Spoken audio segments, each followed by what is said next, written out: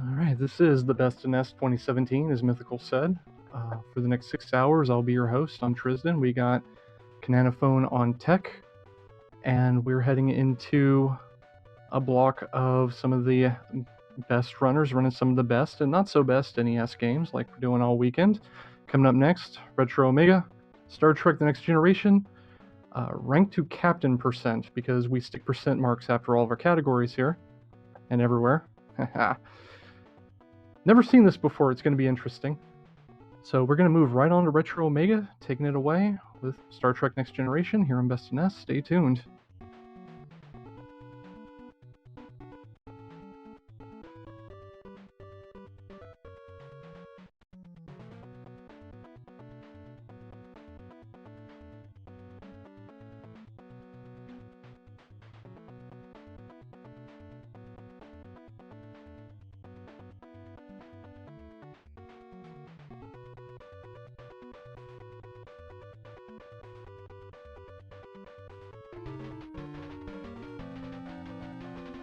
These are the voyages of Retro Omega.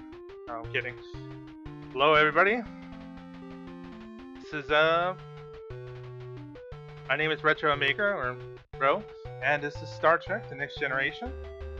This game came out in 1993, and we're a little late, but we just about missed the 30th anniversary of the show. Actually, it came out in 1987. So yeah, this is going to be ranked to captain percent, because the game kind of loops forever, but captain is the highest rank you can get. Instead of going through levels, you go through promotions, and time is going to begin as soon as I hit start. So yeah, this is based off the TV show, and this is heavily RNG based, which is why I'm a little scared about this. But I did have a pretty good time in this because really good RNG. So time is going to start now.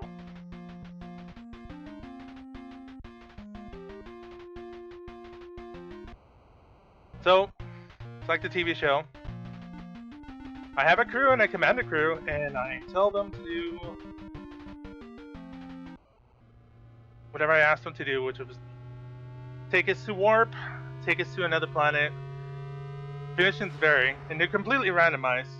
So when learning this run, it's just pretty much learning how to do each mission. And you just kind of got to pay attention for names and things like that. And right now I'm going to tell them we're going to go to orbit.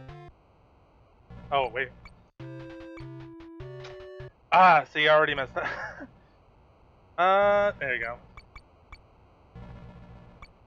Yeah, missions like this, I do have to go pick up the ambassador off the ship. Unfortunately, the ship is going to keep moving, and it's not going to stop conveniently for me. So this game is pretty much like a collection of mini games. It's going to be the ship portion, and hold on. Lycia. Okay, it's good to pay attention to this game. The ship portion, as well as space combat, as well as doing other things like transporting, things like that. This doesn't actually let you play into the TV show. It actually is a simulator, cadet simulator, and that's why you get promotions and things like that. So right after I'm picking up this ambassador, drop off to another planet to prevent a war and all that. Pretty much par for course for the TV show. And other times I will be stopping either renegade alien terrorists or stopping meteors, things like that. And you do fly through rings. It's pretty cool. Don't you wish all games did that? Being down the ambassador is not as fun as beaming them up. And like Virus said earlier, I did learn this from TMR, which is I had no idea you could skip the certain portions of the game by pressing select. So we completed that mission. We're in Ensign now. We got another mission. So here's a enemy invasion mission. So we always set course. We always go warp 9 because you never want to go slow. So there's no point in ever going slow. I always want to get there as soon as possible because these missions are time-based.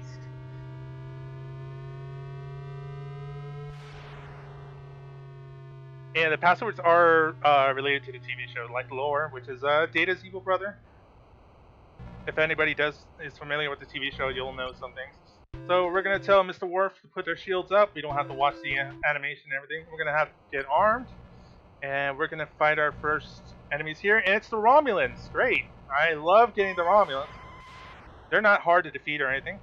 So there's quite a few things I learned playing running this game, which is pretty much how to try to get better at combat. Combat kind of consists of you kind of just going around. Basically, you don't really want to do combat while in what do they call that? While in motion.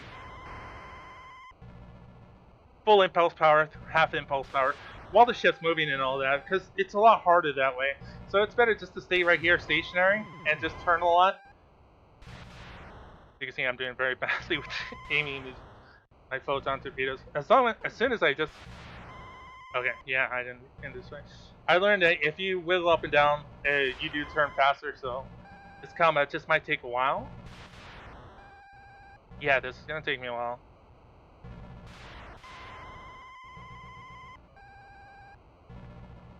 See, sometimes I really don't know the pattern these enemies will come in.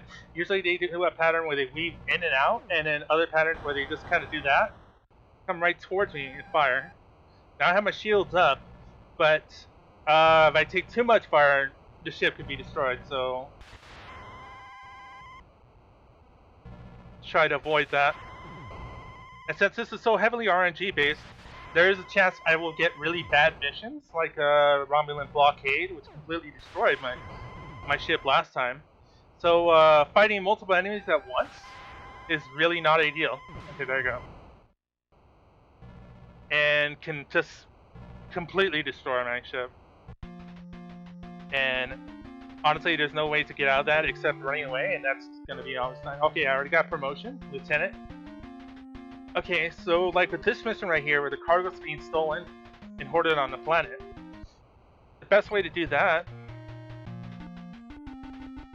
we're gonna head to the planet. Just Crystalia.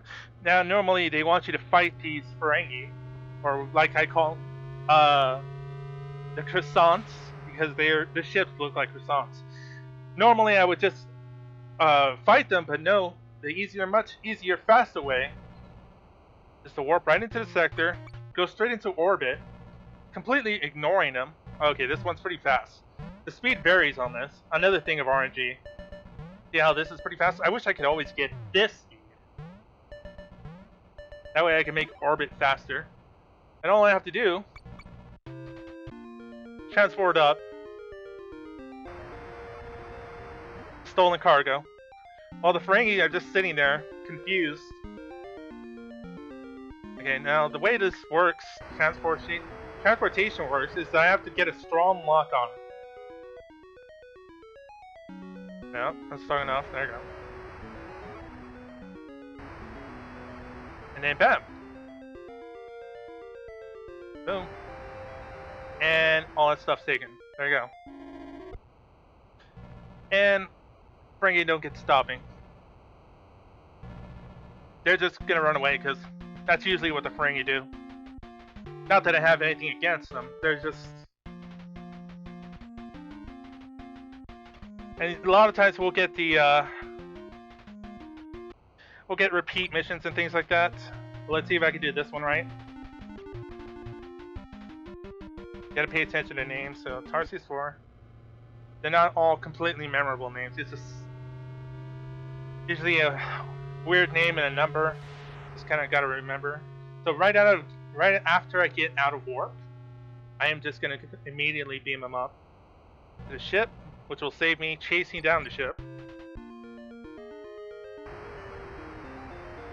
Very nice of them to stand there. Okay, so we're gonna ask Commander Reich here. We're not gonna take him, okay? Because sometimes I just forget the name.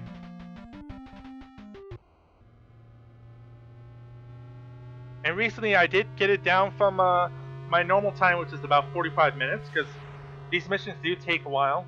I did cut it nearly in half with 27 minutes. Is that, no, not really. Well, math wasn't my best subject. But, well, what can I say? This is an exciting speedrun. So, guys, I don't know how many of you guys are Star Trek fans. I'm a pretty huge Star Trek fan. I haven't seen the new series, but I've pretty much seen every other series and seen every movie. I'm a huge Star Trek fan. Star Wars, not so much. No offense, White Hat. Or no offense, Toad. I'm sorry. But, I have no problem with Star Wars. I just prefer Star Trek supremely. And, you know, I've seen pretty much every episode of Next Generation. And like I said, it's pretty much been the 30th anniversary, which is pretty great. Great thing. Still comes on TV. Really popular show back then. Like this mission right here, Altier 6. So a lot of these missions, I am going to be fighting random enemies. And the worst one you can get is the Romulans. The Romulans are the strongest enemy in this game. But there is one other enemy that's stronger than them. And that is the Borg. I don't know if you guys know who the Borg are. They're pretty much space zombies. And it's completely, utterly random that you will get. Let's have all shields up. Weapons armed. Completely, utterly random if you ever get the Borg mission, which is the most difficult mission in this entire game. Because those guys don't play around.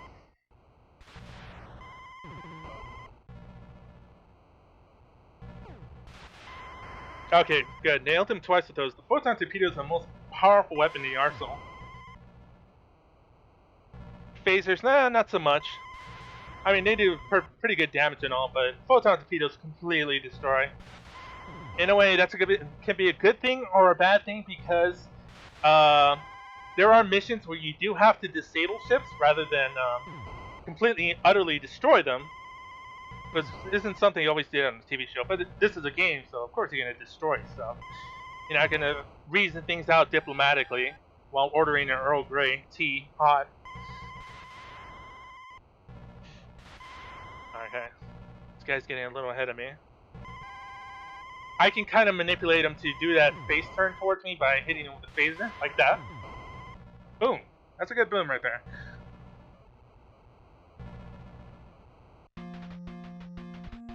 And before you ask, I have no idea what my favorite captain is. It's really pretty much tied between Picard and Kirk. And I got promoted again, Lieutenant Commander. This is 5 promotions, I believe. Okay, there's one of the, okay. It's one of the missions I was talking about, disabling a ship. So, the Ferengi here somehow stole a Klingon cruiser. And I have to disable the ship and pretty much arrest them all. Which I should have started with, I'm sorry. If anybody is not really familiar with Star Trek, I can try to explain things. Let me just put my shields up. Star Trek, unlike Star Wars, is about the, oh shoot. That's not good. Star Trek, unlike Star Wars, is about a group of explorers on a ship. It's the 24th century, way out in the future. And they pretty much do diplomatic missions and other crazy missions like that. Like crazy missions where they get in situations where it's like something invades the ship, or a what is the holodeck, which is something that's like a hologram, usually used for recreation, malfunctions and something horrible comes to life or becomes sentient, things like that, or a space disease, or you know, things like that. It's normal everyday part of being aboard a starship. So they're not exactly military, but they do these kind of missions. So a lot of people, you know, think that Star Trek is kind of boring, but it's not. It's a really thoughtful show. But okay, they do talk a lot. It's more talk than bam bam, shoot shoot, lasers, things like that. So I don't really want to kill this guy right here. I'm trying my best to disable the ship rather than destroy it. Oh shoot, that scared me for a second. Don't you love that lovely sound of the phaser right there? Now I'll know he's disabled when his ship completely doesn't want him. Oh my gosh, he just fly through the planet? He did. Okay, never got that before. I'm taking a lot of damage here, and that's what you can tell by the blinking Starfleet icons right there in the bottom of the screen. I'm taking a lot of damage because this Klingon cruiser hits like a freight train. But that's okay, because I could just... if I blast his photons out of the sky, or out of the, out of space, shouldn't be too bad. The only problem with these missions is it takes a lot longer. Because normally if I'm trying to just blow up a ship, there's no problem with it. But with this thing, I have to be extremely careful. I don't want to destroy it. Normally I try to just do a run without completely failing any missions at all. It's much faster that way.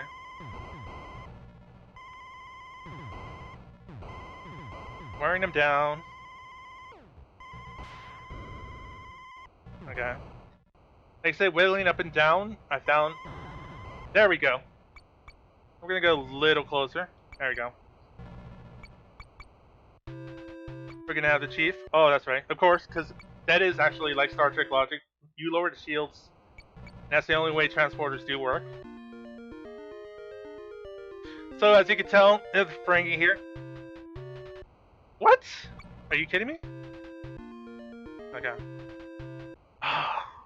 This has never happened before.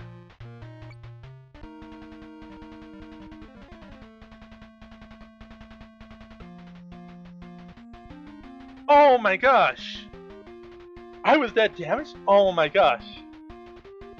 Oh no! I took far too much damage there. Okay, we're gonna have a little setback. Oh man, I took too much damage there. Okay. That's no point. It's no game over. You just get set back. So, we're just gonna stop these terrorists from attacking this freighter. And, hold on. Okay, this is a much easier mission. It's just one little setback. Let's just hope it doesn't turn into more than that. Yeah, apparently my ship took way too much damage, and realistically, like a starship, it would just eventually get destroyed. So we're gonna arm up here, shields up. There's a freighter right there, and there's the croissant ships, aka the Ferengi. Of course, it would be the Ferengi trying to attack this poor transporter vessel. These guys are pretty much train robbers of the future. Okay, he was easy to kill. Like I said, they pretty much look like croissant ships. We're gonna go after this guy. Full impulse. Engage.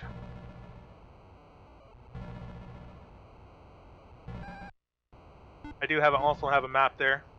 It's useful sometimes, especially when stopping meteors from hitting star bases. Funny thing about those missions too, I used to think that I was soft locking the game, because there's actually two different kind of media missions. One where you have to evacuate people. Okay, this was easier than I thought. Wow, those guys must not have their shields up. There's two types of those asteroid missions, I guess you could say, not meteors. One where you evacuate people, and the other one where you destroy the meteor or asteroid itself.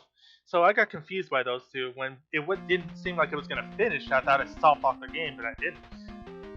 Silly me, you know. I was just okay. On with the game because now I feel awkward.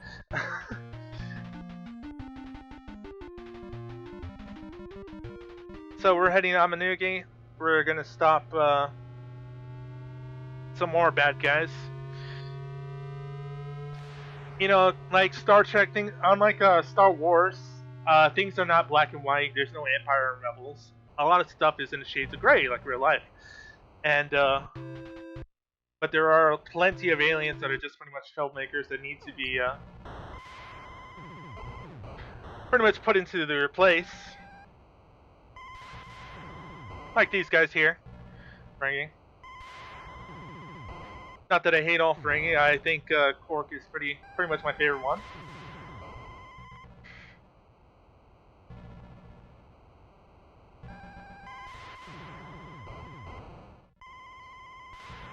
And what the heck, they do things for profit. Who doesn't like profit, right?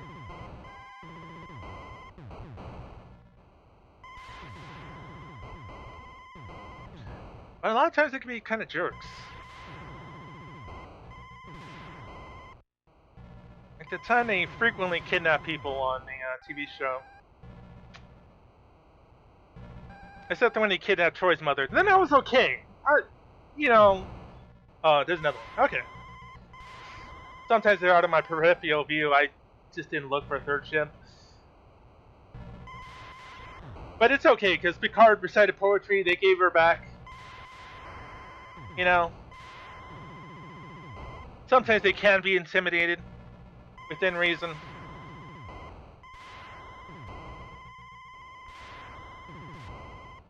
And yeah, that should be all of them.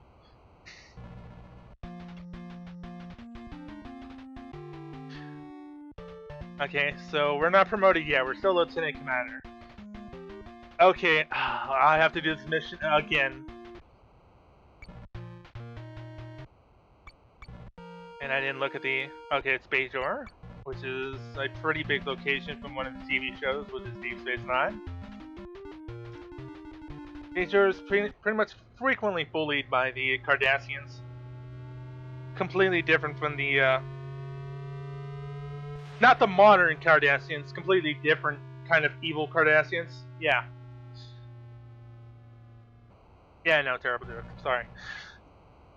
So let's see if I have my shields up and everything in this time, and try not to get hit too much by the photons here. I'm gonna have to try to catch up to where the ship is, and yeah, it looks like they're just gonna pretty much be spamming their photon torpedoes here. Either because the Ferengis are pretty much out for blood right now, or they're just panicking and they're just trying to fire everything at me. And yeah, I'm getting hit pretty badly right now.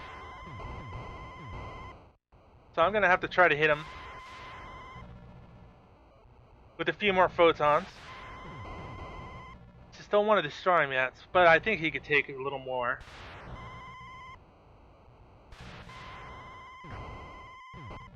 Unlike Star Wars ships, starships do have... Oh, there we go. Good. Please tell me I'm not too far away. Okay, I think I'm right above him. Oh yeah, of course. Armor shields. Almost forget about that. So there's the Ferengi right there. They're kind of running away, because obviously they don't want to be arrested. Which I'm going to do right now. Okay, this is going to be... Come on. Got one. Strong lock on this one. There we go. This little sucker getting away. And as you, of course, rank up, every mission that you get, even if it's a repeat mission, is going to be a lot more difficult. You are going to take a lot more damage, things like that.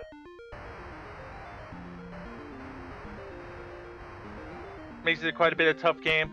I don't have a lot of speed tech for it, but I do know, I know my way around each mission and things like that. Unfortunately, there isn't a lot of speed tech. There isn't glitches, manipulations, anything I can do. It's just pretty much knowing where to go and what... Oh my god, this guy is... What I'm supposed to do. Pretty much ahead of time. Since everything is completely randomized. It's just being familiar with every possible scenario.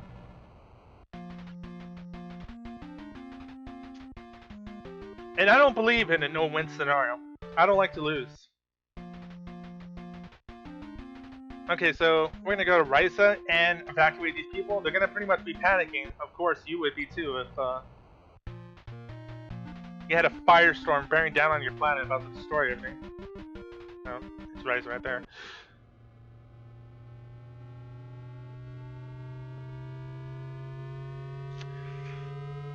I could think if I was a starship captain, I would think of a few people I would like on my crew.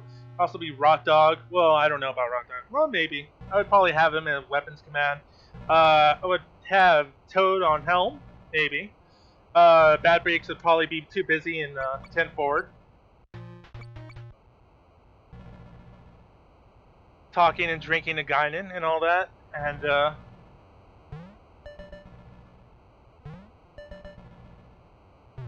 oops. Probably have Langston engineering. Things like that, you know.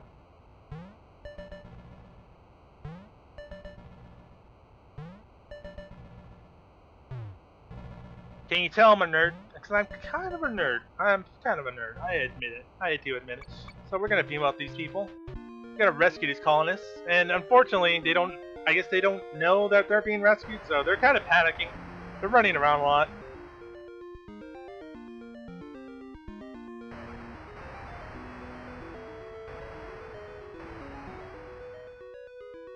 Get a good lock on about 5 more people.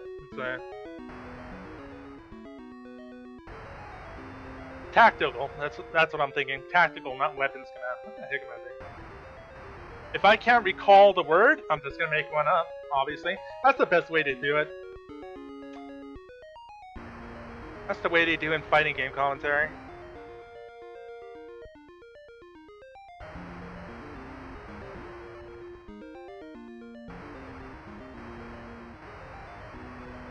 I believe I got that piece of advice from Eris, or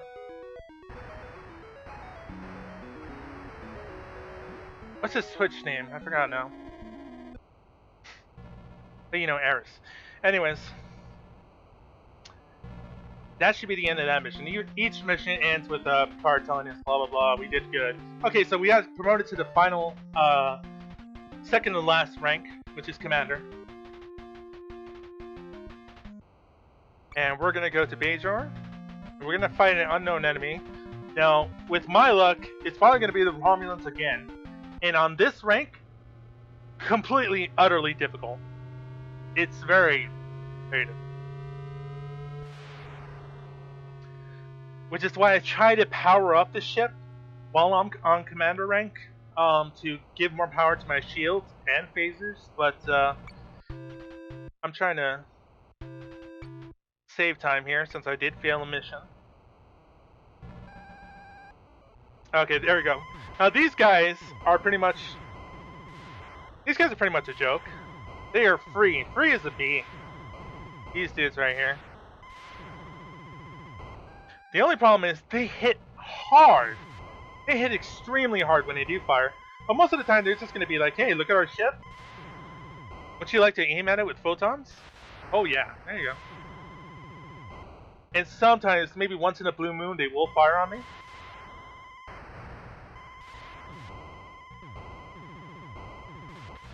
I forgot what the names of these guys are, but I just like to call them X-Wing fighters.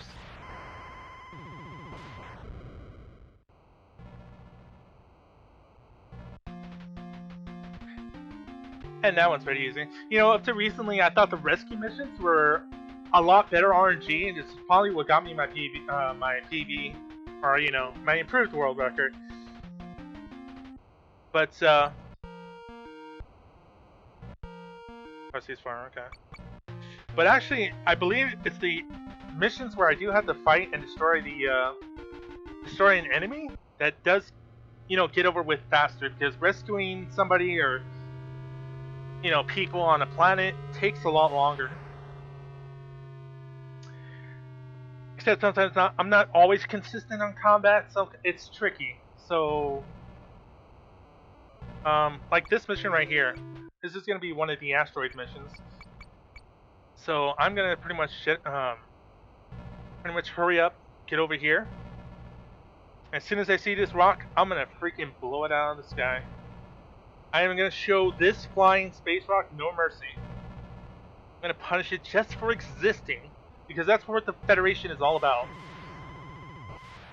Okay, right now, bypassing, because it's a fast rock. I'm going to fire everything I have. Fire everything.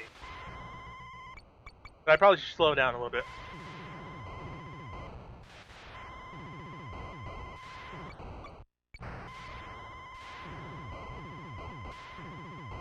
somebody call Arcus, because that's a good boom right there. Okay, man, I'm going too far.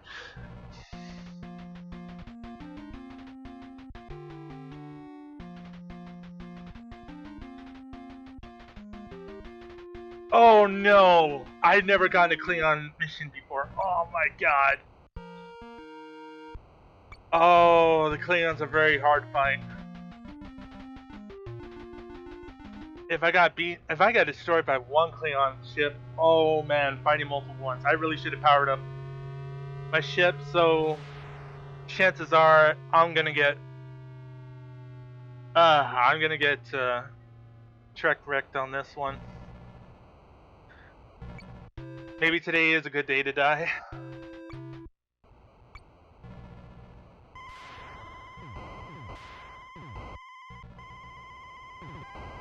Yeah, there you go. You know that Dick's not.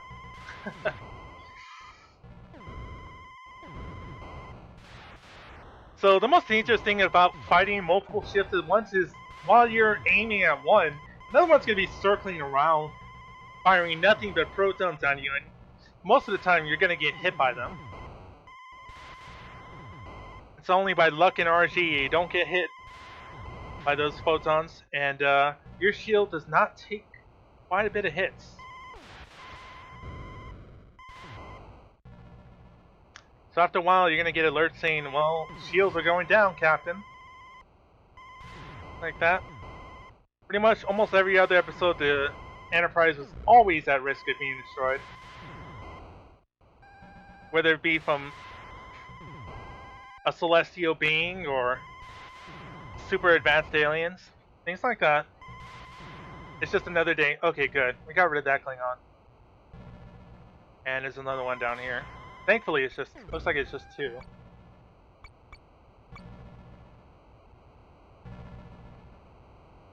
There's always the standard Star Trek villain, the renegade Klingons, which do not, coincide with the Klingon Empire. And they're just like rebels. They're just like, yeah, we hate the Federation. We're bringing honor back to our family. Things like that, Oh yeah, I'm pretty far away from these dudes.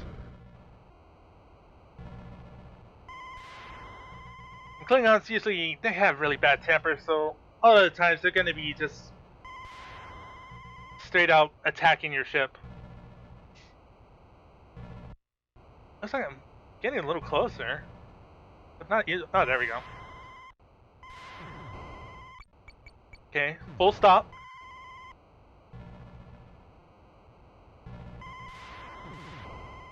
That's my first time doing a Klingon impersonation, by the way.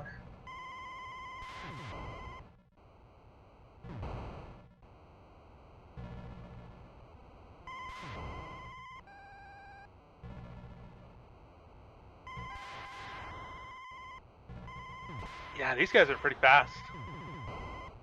Oh, I'm gonna do that trick I learned a few days ago where I can manipulate them to kind of do that turn right towards me. And that turn is so dangerous because they will do that. They'll fire photons as soon as they come right towards me. So right here, he's gonna go, and okay, he didn't do it that time. Come on.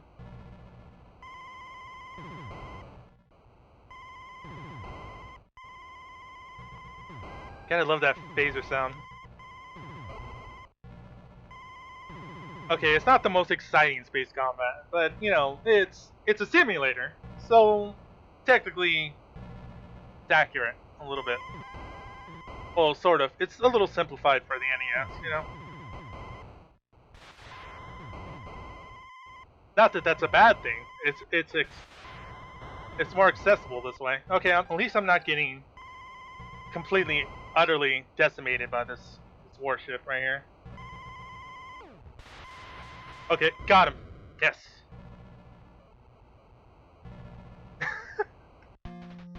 Well, I was gonna do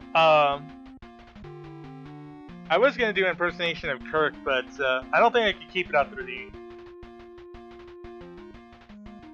Oh shoot! There's an asteroid towards a ship. Okay. Manuking.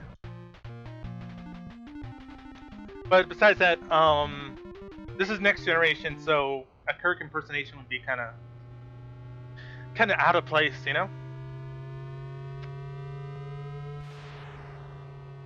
Besides, I can't do Kirk that well. Spock, there's something outside the window. So for these missions, I don't have to have shields up. I do just have to have phasers out. Phasers and photons.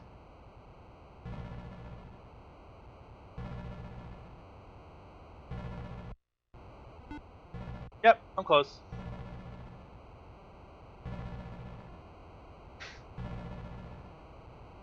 Almost there. There we go.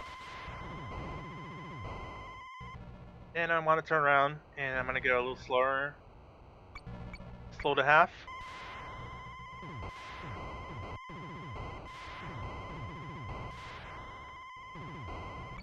Okay, maybe we'll just...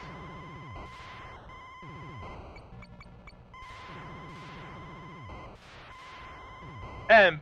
Nope! He's still alive. No! There we go. Whew. If you don't keep that thing in check, it will destroy, you know, the ship or something else. And time will be when Picard says I've been promoted to the rank of captain. So we gotta stop Ferengis again. This time, there's probably gonna be a lot more Ferengis and they're gonna be a lot more powerful.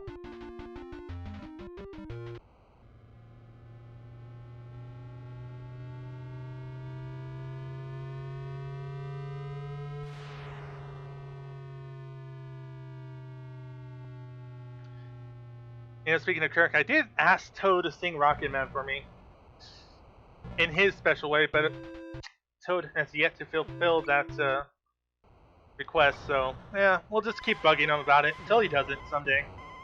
Hopefully he does.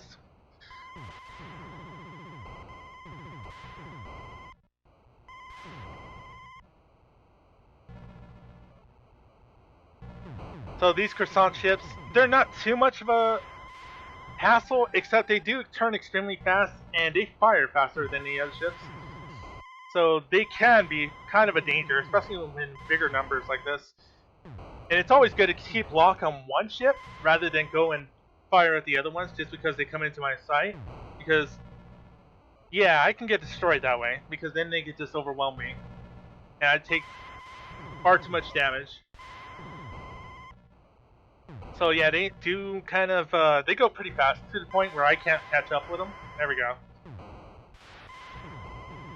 The ideal way to combat these is to fire photons and then do a little bit of phaser fire, just to kind of slow them down. Who needs an X-wing? I'll take a Galaxy-class starship any day.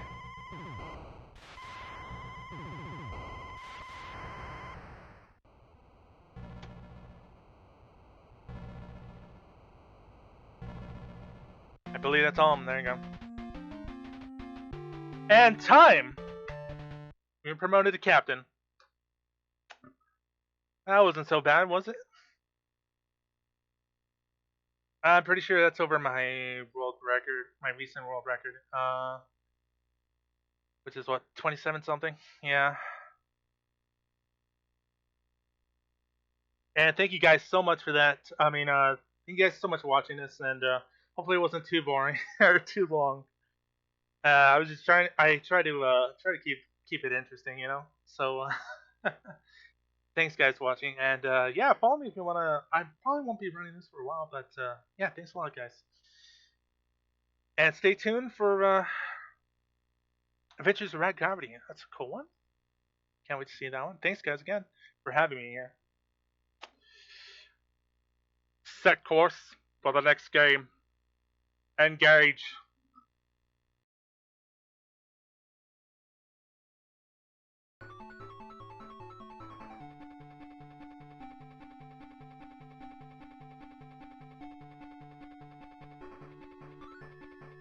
Alright, so that was Retro Omega showing you how to rise through the ranks of Starfleet from a lowly bridge officer to captain in about 35 minutes. much faster than Picard, I'll tell you. It took Picard years. Coincidentally, my favorite episode is the one with the alternate timeline where Picard never became captain. Just saying. Anyway, up next, there is Adventures with Rad Gravity with Jin Tatsu, which is one hell of a game, I'll tell you that much. I actually saw this in a Cusa Grande race.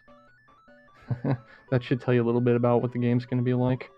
So we're going to cut over to Jin Tatsu with Adventures of Rad Gravity, and then after that we got Drum Bortus with Dragon Ball Z 3 for the NES.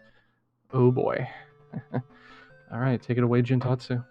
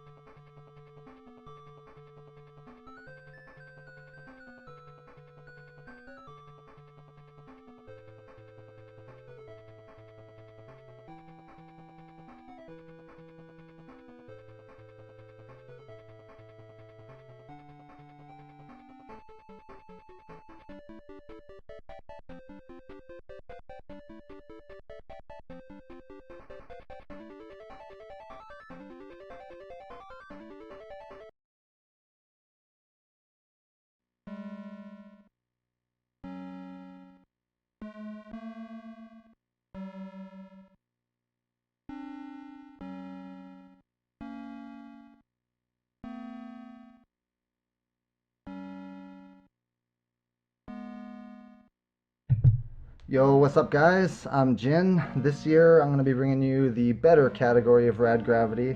It's much more enjoyable, a lot of cooler tech, and you get to see a bigger flip of the finger to some of the game that we never got to experience in 90%. So I think without further ado, we're just going to get started here. I'll give you guys the countdown on 3.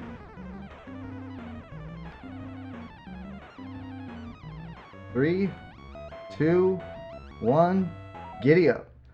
So, the premise of this game here is you're essentially playing Bruce Campbell in space, going from planet to planet, trying to stop these evil computers from taking over the galaxy. As that computer behind us so evilly glares at us. So now, there's some funky mechanics in this game. Doors do not like to be entered very well. Got some funky hitboxes. I'm gonna pop up here and kill this guy, otherwise he's gonna toss a dagger across the screen. That's just gonna lag up the whole game up until this door, and it's just not cool. Bit of a slippery tech here. Okay, we got it. Kind of tricky to get both those guys and stay on the platform.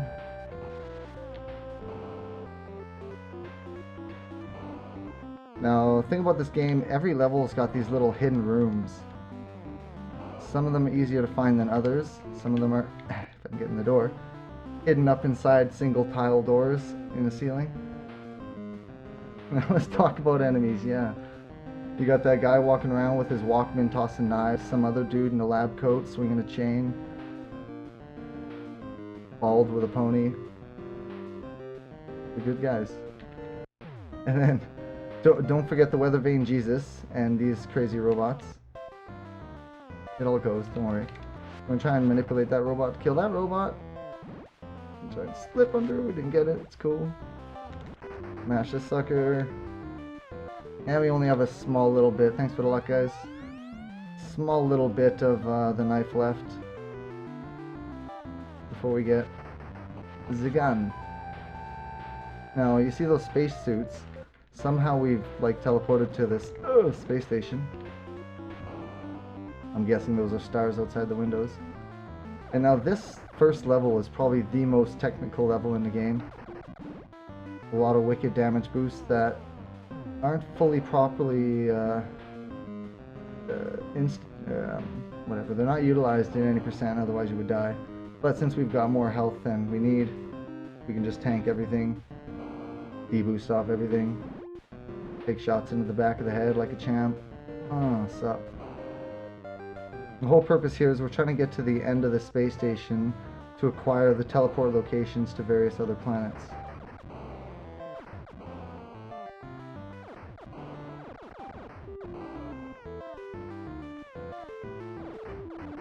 I'd like to deboost through these guys, but you can only get through the ones that are coming your direction. We've got to utilize other damage to get through the rest.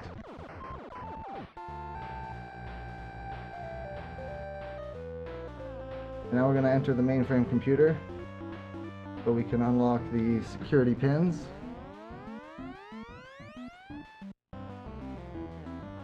Do a little bit of a backstep pause to hold off on that electricity. Another one here. Backstep pause, shoot. And away we go. Now getting the cycle on these pins kind of tricky. First one, you want to shoot just about there. Next one, you want to wait a brief second. And the last one, you're just free to fire. Bam. Godly. So the estimate's 30 minutes because this game is actually very hard, very dangerous. There's 3 levels in particular that you can die very easily in. But the actual PB for this category is quarter of a minute under 25. So if all goes well, we should actually be pretty good. Have some time to watch one of the best endings in NES history. I'm going to do a small little frame save here if we can get it. Too early. We're trying to jump at the exact same frame the text box comes up and it'll skip us ahead of tile. Very minor, but very swag. That was a little too early. 1 frame too early to be precise. And that's what it's supposed to look like. Yeah, we got 1 out of 3. It's something. Now you may have seen this game in Tuso Grande. Those guys. You go watch that match, you'll see just how hard this game is. If we don't die through this level, it's a miracle. This is the hardest level in the game. As these guys steal my computer with their ice cream truck. Now these little green dudes, if they land on your head, they'll do like persistent damage until you squish them on the ceiling. And they're not so bad with the exception of this one coming up that we're going to try and manipulate to the left. Just like that. I'm pretty good.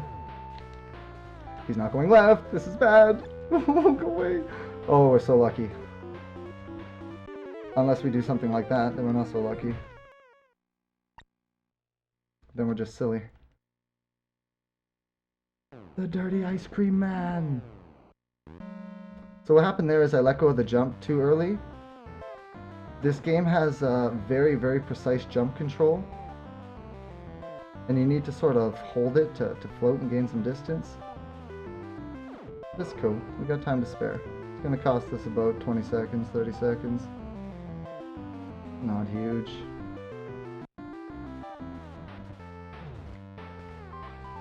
Unless this guy just wants to be a jerk and keeps coming after us. Alright, good. Whew. I'll just manipulate this guy over a little bit. And then we'll get up into the secret room here. Wait a half second for that bubble to rise so we can not shoot it. These bubbles have an interesting timer. If you shoot them, sometimes they'll respawn immediately, sometimes they'll have the delay. Not sure why that is. We'll push this bubble down, grab the sword, and get back on out of here. Okay, whew, we made it through the hardest level in the game. Only 1 death. GG. We're just gonna shoot that motor off screen and get out of here. Yeah, liquids are bad. You know NES games, liquids are bad. They're always bad.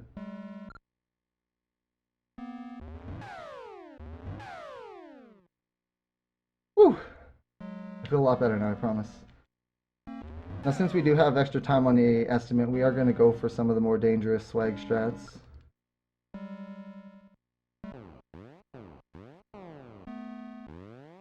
Cheech and Chong have been smoking it because look at this. This is the results. Go away, blue candy dolphin. Okay, so now if we jump at the last second, we should be able to clip through that bubble. Nice. If you don't clip and you fall in, you're dead. If you don't make it, then it's whatever. It's like half second. Very minor. We in the upside down, boys. Watch out for demogorgons. So that's the only time I warp back to the computer to restart a level, because it takes the same amount of time as it does to walk back, and it's just a lot safer. And now we've got this gun that can shoot in all directions.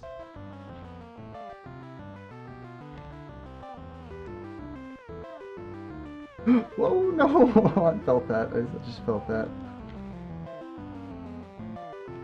Okay, what? Settle down. Just settle down, Jin. Be cool. Be cool. People want to see a show, not a goof.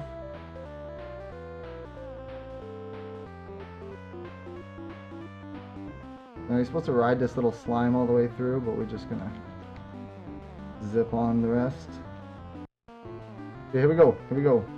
This is the kind of a dangerous trick. We get it? Okay, we're good. We're good. Whew. Come on, baby. Okay, this looks good. I'm trying to one cycle this raft. And we made it. Oh, baby. If we died there, we'd have lost 45 seconds. If we don't one cycle it, we lose 3 seconds, so it's pretty dangerous. We gotta kiss this cow for some luck. You see all that slobber with some sloppy kisses. Whoa, a couple kisses too many. We'll lead this little parade.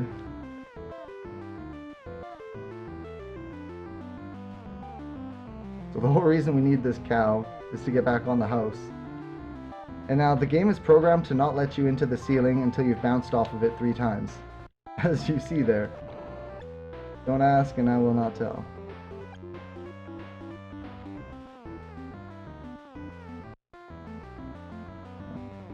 Through here.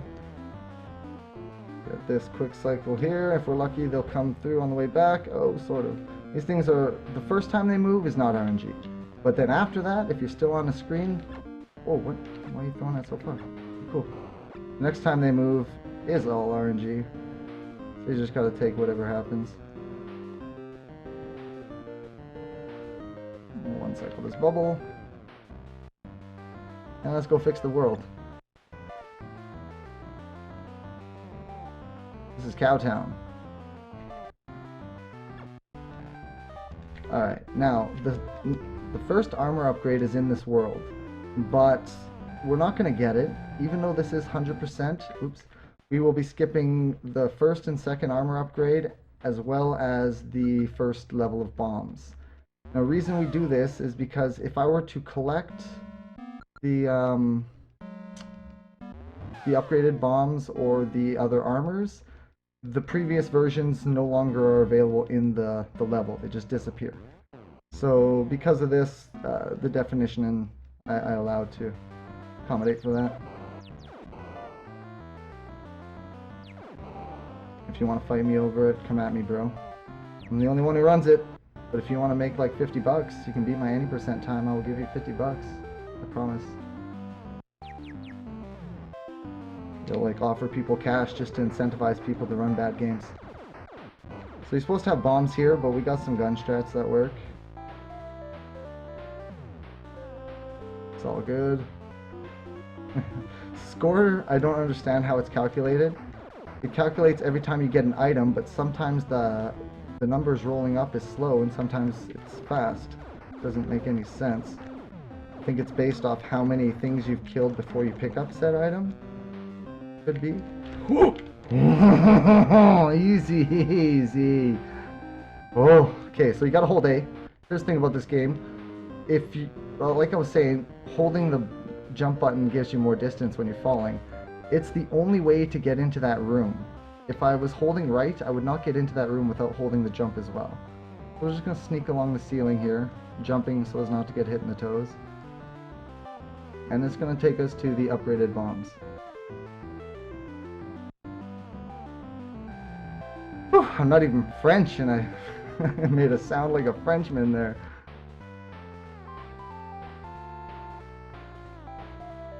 Little backstep pause to wait out those rock cycles. Okay, woo! Now there is one strat where I'm gonna skip it. I don't trust it. Don't feel good about it, so we're just not gonna do it. It's only gonna cost us 2 seconds.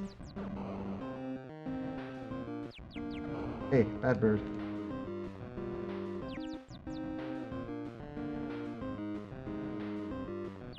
Because I don't want to do this whole level again. So that was it. Normally I just jump over that and shoot the bird, all YOLO style, but if you fall down there, you die. So now this boss I call the troll bots.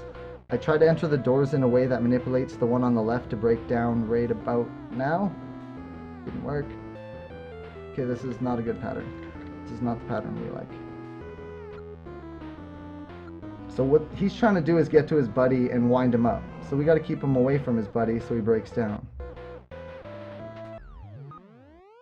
Sometimes those guys, they'll give you a weird RNG pattern where they'll break down right in front of each other and start immediately lighting each other up. Oops, went back to the planet, my bad.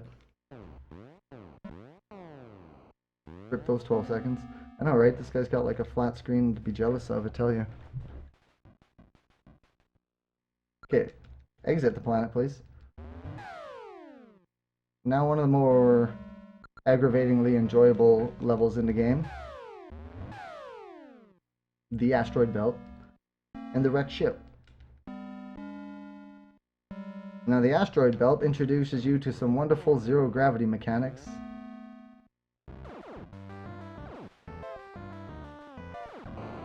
To which you control by the direction you shoot your gun.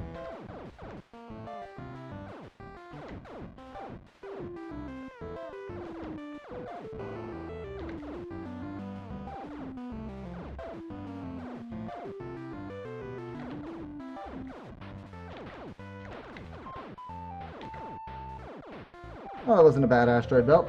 It's pretty good.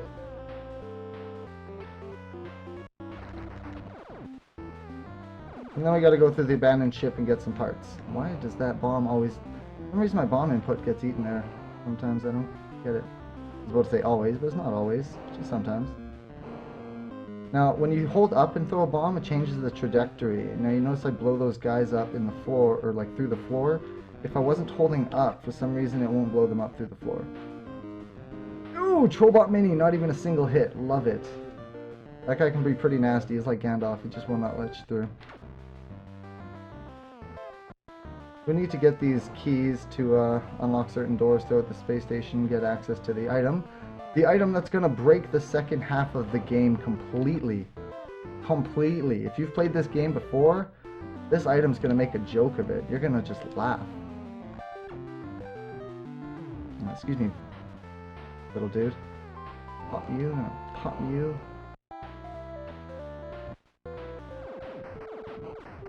Now here's something that's extremely dangerous. Save you like 2-3 seconds, but you can jump up onto that platform without waiting for it. But getting up between two tiles and getting out is like very pixel tight.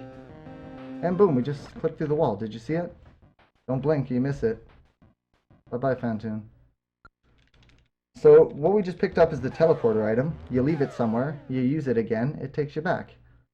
However, if you duck and leave it in a wall, it goes into the wall and allows you to clip into the wall for some very excellent results. Now this is the last super hard level in the game. This is our last chance of dying. So I recently discovered a 3-second time save here, but we're not gonna do it because it's dangerous. Let's pop a couple of these guys. Now you notice my health. Because I'm still wearing the base armor and I have all this health, these guys will still one-hit me if they touch me. Nice. Got one cycle on that gust. Alright, so new strat, dangerous strat is to just go.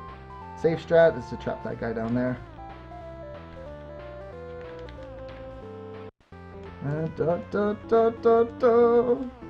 Oh!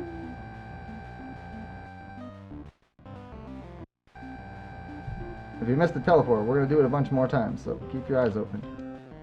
Just tuck into that corner so as not to alert those bugs early, otherwise they can knock you into the lava. As you see, I took a hit from them anyway.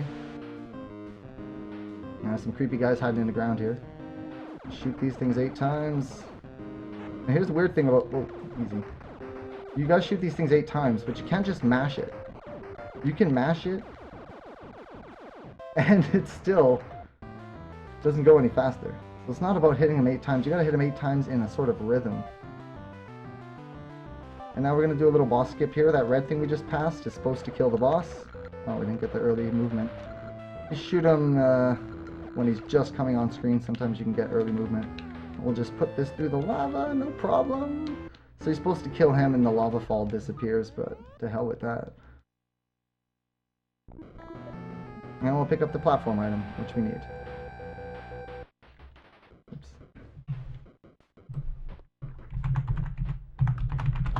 Alright.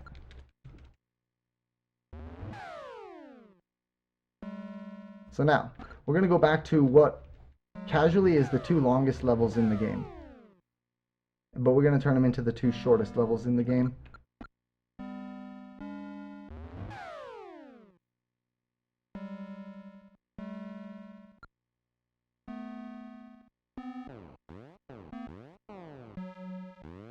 Okay, so I used to do a different trick here with the platform.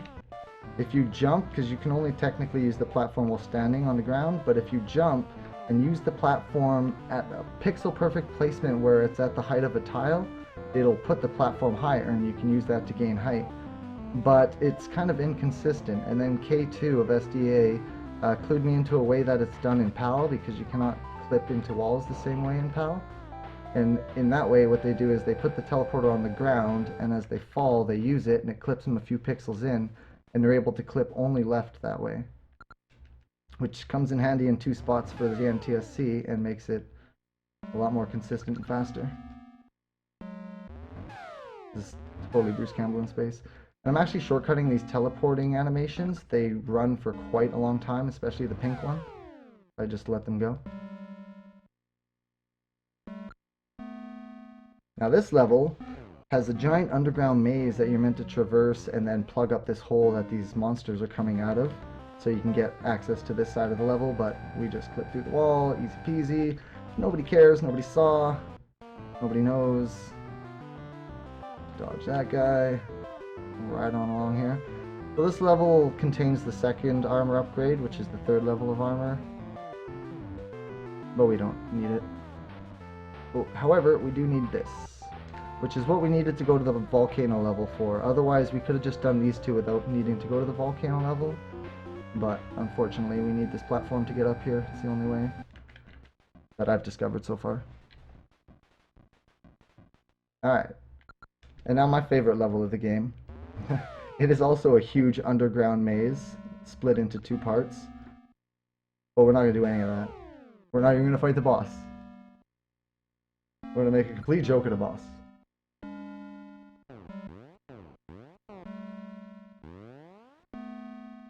First off, we're going to skip through this half of the level. Whoa, by doing one of those. And now we're like much, much further ahead. Let's skip through that little maze, no problem, easy peasy. Now she gave us a teleport location to the other side of the planet. We're going to head over there.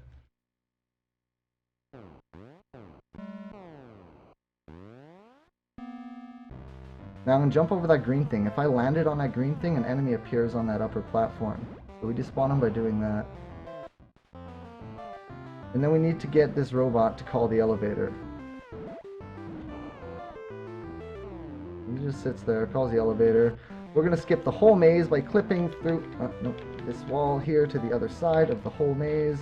And we'll clip through this barrier that you're supposed to destroy. If I can do it, get in there. Thank you very much.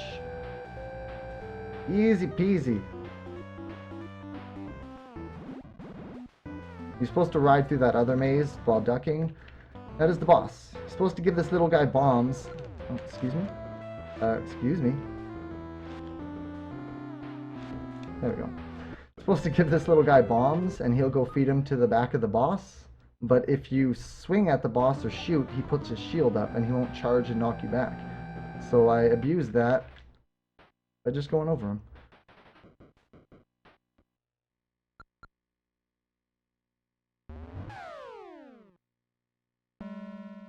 And that's it. Now we're heading to the last level of the game.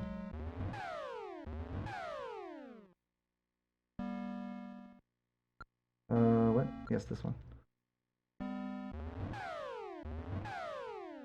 Now I hope you've played this game, because if you have, you'll know that this final level is like Indiana Jones and the Temple of Doom on crack. is so crazy, so ridiculous. One of these days we're gonna route this casual, or I mean, glitchless just for the memes, but good grief, doing this casually is just so, what a nightmare. There's like Yoku block sections and everything. But we're just gonna make a joke. Oops, hello. Screen wrap to the other side. Ew.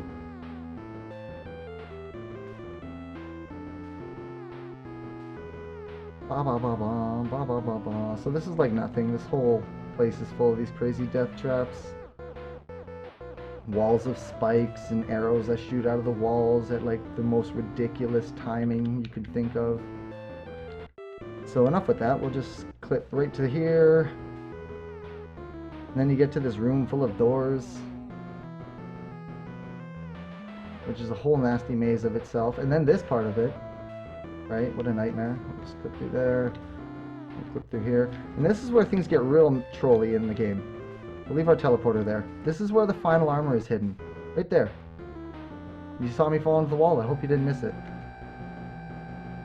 Okay, now this is where the final boss is hidden, and it's the only way to get to him. By using the platform and jumping through this invisible wall to which you're given no clues as to be able to find. Then we get to this guy. And he shoots 7 shots and opens his brain. 3, 4. His shots are based on how fast his head moves up and down. Now when I'm up here, his head moves up and down pretty quick. So he's going to shoot a shot about every 2 seconds or so.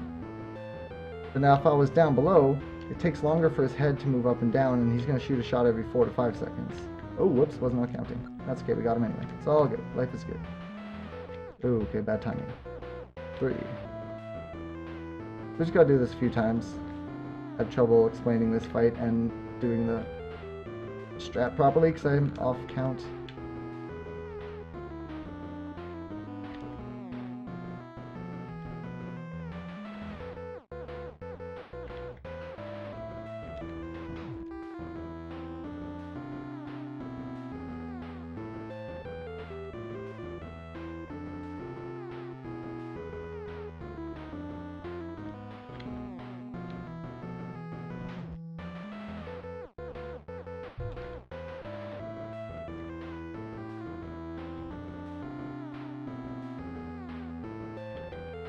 Excuse me while I concentrate. And then there's more troll to this game. You think the boss is over and then he trolls you.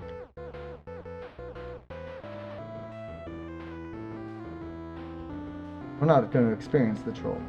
So right now you think he's dead. But what you don't realize is you got to hit him again when he goes down. And if you don't, the whole cycle starts again. Not just one phase of it, the whole thing. And then you get to the final boss.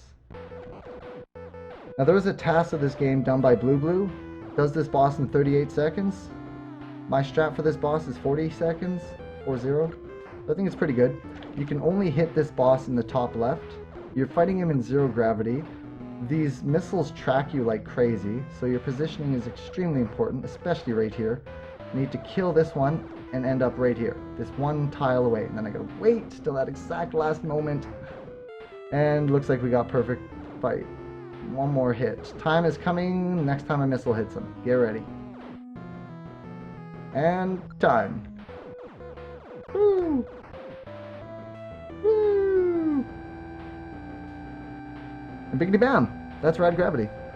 Now, just give us another about 30-45 seconds for one of the best endings in NES history. There's an awesome little soundbite that comes at the end, so just pay attention for it. Also pay attention because the story is going to be explained here in great detail. This is a very good game. It's pretty fast-paced. I mean, the music is not exactly to be desired, but it's good. It's just lacking. So, people of Quark, I was sent to reactivate the lost compy mines of the United Planets. Unfortunately, I succeeded. It was the last compumine, Kakos, that was evil, not the wizard Agathos. The compumines had planned to take over the United Planets before Agathos deactivated them, and now Kakos was trying again. Kakos, by the way, was my computer on the ship. In a final battle, I destroyed Kakos. We are safe at last. That's why I was fighting my ship at the end. The any percent world record is just shy of 20 minutes, I believe. Farewell till we meet again. Farewell till we meet again, and that's Rad Gravity. So I want to thank all the guys at Best of NES. I'm Jin. I run a bunch of different stuff for different systems. I also run for NES, Bugs Bunny Birthday Blowout, Kiwi Crazy, All Kiwis, and Metroid 100%. So we're going to toss over to Drum Bordist. My man here is going to be doing a Dragon Ball Z RPG. It's pretty deadly wicked, so check him out. And I will check you guys out later. Take care, guys. Ciao.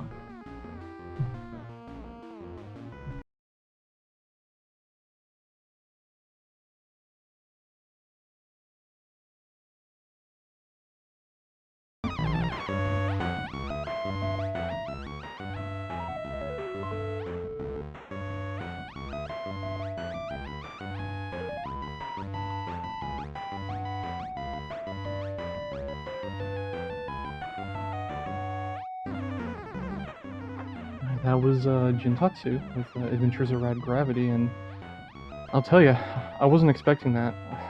I have some familiarity with that game, and it's hard. Some would say it's kind of bad. The movement physics are something, the difficulty is something, but I wasn't expecting it to be that broken. Pretty much the entire game gets ignored by the speedrun. I love it. That level of glitching is always entertaining to watch.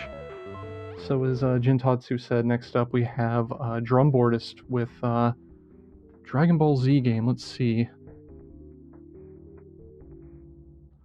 Yeah, Dragon Ball Z 3 Resenjin Zonegan, which is a Dragon Ball Z RPG card game TCG something, but stay tuned for that because Drum Bordist is an entertaining runner, entertaining commentator. It's going to be something else for sure. I always love watching Drum Bordist runs. After that, we've got Getsu Fumaden with Jaguar King, which is also going to be an entertaining run. That's going to be any percent, which uses a memory corruption glitch to cut through about half the game. So that's going to be one hell of a run to see too. So we should be getting set up right now for Drum Bordist. I'm just waiting for the go-ahead to continue. Coming up after Jaguar King, though, we've got Bio Miracle Boketa Upa, which is also one hell of a game and something you have to see to believe. So we've got 3 really strong offerings lined up for you over the next 2.5 hours or so, and that should be really most of my hosting shift.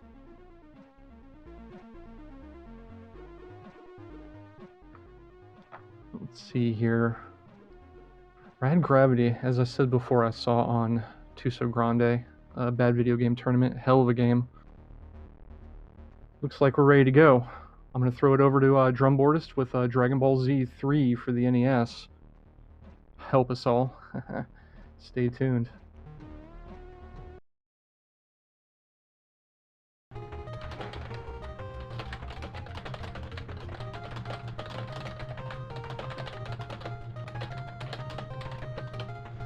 Oh hey, I'm now receiving words that I'm live. Many words. All of the words. Or at least enough words to let me know that I should probably be doing something. Okay. So this is Dragon Ball Z3 Resenjinzu Ninjas. Dragon Ball Ninjas. Attack of the Killer Androids. I would pay money to watch that movie. And as a quick sidebar real quick, for those of you who probably are curious as to why I'm playing this emulated, which you didn't realize until I just mentioned it, I'm playing it emulated because I have it on console. This is it on my console. I have 2 copies of this game, mind you, and there are a variety of cutscenes that will happen, and this is a cutscene right here. What you're looking at is, well, it's supposed to be a cutscene, but since that clearly works oh so well, we're going to go ahead and play, you know, the version that you can, A, actually read, and 2, follow along with if you enjoy speedrunning. So, I guess I'm supposed to probably give you guys a countdown on the timer. I've got my own timer going, so that'll be great. Anyway, so, let's go ahead and do this. It is 3, 2, 1. Nope, that's wrong. Let me actually get to the start menu. I apologize. 3, 2, 1, let's jam. Alright, so, previously on Dragon Ball Z, if you don't know anything about Dragon Ball Z, you're going to be lost because this is the third one on the Nintendo, and it's the third Dragon Ball Z game on the Nintendo. There were, what, 2 previous ones, 2 RPGs prior to it, and there's one after it. But this one picks up with our main character, Goku, who just saw his best buddy get blowed up by the evil space baddie Frieza, who we're now fighting. And because his best friend Krillin happened to get killed, this made him become very angry and genetically unlock what's called Super Saiyan. So his hair changes golden and he becomes super powerful, and then the planet explodes and he gets to a ship and escapes, and Frieza also somehow survives. And again, there's a lot of plot happening right now. The general thing about Dragon Ball in general is there are these items called Dragon Balls. If you collect all 7 of them, you are able to resurrect people. You get a wish. So you are able to collect all of them, and cool things will happen. And since the main character just died on a foreign planet and everybody else managed to escape the exploding foreign planet, they're now trying to collect the Dragon Balls so that we can then go resurrect, him and create a new planet for the people who just, had their planet explode.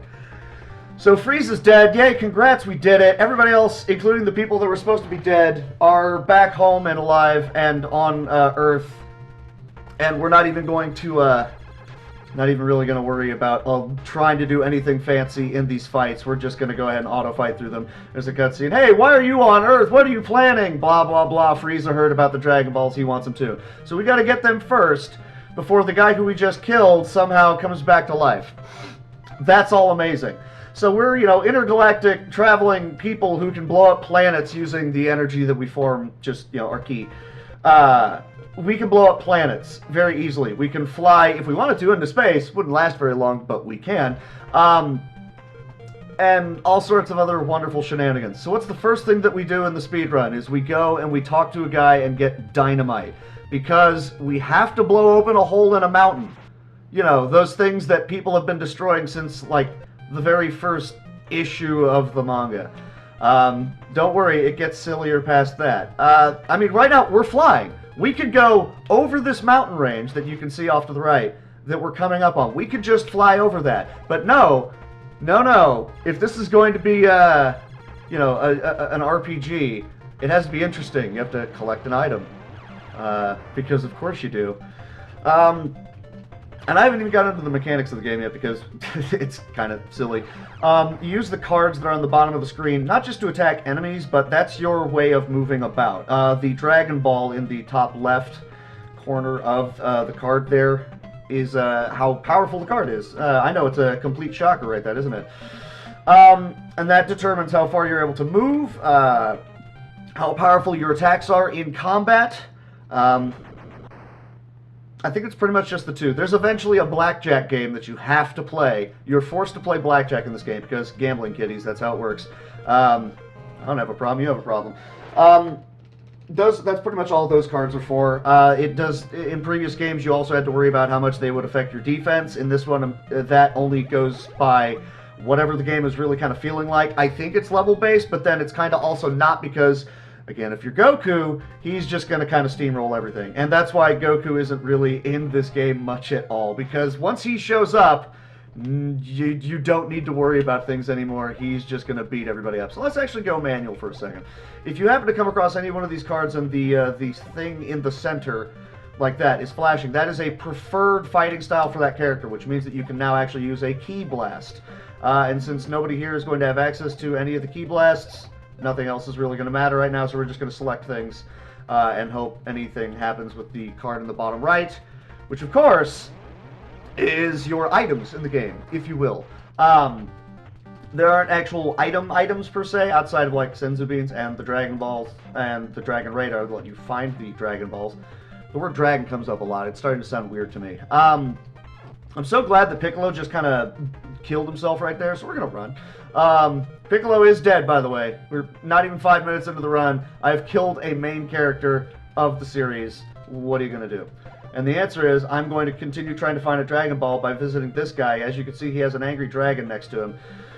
unrelated. And that one apparently ate the Dragon Ball. I'm not going to read into that at all, and neither should you. And it's unfortunately terribly constipated. So the guy in the house next to me that I actually just visited, he gives me a laxative, or the herbs necessary to make a laxative, and I now have to take that to a chemist back in town, and then we're going to have Krillin, the dude in the middle with no nose, because of course he has no nose. He's going to be the oh-so-lucky one to roll up on that guy and go, here you go, poop out the Dragon Ball, please. And yeah, you're completely not wrong. Yamcha will be replacing Piccolo for any and all of the important fights, because he's the secret MVP. I mean, the actual MVP is Goku, because duh. If it's not Goku, then who's the MVP is Vegeta, because again, duh. If you're as powerful as that dude, you might as well be. And failing that, the best option that you have is either Yamcha or Krillin. And honestly, Yamcha. So we've covered the Dragon Balls, that's attack and movement. The stuff in the middle is whether or not you get to do something awesome with the character. And one of the more important things that you can do is you can either use a key attack with that person, or you can... oh, good. Actually, I can revive Piccolo right now, so I'm going to do that. Where's I at? You can use a key attack, or you can charge up, which means you can use different key blasts that are more powerful and wonderful, and everybody loves them, and I'm just going to keep running into fights, I guess. There's nothing really that you can do about these things. You can get into a fight, and then you just kind of hope that you're no longer dealing with them. I'm going to auto-fight. Just hurry this up, please. Right, so the thing in the bottom right is I did mention that your items, if you're in combat, then like healing items occasionally will show up if it's a heart, because that's good. And there's only 2 healing items that can resurrect fallen characters. It's annoying, but that's how the game is. What you gonna do about it? And the answer is, oh man. The barbell is training, which only works on the overworld, so in combat it is useless. The foot is also better movement, which... Again, overworld, because otherwise it's useless. I can believe we forgot to change one of my settings there real quick so that battles don't start taking ridiculously forever. If I wind up getting over-leveled somehow, which means I've been in this area way too long, what winds up happening, unfortunately, is that the game will just decide to put you into a 3D combat mode, which is really neat, it looks amazing, and you have no control over it, and it takes forever, and you can just randomly lose characters. Because the game is just, oh, we're just going to assign attacks to people, whoever. Chaozu is suddenly the guy up front, and he's trying to melee, Kula. Totally a thing, can and possibly will happen, because the game hates you and wants to see him die. And, well, speaking of which, there's Chaozu, who's, actually, he has a really, really, really good ability. The 3 main people that you have in your party are the 3 people up front. Anybody else that's not up front and fighting, they on the bench, and that's good for them, but any one person can randomly come out and do an attack at the beginning of combat. And, well, who they are depends on what it is that they're going to be doing. For most of the characters, it's going to be just a random attack that they will do, just a random key attack. If you're Krillin, he will, roll up and, shoot people in the face. Ten Shinhan has his the 4-man attack, which his name I can't really think of right this second. The Z Warriors took the laxative. Things you should never ever have to see in a Dragon Ball RPG. So, anyways, we got the poop medicine for the dinosaur. Most everybody does the normal singular key attack. The only real important ones that I can remember right off the top of my head is Tenshinhan, who takes forever, but at least he hits everybody that you're fighting. And Chaozu, who will step up and stun everything on the screen, which even works on bosses and is just ridiculously broken because, haha, now everyone's going to get their attacks off for free because you can't move. Suck it, jabroni. Excuse me. I'm just going to randomly try to move too far, and the game will give me an angry growl as you do. Like that. It's stop trying to move so far, Chuckles. You should know better. Don't overextend yourself, and I did. I need more dynamite because not just, hey, look at those that previous mountain range that I had to blow a hole open in. No real reason why. I could have just, at this point, I would not be surprised if any of these characters could have just looked at the mountain range and gone, nah, I want it exploded. And it would have. They probably could have just done it with their mind. Chaozu is making these super powerful, physically incredibly capable creatures just unable to move because he wants to. I would imagine he could move some rocks. Or better yet, he could probably fly over them. I mean, look at how far off of the ground we are flying right now. And you're telling me we can't go over a mountain range. I mean, the standard fighting location here is way above the forest. I don't really understand why the game is the way that it is, other than, well, we have to have, I guess, quest lines in an RPG. Which is funny because it doesn't even really go that far into handling its business on that front here in the game. I maintain Jiren is not overpowered. They just really, really, really wanted to make a dude that Goku could fight that was on par with the gods of the other universes, and in fact, apparently he's more powerful than some of them, but come on, man. Why you got to be like that? You're not supposed to be more powerful than those guys. Stop just force-feeding us more characters that are as strong as you say they're going to be, just to give Goku somebody to take on. Come on, man. Make them have interesting abilities. Krillin's dead, by the way. I know it's going to be a complete shocker to everyone involved, but Krillin's dead. I'm very sorry about that. Oh, I'm sorry, he's been knocked out, and Yamcha's got a severe case of Alma face. So anyways, we have the laxative. We're going to go take it to our dino buddy so that he can make with the business. Oh, good. All encounters are turned off for 5 turns. Thank you very much for finally showing up, Ox King. And thank you, Oolong, for just being a jerk nozzle. Okay. Heal card. When moving, you want to try and have those feats or a heal card so that you can hopefully get one of the 2 resurrection items, which I just did. So Krillin's alive again. Hooray. I'm going to heal Yamcha so he doesn't die. Doesn't really matter, but I'm going to heal Yamcha because, again, secret MVP. You'll see why later. Because, you know, as with the plot of the show, the original,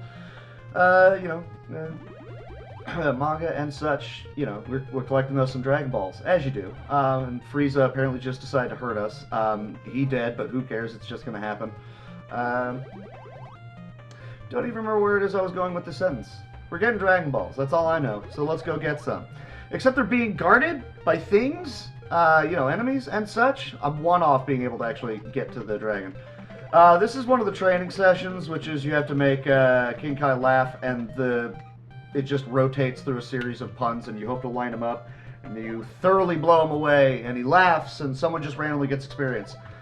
This game is awkward, just, go with it. So Krillin gives us the stinky Dragon Ball. That's not a euphemism. Well, it probably is. I don't pretend to understand it. Krillin, unfortunately, gets right up in there, as you do, because he can't smell.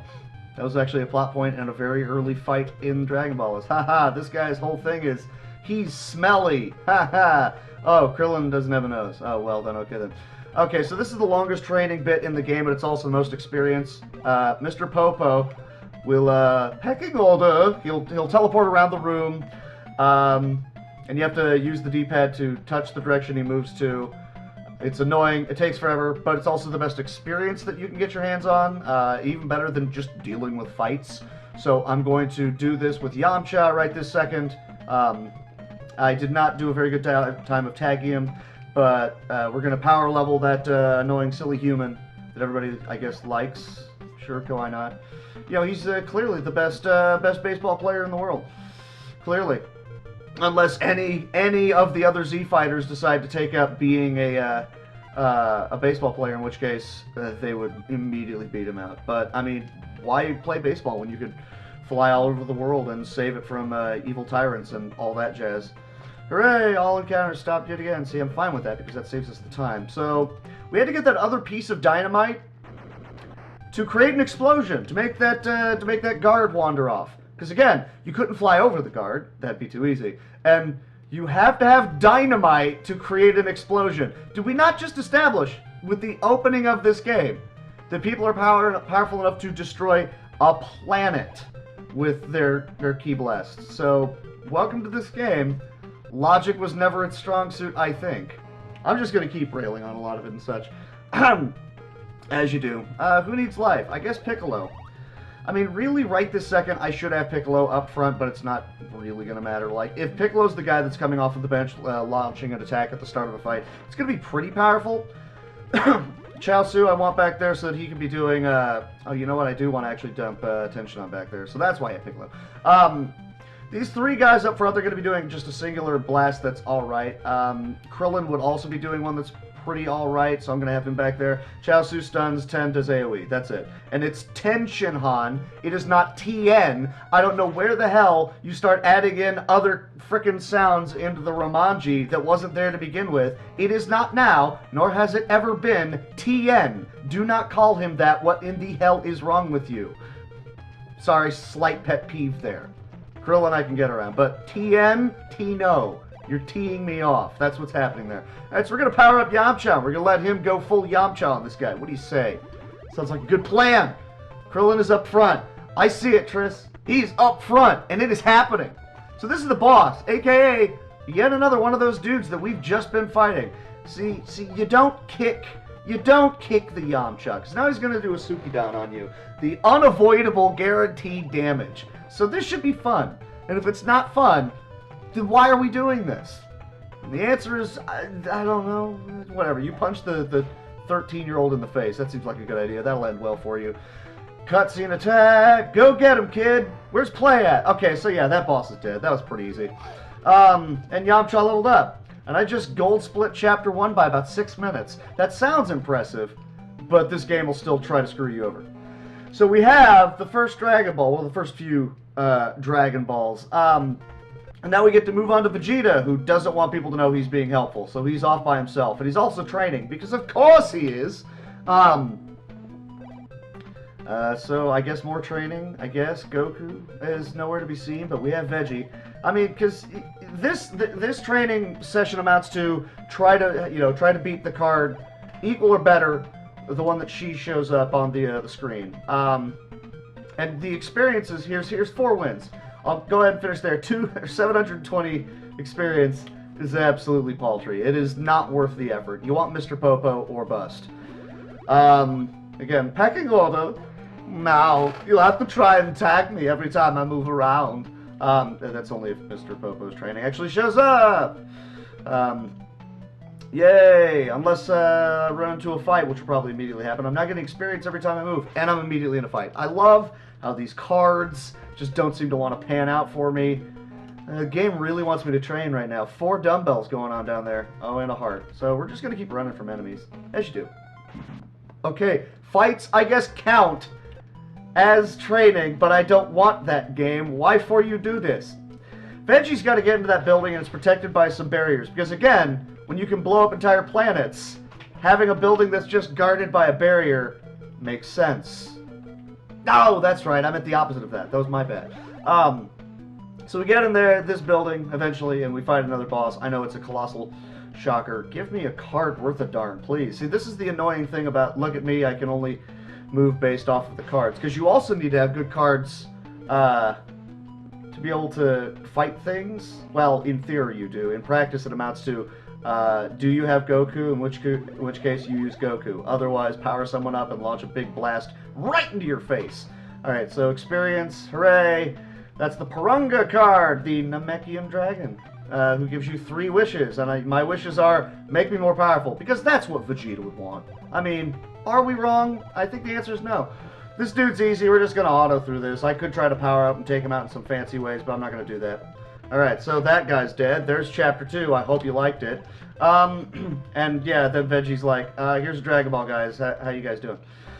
So, like in the show, they summon Purunga, they make a new Namek, and then Goku doesn't want to get wished back, so I have 2 wishes to go on, because I don't need to worry about reviving Krillin anymore, which is, I guess, just good, but whatever.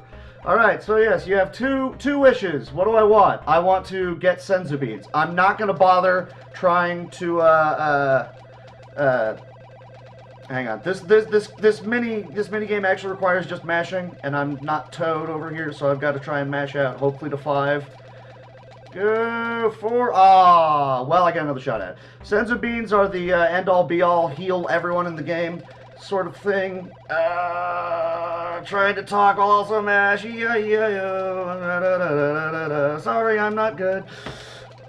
We're not mashing for Yoshi. No, go. 3 is terrible. This is what I get for trying to talk and mash. This is why I've never learned Contra. Okay, so 7 7 I can get by with. I've managed to get by with 4 because I was not having a good day mashing that particular day. Oh, and by the way, Frieza's back in robot form. It's like Pong form, but, you know, better. I forgot you don't auto this because it's faster to just have one person do it. So Frieza's a little powerful. You can't actually have anyone, you know, beat him. You can't even hit him, and he will just kill anyone that rolls up on him, as you do. So Piccolo's dead. Who else do we want to kill? Well, it's fitting. We're going to have Frieza kill Krillin, because, you know, why not? Unless he actually goes for Veggie. I doubt it. Nope. Oh, my goodness. Krillin has survived. Krillin rolled up on Frieza and noped right on out of there. I mean, he didn't take the hit either, but that's how it goes. So after everyone tries to fight Frieza for a bit, here's Trunks. Oh no, Chaozu is dead. And an android. That's not Chaozu, is it? Oh man. I mean, now the game is canon. There's a canon right through King Cold. So I think that counts. So yeah, Trunks shows up and he's going to take us over to that, what is it, Idiot Canyon, which used to be Idiot Mountain. Ladies and gentlemen, Goku is back. All right. Hey, Jeets, what's going on, buddy? Kakarot! You know what they say. If you fall off that horse, you get right back up and you eat that horse. What are you going on about? The answer is, I don't know. By the way, Trunks is a Super Saiyan as well, you know. The whole show me yours, I'll show you mine, but he also has a sword. Let's not read into that. That's, we're going to skip that part. That doesn't need to be talked about. And then they spar for a bit, and you get to sit here and watch it, because, I don't know, why not? I guess. Of course, we're long past Namek, so everybody's best buddy in the world, we don't get to see Super Kamiguru. Or Nail. I mean, Piccolo's here, so technically Nail is here, but I mean, there's a severe lacking of Nail. Not even in the game. So in order to extend the playtime of this game, A, Bulma was kidnapped. B, was kidnapped by Kula. So I know the game says Attack of the Killer Androids, and so far the closest that we've gotten to this is, nope, we're just going to have to deal with Kula and his minions, and also manually collecting the Dragon Balls for things that really didn't happen in the game. Because, you know, that's how we roll, apparently. So we're coming up on the hardest boss in the game, mostly because it's only Vegeta, and that's it's annoying because this guy can very easily two-shot you. So you can grind up a whole lot of experience, or you can not do that at all, which is that tends to be my plan in general when handling this guy. I will try to collect a whole bunch of healing cards prior to going in against this fight, which really the offense doesn't matter because you're never going to do appreciable damage to him. What you want is a bunch of those healing cards. If you take a hit, you can then immediately drop the healing card, and that way Vegeta's alive. I really should get out of this fight or save. That's actually, because I'm nearly dead right now. I should probably be paying attention to what's going on in this fight. In fact, while I'm at it, let's just save the game before something really bad happens. There's a healing card. Alright, Veggie's back at full. Woo! I'm a clever person. So, okay, mini-boss. This guy doesn't matter. So we're just gonna, I don't know, use this one. Hey, why not? I got a Gallic gun for you. Let's do this then. Do exactly that. That was real clever of me, wasn't it? What am I doing? Oh, I'm trying to get him nuked. That's what's happening. You can't fight. You can't run from this fight either. Kind of annoying. So let's just go ahead and power up. It's going to do literally nothing. It doesn't make you attack any harder. It just is, look at me, I have more attacks available to me, and then I'm never really going to use them. Here's a 1-star attack. Oh, well, now he'll do a quarter more damage because Lunch showed up. The good Lunch, not the sleepy time blue-haired Lunch, who will then actually jump on somebody and make them not do things. Don't think about that sentence for too long, please. Mr. Popo! Alright. So I've got myself a training regimen with Mr. Popo. I know the pecking order. First rule of Mr. Popo's... What is it? No. First law of Mr. Popo, something, whatever, don't wreck the time room. I'm butchering the freaking quote. I'm not about to try and be, what's his name, freaking out over, you know, Popo doing, things. Hey, look at that, I matched Popo 100%. That's a match, kiddies, right there. That is Christian Mingle levels of success right there. What the hell are you going on about? Shut up, Veggie. So we're going to be rolling up on this boss, as I said. I need some key.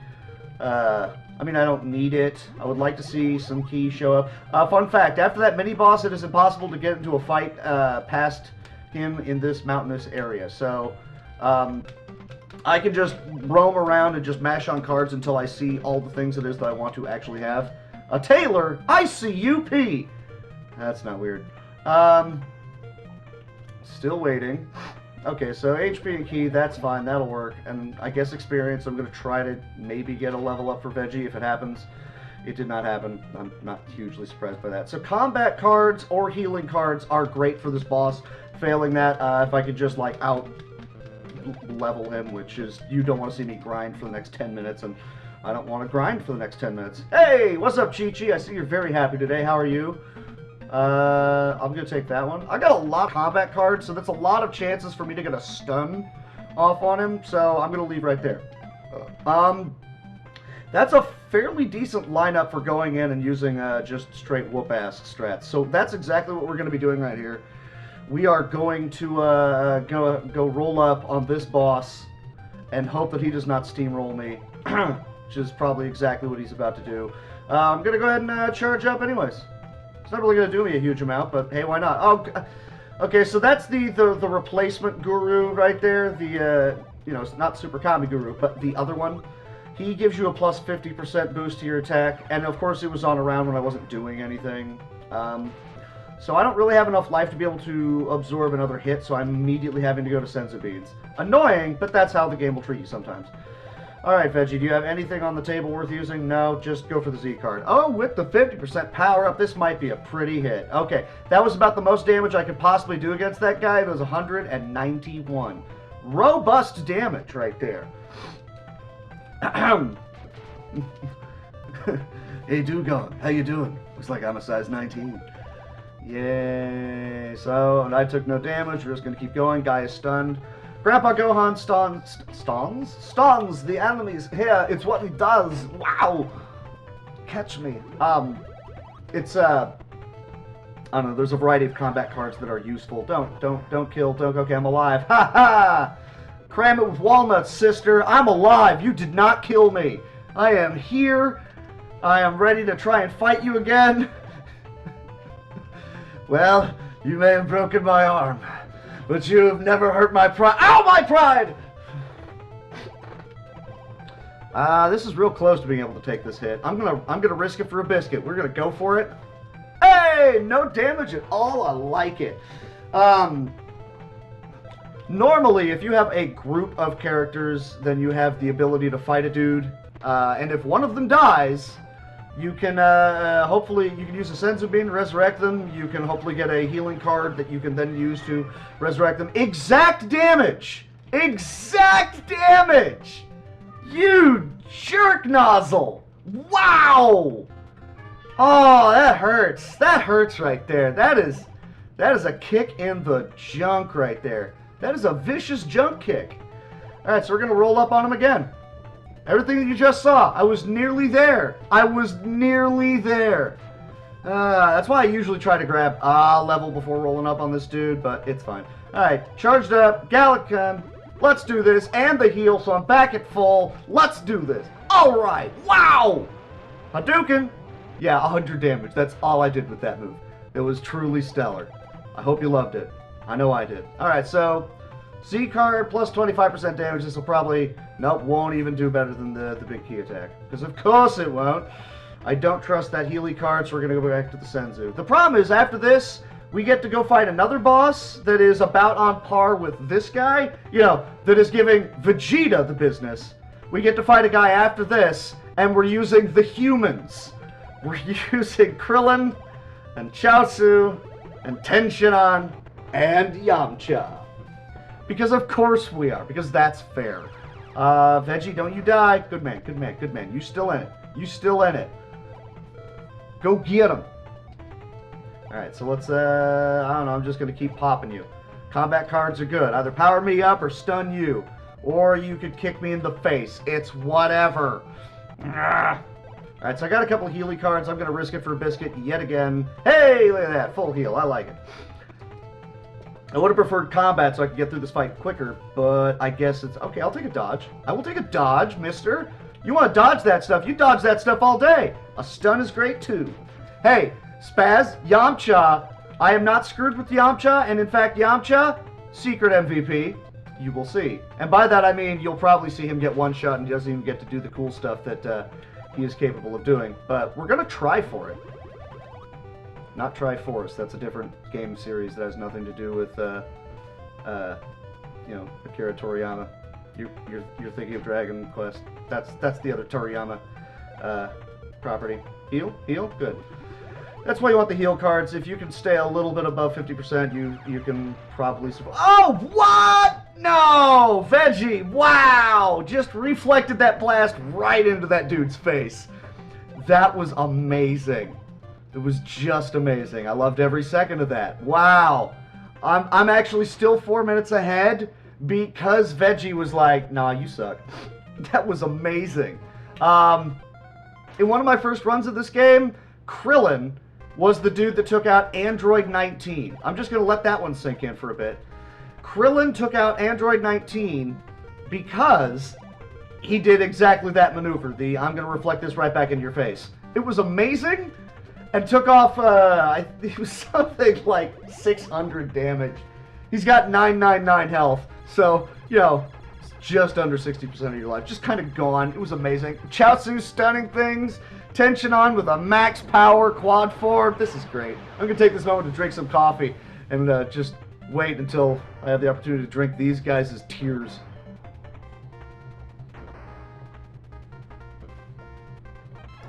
Okay, so... Tension on blew up everybody, and then Krillin just kicked a man in the junk. Like, dang, son. Alright, so Yamcha, again, this is unavoidable damage. The Sukidan is unavoidable. You cannot dodge it. That makes it truly amazing. I'm going to burn off these other cards because I don't really care about them in general. Actually, that's not bad. I'll take the Z card on movement. And no one needs healing. I'm just going to, whatever. You know who you kill you for calling him Veggie, right? I think he could try. I don't really care. I used to write guides on GameFAQs of the name Vegeta, but I spelled it with an I. You know, because I hate myself, and please look up the crap that I wrote. One of the things was a guide for this game. Again, I wonder why I did it, but it was over 20 years ago, so I'm going to use that as my justification. It was a very, very long time ago. I was younger and way stupider. The only thing that has changed is my age. Why am I still in these fights? Who cares? Just auto it. So again, we're fighting enemies on par with Super Saiyans. You know, they can go toe-to-toe with Super Saiyans. Who are we? The Human Squad! Yay! Which means that most of the time, yes, someone gets punched in the face and they're nearly dead, if not just straight getting Yamcha'd. But that's okay, because, you know, if we're able to clear out enough of these guys... Oh wait, did we beat a dude named Keith? Man! Keith, why you gots to be doing that, man? Keith, what am I going to do with you? Honestly. And the answer is probably not much. They're stunned, nothing doing, nothing doing. Age is just... Well, I mean, I'll still watch Dragon Ball Super. Much to my chagrin. I just keep getting more and more wildly annoyed with a lot of things that are going on in that show. I'm just going to finish this guy off. I'll take the free experience. Get a little more powered up. Unless you kill... Oh, you did not... See, Krillin. Krillin for MVP over here. He's like, nah, that ain't gonna happen. I'm gonna dodge all yo junk. Really could have worded that sentence better. So there's a bunch of people in this area. Before I can even go fight the I'm as powerful as the Super Saiyan boss of this area with the Human Squad. Truly a wonderful, wonderful grouping right here. Really, you're just gonna make me keep fighting these guys? Salsa and whatever the other guy's name was. Salsa, Salzu, I don't remember. Yamcha, stop trying to get ragdolled, dude! I know it's your thing, but come on. Everybody knows the picture of you curled up on the ground dead. It's happened like 4 times in the series. Stop trying to recreate it in-game. Can I get out of the... You're not going to get me out of this fight, are you? I'm going to have these Healy cards just to be able to get out of this faster. Why do you have to continually do this to me? I'm blaming you, Yamcha. Yes, you, Yamcha. I am singling you out. It is you. Hey. No. I think Yamcha knows exactly what he did, and he knows that he did it. So I'm not gonna cut him any slack for this. I'm just gonna keep punching some salsa in the face. Don't think about that sentence for too long either, because again, so yeah, the task was done about 15 minutes ago, by the way. Just, this is what happens when you don't get into these fights. I guess I'll just keep taking a couple more fights because I can. Yamcha, hit him, and then do that, and then do this, and then do exactly that, and then there's a heal for Krillin, because I guess why not? Keep the bald guy alive, man. Of course, we get the stun from the card, and then Chaozu's like, I want to help! And I'm like, please stop. I'm like, but I can't! Like, look, your coolest defining feature is that you're going to be the tag team partner for Tenshinhan in Dragon Ball FighterZ. That's it. And frankly, if you're going to include Nappa in that game at this point, right, Vegeta? If you're going to include him, you have to have, at this point, you have to have Roshi, right? Frickin' Kame frickin' Sennin has to be in this game. I'm waiting for it. I want to see it. I really do. So anyways, we have to go fight a Saiyan-level bad guy with this group of wannabe Chuckle Trousers. I'm sure this will end well for me. Hint, there's a reason why I want all those Senzu beans, and it amounts to he's going to one-shot someone pretty much every round. So we power up Yamcha, so hopefully he has enough life to be able to get off his big super attack, because it is unavoidable, and he will try to avoid it. It is unreflectable. Again, he will try to reflect that stuff back at you. So we're going to hope that we can power him up, and then blast the hell out of him. And then someone will probably be dead, so we're going to be using the Senzu Beans to resurrect them. Or hopefully a Healy card with one of the two resurrection items, and then do that. Really just dislike the fact that I'm in so many fights. So many fights. You'll excuse me? Eat me. That's what you get for chugging all that coffee, me. You should know better by now. Yet I never learn. I mean, you know, Brotendo, there's, you know, it's just the power creep that will happen in anime. That's how it works. Anime? Japanime. Alright, I'm done here. Well, if I'm this close to being done with this round, I'm just going to go ahead and do this thing. Yeah, I said power creep in relation to, you know, cartoons. Which, I mean, let's be honest, that's exactly what it is. Anime. No. I don't know, maybe. I'm not gonna read into that. Nor should you. Why would you? And you wouldn't. Thanks for asking. I'm fine. Yeah, I'm not that old, alright? Again, I keep forgetting. I need to go back and change the all 3D so that it doesn't try to do the... Because if you get overpowered and you get into a fight, it won't even give you the option of run or all that other jazz. Actually, I think run is still there, but it works like once. And then it goes into this overworld where everyone is on the screen like what you just saw. But they're just flying about doing combat, and it'll just randomly say, oh, and you did this much damage. Or, oh, Chaozu died. Because why are you in the fight? What are you doing, you little nerd? Anima, isn't that that's the dude from FF13, right? The big guy with the two, like, posts next to him. I don't know. I only know of that guy through Record Keeper. Who are you, the Super Friends? I mean, they say it right there. They are the Super Friends. And by Super Friends, I mean, Chaozu, please stun them. Yamcha, please nuke them. Krillin and Tenshinhan, you guys are cannon fodder. That's what it amounts to. To be fair, I realize I'm probably saying that a lot, but also, to be fair, can't even talk anymore. Let's just keep moving. To be, Chaozu does have the ability, like, his, you know, he has a key attack where he can just stun enemies, which is useful, but I'd prefer to have 3 people attacking and Chaozu be useful, as in, you're in the background, so you're just going to do that, versus 2 people attacking and, oh good, Chaozu. That's, it's kind of annoying like that. Alright, so I really do need some healing cards going on here, so we're going to go ahead and drop some, just drop the boom on this guy. and he's stunned. There's a heal. Heal up Krillin. Probably should have healed Yamcha. Now we've healed Yamcha. That's great. Let's do this. Let's punch this dude in the face. He looks just colossally unassuming guy who will die with the just big stupid blonde hair. Not even a Saiyan. He's just, hey guys, what's going on here? Ow! That was that man's life story. Is I'm gonna hold some hostages. Is this Don Knotts? Wow! And then you punch him in the face. As you do in Dragon Ball games. I don't really even need any more healing, anything. I'm just going to go ahead and auto-fight. So it's been about 40 minutes, possibly 45 minutes since I've started doing all this. And I would like to take this opportunity to vape real quick. So if you'll excuse me 1 second.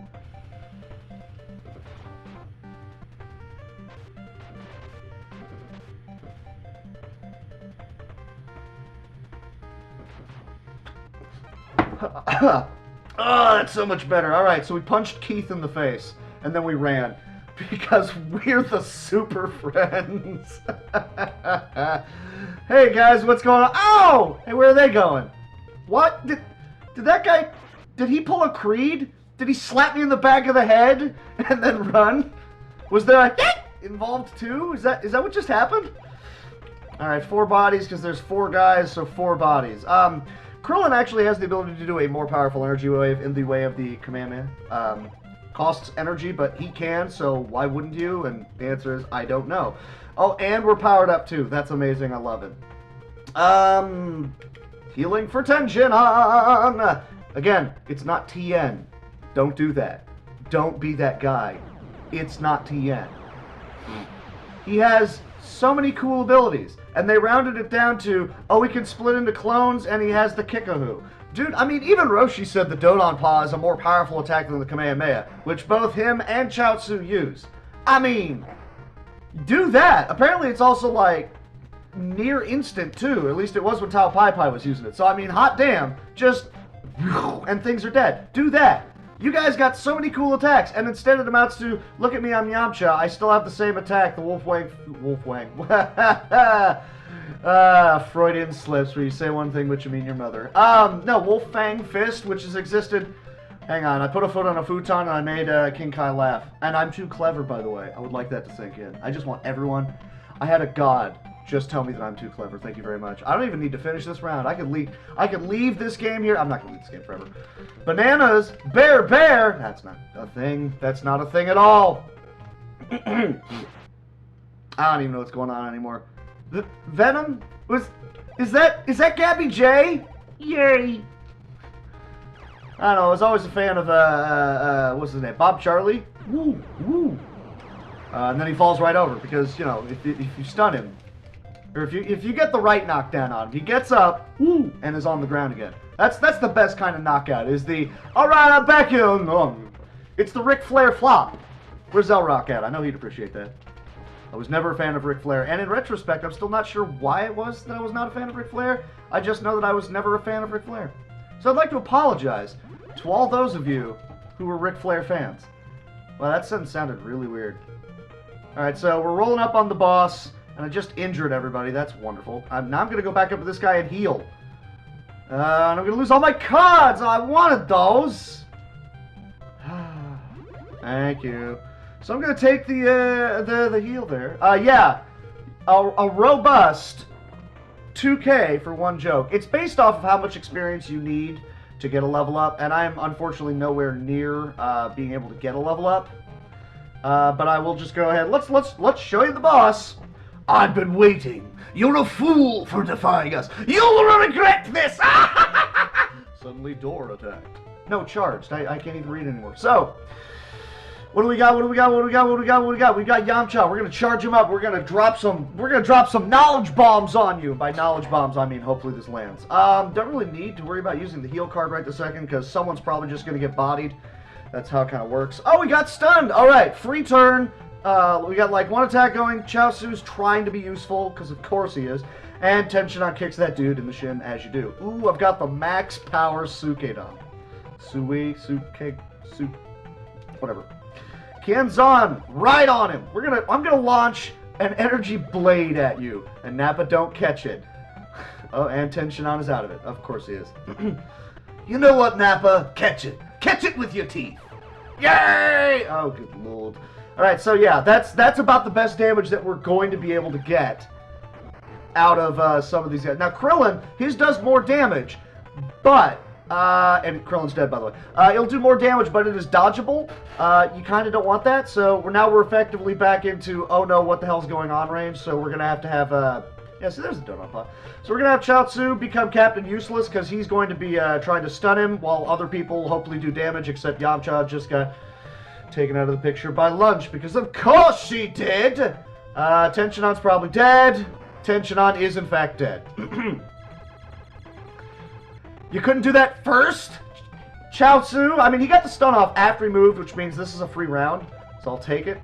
I'm also going to be using both heals right there. I'm going to see if I can chain stun him and hope for a Healy card. If not, I'm immediately going to have to start using Senzus. You don't want that to have to happen. Alright, so now he's just repeatedly stuck.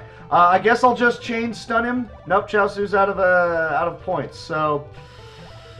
I don't have enough for another Sukidan. I can do a Kamehameha. Woo-ha. And I guess I'll just hit him, I guess. And still no resurrections. So it's gonna be Senzu Beans after this. Go get him, Yamcha! I got Kamehameha! Kamehameha, that's Yamcha's ability. See, I can't even do Goku anymore. Oh well. And Chaozu's dead. And we're all surprised by this. So, alright, we are effectively in Senzu land. That's fine. Alright, go get him, gang! See, I did say Yamcha, secret MVP. Hey guys, what's going on? I'm just gonna do the things that you guys can't. It's nothing personal. I hope you're not offended by it. Alright, Krillin, Tenshinhan, somebody do something effective. Alright, Tenshinhan, you got enough ki. I'm gonna have you hopefully not die. So you can charge up and do something cool. Yamcha's being, grappled to the ground by Lunch, as you do. Surprisingly, Yamcha was the one throwing Senzu Beans at everybody. Surprisingly. He didn't get Yamcha. We're all thankful for it. Kickahoo. Do it. Do it. And then also a stun. Because of course you do. Why wouldn't you? And then finally Yamcha with an attack. Again, as you do. A heal card that doesn't resurrect does not help here. Thank you, game. 68 damage! You get him, Yamcha! I'm surprised this attack doesn't actually, injure Tenshinhan. Again, that attack, they can warp out, so they can, not get destroyed by that attack, which sucks. It's dodgeable, is really all I'm saying. And he got stunned, that's cool. Combat card bails me out, pulls Chaozu on him. Get him, Yamcha! Yamcha with the win! What did I tell you? Yamcha is the amazing. Alright, so that guy's dead, but we're still not out of the woods. I actually have to get to this building anyways. I don't pretend to understand it. I just know that Krillin and Chaozu are dead, and nobody cares. Alright, so that chapter's done. Woohoo. So who's ready for some stupidness? So Goku's back, we finally get to use him. Sort of. We have to do a card matching game. For example, if I match the cards correctly, I can then pick, I don't know, Gohan and Piccolo. And they train a little bit. And the more of these that you're able to get, the more experience that each character will get, but it's like you need 10 matches to get a level, so we usually just cancel out immediately. Goku got no experience. See, look at that, 130 experience for Gohan, and 190 for Piccolo, and they make you do 3 of these. So we're just gonna mash through this, because we don't want anything to do with this section. This section is stupid. Yay! Besides, you have Goku in the party, who cares? So now we go up against the greatest thing in the history of ever. Veggie is training to get up to 300 times Earth's gravity by playing blackjack. And if he fails, he takes damage. Don't think about it too long. All I know is that the RNG of this section can be pretty vicious. It goes up to 16, it's based off the cards, so right there, that was a perfect roll. I could not have lost. The most the game could have done to me was tied me. I'm going to stop at 15. I'm not going to hit on 15. It's like hitting on 20. What's wrong with you? And of course the game ties me. Because of course, why not? Let me see. 7, 9. That's wonderful. Is this not how you normally train? I mean, to be fair, he's punching and a kicking off to the side, so he is getting some training in. I bet you I tie again. Oh, I didn't. Hey! The slight eyebrow raise. Alright, I beat the dealer. I feel good about this. 9 stars. 14's pretty good. But sometimes the game's just like, nah, I'm not going to give you any cards to work with. You know, the house wins. 13, I will stop at 13. Because why not? I'm going to vape while doing this, too.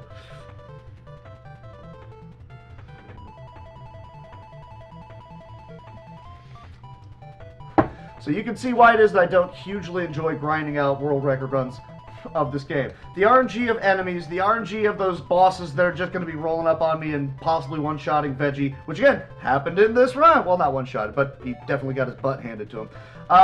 Rolling up on another dude and just throwing humans at him until we survived. I went over. Not fun. And of course, all that's before we even get to Blackjack. Is this going to work out for me? Probably frickin' not. Alright, what do we got? What do we got? Come on, 13. Stop at 13. We hold at 13. We're going to double down. Am I doing good? I'm actually doing pretty good right now. Surprisingly. 11. 50-50 chance of not going over. Oh! And that's the high end. That was it right there. Well, I was over by 2. 11. Do it again. Do it again. It's the exact same pattern. That is ridiculous. But I only got to win, what, 3 times? 3 more times? I got 11. You have more, not more than 11. I can't count. Words are hard and terrible. 9, 10, 10, 10. You're probably gonna beat me here. You can beat me with a Chaozu 10. Ha ha! So yes, that's what, a 15. 15's pretty good. So after all this, Veggie gets powered up, and then at some point of time, he just learns how to go Super Saiyan. And then when we roll up on Cooler's ship and we go fight Salsa, as you do, there's an interesting sentence for you. I'm gonna go fight some Salsa, and then this one dude's gonna show up powered up, and his hair's gonna be all golden. Because logic was never a thing. It was never my strong suit. I mean, C.S. Lewis tried. He failed. He wrote a logic book. He was really big on logic, which I find fascinating. Is it gonna? Yeah, every time I get the Z3, the game's gonna be like, nope, have a 6. Every freaking time. I'm beginning to wonder if there's set. Well, no, there aren't set patterns, because one time I had the 15 and it tied, and another time I had 15 and then immediately busted. So I'm gonna. Okay, there we go. 13 seems good. Let's go. Only got to have 2 more wins. We can do it. We can do it. Let's go, Veggie. Yeah. Wow. Get it. Wow. There's an awful lot of stupid RNG in this game. Again, yeah, like, if you look up the task, it's 20 minutes long. To which my reaction was, that didn't seem right. And then you watch it and go, oh, right, no combat, and you get all of these cards, right, and every boss that you can, you roll up on them and just reflect their shot back into their face, and they're just auto-dead. Yeah, that sounds about right. Should probably hold on the 15. I'm probably going to win right here. I did. Hooray. That was amazing.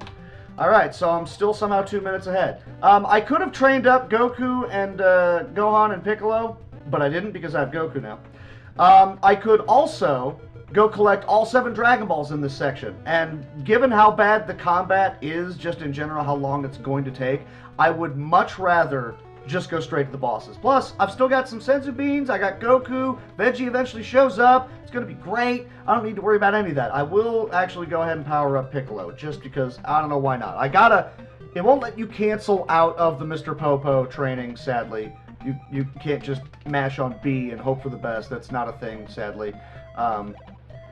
So I'm just going to try to tag Mr. Popo, you know, pecking order, all that jazz. It's funny that Piccolo's the one doing this training, because, you know, of all the people in the world that would have to do training with Popo, look, it's me. I mean, come on, dude.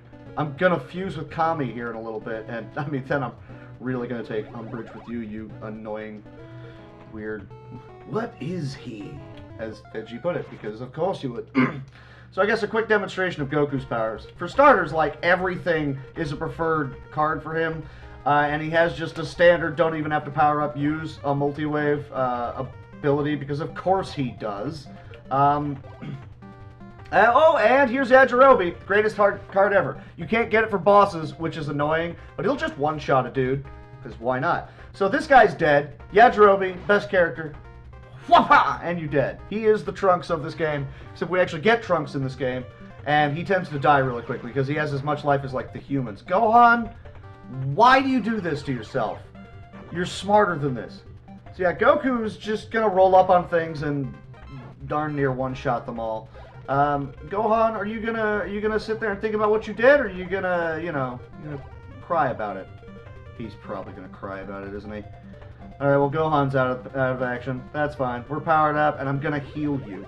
Fun thing about the Saiyans, if they're you know, low enough on life to the point where their face is doing the grimacy thing, and then you give them a card that either resurrects or restores them to full life, they get a power up. They get the Zenkai boost, which is not a word I totally just made up. It isn't. I know you're all probably thinking it is, and with my going on further and further about it, you're probably thinking I'm doubling down on it. No, it's a thing. If you are of Saiyan heritage, in near death, and you are, you know, allowed to heal the full, your power level, yes, because power levels are totally a thing, goes up by a quarter. So you're 25% stronger than you were before, because that's amazing. And somehow I always manage to get lost trying to find a ship, but I did reasonably well getting over to it this time. I was going to pick up a Dragon Ball so I could be like, oh look, it's a Dragon Ball. I'm not going to need these things. You can get them, and then you can, you know, hey, I can power everybody up. Which, you know, originally, if I wanted to do this like super safe, I would just level up everyone to 49. On the way to collecting the Dragon Balls, it usually just kind of happens anyways, because these enemies give a lot of experience. That's the other reason you do no training with these guys during their card matching sequence. It's paltry. A singular fight is better than like 30 minutes of successful card matches. So why would you do that? Why not just, oh, I don't know, not do that? And the answer is I don't know. So we're still stuck in this fight. Goku, just multi-wave these things, please. I think I still need a... Yeah, everyone kind of needs some health, so we're going to go ahead and... There's one for you, and there's one for you, and one for Gohan. Or Goku. I didn't press right. Oh, that was my bad. Well, whatever. If Gohan dies, I'm sure I will wind up crying a great deal. Because, you know, he's not supposed to die... Did he ever... He died, like, what? He didn't die against Super Boo. He was training with, the what's his name? The other Kai that gave him the Mystic power-up, which is like Super Saiyan, but different. I don't pretend to understand it. It was just, we're gonna try and make Gohan relevant again. Like, why? You tried during the Cell games, alright? You built him up so that he was gonna be the dude that's gonna wind up, taking on everybody. I mean, you were having frickin' Goku and Veggie job out so that you could try and build him up, make him look strong, and the crowd just didn't want him. You even tried during the next series. He's going to be the main character, and he's going to be a superhero, and all that jazz. Oh, Kid Buu did get him. Okay, thank you. They tried, and they failed. That's really all I know. Alright, Piccolo, you go ahead and power up. Hang on, what am I doing right now? Let's change this lineup. I had other people show up. What am I doing right here? Yamcha, get him! Yeah! Yamcha's not really going to do much, but I'm going to try for it. Yamcha, can you do anything right now? No? That's fine. Goku, can you do anything right now? No? Okay, fine. Gohan, I guess, power up. Why not? I mean, yeah, they tried to make Gohan relevant. And it just didn't fly. They're like, you know what? No, we just... They pushed too hard with the wrong guy. They tried to put the belt on the wrong dude. They gave him the win. Although, to be fair, he got the win with the tag in from his dad. So they kind of cheated anyways. Yamcha's not going to do much, what a common phrase. Hey, you don't know that. I mean, it's a really safe bet, but you don't know that. See, I mean, Chaozu's helpful. He's like, I'm in the background. I'm going to stun that guy. Except he jumped out of the way, so it didn't happen. I mean, Gohan can kick pretty hard. He kicked harder than his dad, and then his dad got wrecked. Like, dang, Goku, what was that? Why did you just let that happen to you? Why would you let that happen to you? Yamcha, get him. I don't know, someone's gonna light this dude up right now. Just somebody get him. Chaozu's great in this game. He doesn't do the explosive hugs in this. He does that in the Super Nintendo one. In this one, he mostly will stun enemies. By the way, Yamcha just got Yamcha'd. I mean, at least he got his attack off, but Yamcha got ragdolled. We're all surprised by this fact. Okay, Krillin, get him! I'm a Krillin! Darn tootin' you are. Now do it! Do the thing! Do the thing! Because I want you to. And Goku should probably, hopefully, get a healing card. There we go. Actually, I have no issue with Goku dying right now. Okay, that'll work too. I probably should have used that to resurrect Yamcha, but that's fine. Ten Shot, are you going to come off the bench and steal the kill? Are you about to do this? Are you about to do this? He did it! He did it! You killed my friend, Yamcha! Yamcha is no one's friend. I mean, to be fair, Yamcha's dead, that's fine. That's less experience than I have to worry about mashing through for other people. But Veggie's here now, and he's angry. Look at me! Yeah! I've got golden hair, too! Ow, my yelling actually caused my tinnitus to kick in. I'm not going to start doing the Archer mop, although I probably should. Alright, so Form 1, I don't really need to do anything amazing here. I'm just going to go Super Saiyan. We're going to have Krillin. He's going to try and throw a damn Kienzan. I hold no hopes out for this, but hey, why not? Okay, you know what, Yamcha? I'm going to bring you back. I'm going to resurrect the Yamcha because I feel like it's the right thing to do. Did you have to jump in front of Krillin? Did you have to do that? Really, though? I mean, damn, son.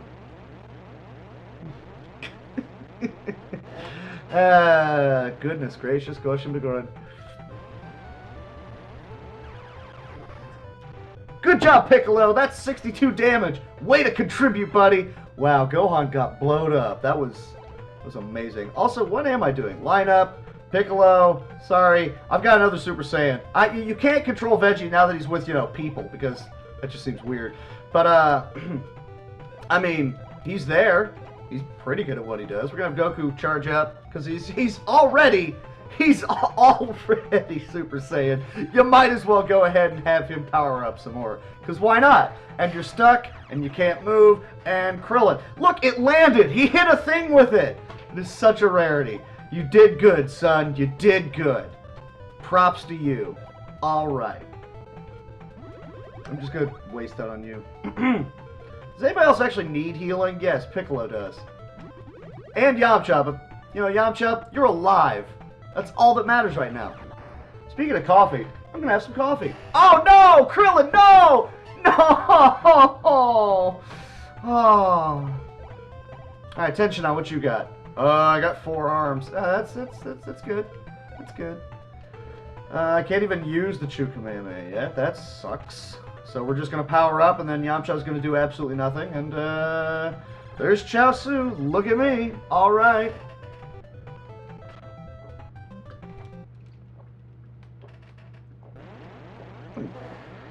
And we're back, and a couple people just kind of kicked that dude in the shin, and now he's dead, but he's not. He also has a power-up. Thankfully, we don't have Metal Cooler in this one, because... So anyways, we're just going to keep charging people up, making Goku go Super Saiyan again. Oh, good. Ki. That's what we all need. Gohan and Krillin are dead, and no one cares. I do need to use a Senzu, I guess, on Gohan. So he can get the Zenkai boost. Not that he's going to be of any use going forward. But, hey, why not try, right? And all that jazz. Hi, I'm Cooler. Is that Veggie? He's probably dead. Oh, he lived! Ha ha! Cram it with walnuts, sister. Bend over anime, because here comes the gravy pipe. Patton Oswald. Alright, so Gohan, free level up. Hooray! You're up to a robust level 35. And since you can't go Super Saiyan, you are useless against these bosses anyways. Nothing else going on for Tenshinhan. Let's go! I can't throw in Yamcha. Oh, I guess I could throw in Yamcha right now. I could, but I'd like to actually beat this guy within a normal amount of time and not, that 62 damage per attack. Oh, come on, Veggie. I just said you'd do normal damage. Why are you letting me down? There's Goku. At least he did twice as much. And Tenshinhan is dead. All right, Chaozu, get him! Get him! No, I'm not. No, we're not even going to. Just, no. Stop it. Stop this. Please stop this. I had a request for Yamcha. Why not? We're going to bring in the Yamcha. Let's get him, Jeets! Why did you bring the human here? I don't know, he's a buddy of mine. Known him forever. Kicked him so hard he bounced off the top panel. I'm actually slipping into Pee Wee Herman over here. Holy cow.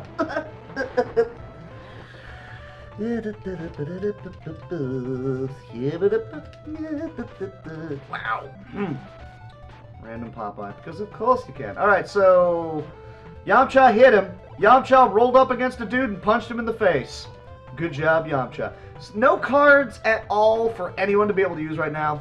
This is garbage. At least I got a stun, and I can heal Goku a little bit. But, Not even gonna worry about resurrecting people. Pee Wee Herman going Super Saiyan would be horrifying.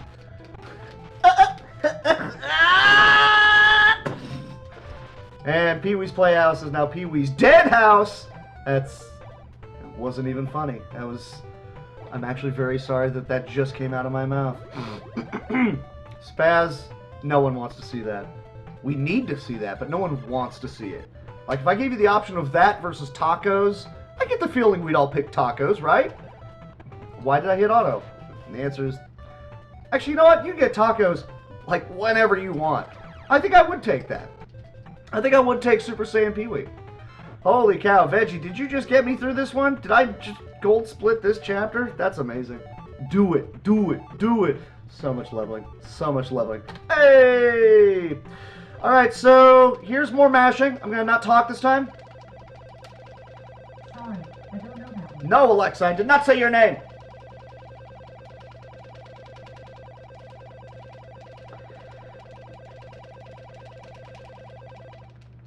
Four again, son of a hooker. I have no intention of dying today, he said this, and then, surprisingly, he didn't die. So this is the point of time where we get to go fight the androids. That's the good news. The bad news is Goku comes down with the heart disease, gingivitis, because he did not take the medicine. So, okay, chat, I put it to you. As you can see, I have three groups of people. I have Piccolo and Gohan. I have Yamcha and Yamcha and Krillin, and I have Tenshinhan and Chaozu. I have to go find the androids because they are hidden right now. Now, when I find them with one group, that group gets to hang out and just keep fighting the androids. I mean, they don't die and I don't die, thankfully, because that would be funny otherwise. But what that means is that up until I get all of the other people there, one of these pairs of people is going to be constantly fighting Android 19. So who do we want to see taking on Android 19? Do we want to see Piccolo and Gohan? Do we want to see Yamcha and Krillin? Or do we want to see Tenshinhan and Chaozu? That's the question. I put it to you. Who do we want to see taking on the androids? And no, Yamcha will not get ragdolled. As funny as that would be, it does not wind up happening. I'm sorry. Come on, let's go. What do you got? Who you want? Who you want? I see several. I see no love for Tenshinhan and Chaozu. I'm seeing a lot of Yamcha and Krillin. Yamcha Master Race. Well, that's, I don't know if that's ever been said before or needed to be said before. I'm seeing a lot of Krillin and Yamcha. I'm thinking it's going to wind up being Krillin and Yamcha, isn't it? He's got to be there for it. No. We're not at the Android 17 and 18 section yet. Right now we're just trying to find Dr. Jiro and not Chaozu. You know, that group. And, you know, everyone constantly laments, oh no, Goku's so not healthy, and oh no, and, you know, all that jazz. Or those people, just random villagers that show up and say, hey, they're over that way. Yeah, suspicious guys. One of them's an angry mime. The other one's an old man with a very tall hat. And I think he's got a brain under it. I don't know. I didn't want to get too close to him because they were busy training the life force out of everyone around me, and it was kind of scary. Wow.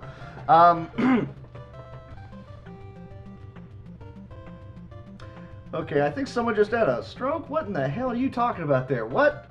I think with the what and the did you just die? So, someone want to call 911 for that guy?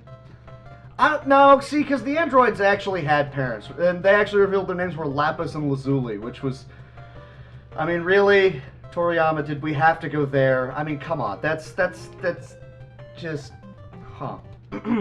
Goku ain't dead, he's just got the heart disease. You know, because he didn't brush or something, I don't know, however that works. You know, because it was bacon, it wasn't bacon flavored. That's what happened there. He did not take the medicine because it was not bacon flavored.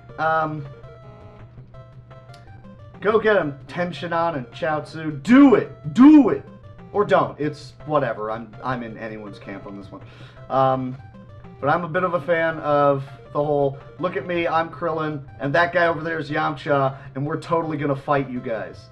It's amazing like that. Oh my god, I got the round with no one yapping at me. Also amazing, because that's a bit of a rarity. It's not spacing. No, no, not a thing. Why would you do that? So lots of just yapping in general. Everyone slowly moves towards where the androids are. Oh, I should have picked the other one. I was one off. That was dumb of me. Let's use the 2.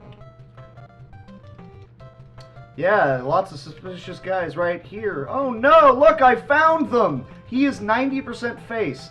So look at this. Hi, I'm Yamcha. Bring it! You can't touch me! Oh, I can't hit you either? Oh, okay, that's fine. Yamcha with the dodges. Yamcha with the sick dodges! Or just Yamcha just not getting ragdoll. You know, as you do.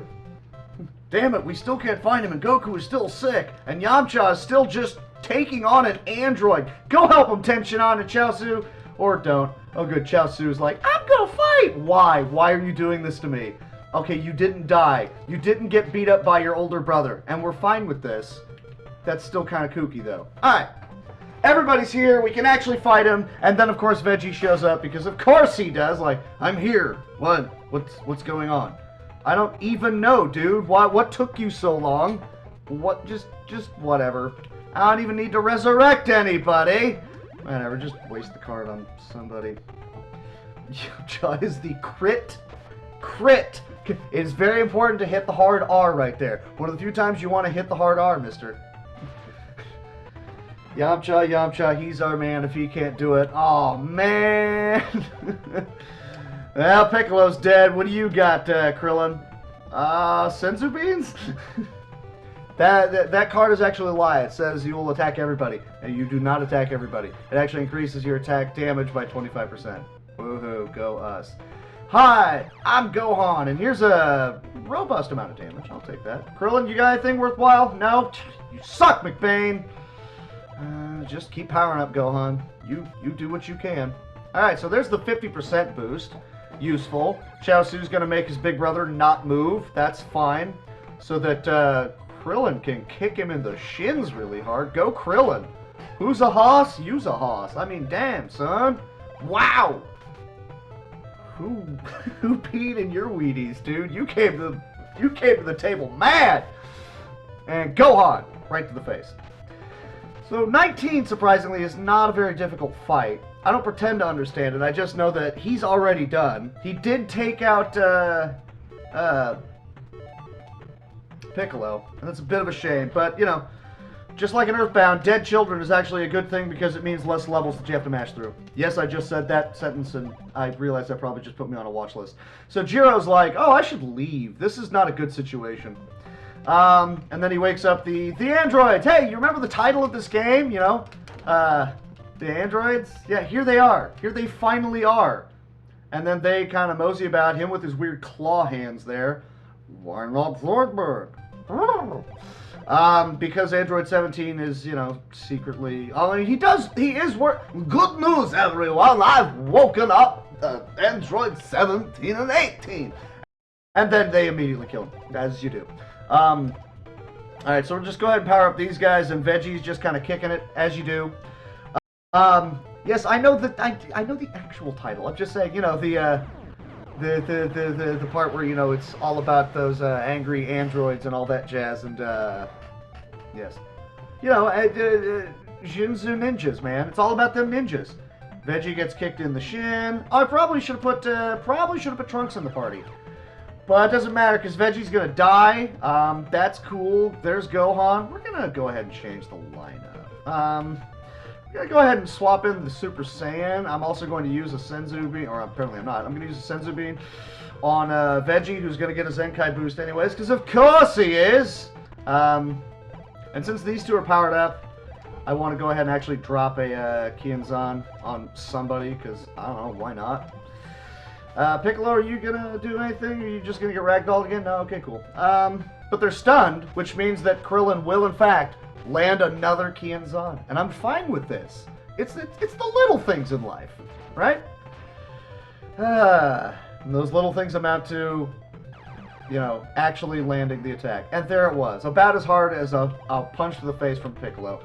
As you do. Let's bring in the Yamcha. We're bringing in Yamcha. Yamcha, I want you to hit that dude as hard as you can. Which I realize is probably not very hard, but I'm still going to ask it, okay? I want you to do it. Oh, goody. Do I want to revive Veggie? I do. It's oh no, he's alive. Do I don't know. Experience for Yamcha? Can I? Yay! We're powering up the Yamcha. E-I-E-I-O. And on this farm we had a Yamcha. E-I-E-I-O. And a ragdoll here and a ragdoll here. There's dead. Harry's dead. Everybody dead. What am I going on a boot? I don't know. There's tension. I'm once again trying to steal the kill. Haha, joke's on you. You're not powerful enough to do it. Sadly. Yeah, at this point, all the bosses have that much life. Oh, by the way, Trunks, dead. Just right there, dead. Good job, Trunks. Piccolo, surprisingly not dead. But he's going to try and kick him, though. Get him! Nice. Trunks, why, man? Just why? Why you gots to be like this? Here, drop the Special beam cannon. Drop it! Do it! Do the thing! Do the thing! Or don't. It's your call. I am not your supervisor. No one needs any healing, though, except Trunks, and he's dead. Not actually Canadian. I just enjoy saying a boot occasionally. Plus, I was racing another Canadian in a couple of games earlier today, and he really kicked my boot. So let's not talk about that any further. I mean, yeah, they pretty much, they are very, very powerful. They're maxed out on life, and not really much else that you can do with those guys at this point other than they hit harder, I guess. So that's where they went with it, because why not, I guess. Anything good? Nope, that's alright, and that is healing for the Piccolo. Good times. Okay, so Chaozu's like, I'm gonna go help! And he surprisingly is. That's why we try to not have him out front, because he can totally homestuck those guys. Yamcha just took out Android 17. I would like to point that out. That was amazing. Here's Tensionon. He's going to punch out Android 18. Of course, we're not done yet, because after this, there is still Android 16. Because of course there is. Hi, I'm Yamcha, and welcome to Sukidan 101. Oh, okay. I guess I'll go ahead and revive the dead Trunks. Actually, I don't even really need to. More experience in the Yamcha. More experience into the Yamcha. We are making Yamcha the strongest human. I do not care about canon. I don't care if Toriyama says it's Krillin. I do not care. Tensionon's one thing is he trains like forever. But he's not the strongest? No. Shenanigans. Although to be fair, I like Krillin more anyway, so whatever. Android 17 got bodied by the best human ever. That's right. Flat top rockin' Yamcha. Woo! So here's 16, by the way. So if you get to here, if you actually manage to beat Cooler fast enough and hard enough with Goku, then you roll up onto this fight, and well, will fight him solo. That's the bad news. The good news is it's Goku. It's like, all right, round 1, Super Saiyan. Round 2, I punch you in the face. That's it. Game over. See you later. It's amazing. You call whatever you like, Spaz. It happened. There's video proof of it now. Alright, Yamcha, are you gonna do it? Yamcha's doing it. Yamcha about to drop the boom on another dude, because why not? I don't know, full power card, whatever there, dude. No one really needs the healing that I'm aware of, right? Nah, whatever. I have way more powerful people on the team, but the differences in damage is absolutely negligible, so I'm just gonna keep using Yamcha. Yamcha. He's gonna roll up and like, here's, 20% of your life just gone. There's Tensionon, who's gonna do nothing. Because of course not. Special beam, whatever, and Tensionon just punching a dude in the face. Because at the end of the day, that's what you do. Too bad there weren't any other Namekians for you to fuse with. I'm just mostly hoping that something will save me the trouble and actually take out more of these guys that will wind up leveling after this fight.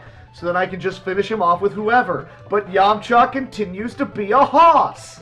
What do you want out of me, game? I don't understand anymore. I don't use that one to power up. Piccolo, what you got? You got a Makaho. Makansa. Words. I don't know. 4 bodies is an AoE and it's stupid. I'm just gonna charge him up. Why not? Cool. Yamcha sounds like a drug. Well, I mean, maybe? No, we are not cutting the stream and continuing this fight in the next episode. I really need to hurry this up, see, because there's one more fight after this. Because of course there is. We still have to fight Cell. And it's really like a cutscene fight. The fight just kind of ends after 3 turns. It's kind of silly like that. And then after that is time when the game will end. So we're not there yet. It's just oh look, it's Cell. And that's it. So I'd like to remind you this game is about the androids, right? By the way, Yamcha's gonna get the kill. Yamcha just took out 16... yeah, Yamcha is the man with the plan and a canal. You got Panama'd. Woohoo. So the androids are down, because of course they are. And you know, we don't even get to the big bad of this arc, of the series. It's, you know, Cell.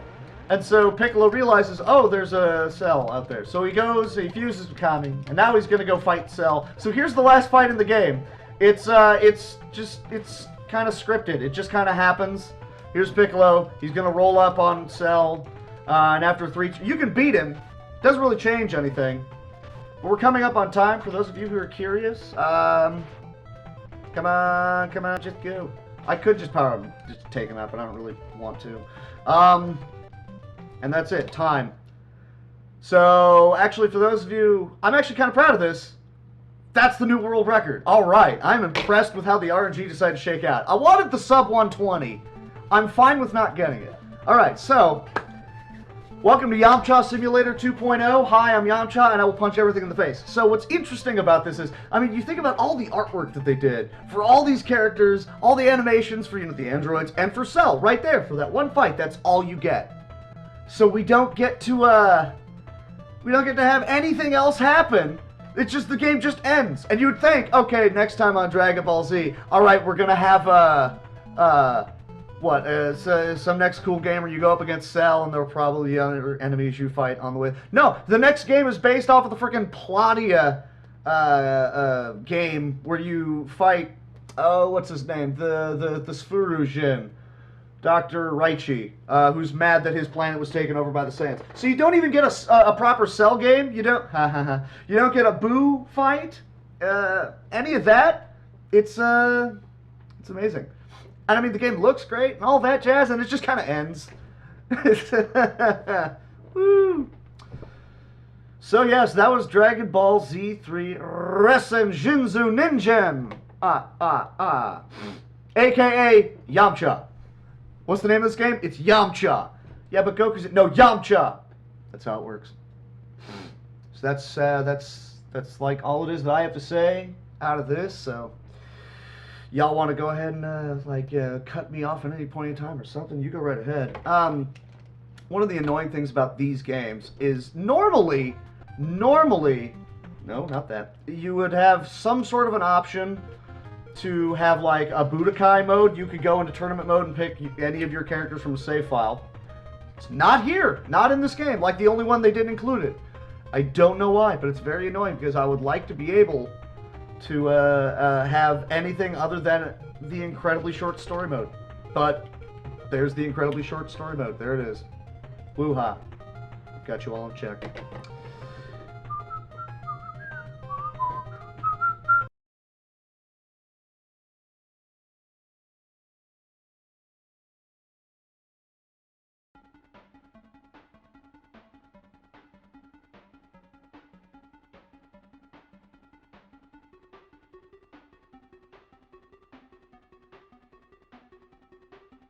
Drumbortus runs have always left me with a sense of wonder. Just, his energy is so infectious like that. So thanks a lot for that run of Dragon Ball Z3 for the NES. I'm a little disappointed that, you know, the androids that are supposed to be part of the title, or at least the English translated title, are one fight at the very end, and that's it. And the rest of it is just the saga leading up to it. And it's good titling there, translators. Great job. It was an interesting watch, though. I grabbed one of those games as a retro roulette thing, just a random pick, and played around with it for a while. But I couldn't really get the hang of it. So now that I've actually seen it in action, I'm kind of excited to go back and try to play it myself. Well, let's see, what do we have up next here? We have Getsu Fumadin by Jaguar King. So Getsu Fumadin is really amazing Konami action platformer that we didn't really get to see in the West. It stayed in Japan. And it's kind of a thing that came along around when Castlevania was just getting its legs. And I kind of think that in an alternate universe, Getsu Fumadin could have been Konami's big series instead of Castlevania if it had actually caught on a little bit better. But Jaguar King is going to be doing an any % run which heavily abuses glitches to skip larger parts of the game. So we're going to at least see all of the components of the game. We're going to see the first person dungeon sections, I believe. We're going to see the platforming. We're going to see some boss fights, but we're going to skip a lot of the game if the run is how I remember it being. I tried to run it myself a while ago. Let's see here. But it is quite the amazing thing, and it's a game I recommend everyone plays. Maybe not the glitch version. Don't try to do a glitch speedrun of it right off the bat, but give it a casual playthrough some days. You'll see it's quite a good game. After that, we have Enchantress in Numbers doing Biomiracle, which is the only game that I am aware of in which you get to play as a baby. And then the shortest run of the marathon with Crack Attack with a 3-minute Where's Waldo run, which is probably just finding Waldo. So alright, we're ready to go. I'm going to kick it over. Jaguar King with Getsu Fumadin any % here on Best of NES 2017.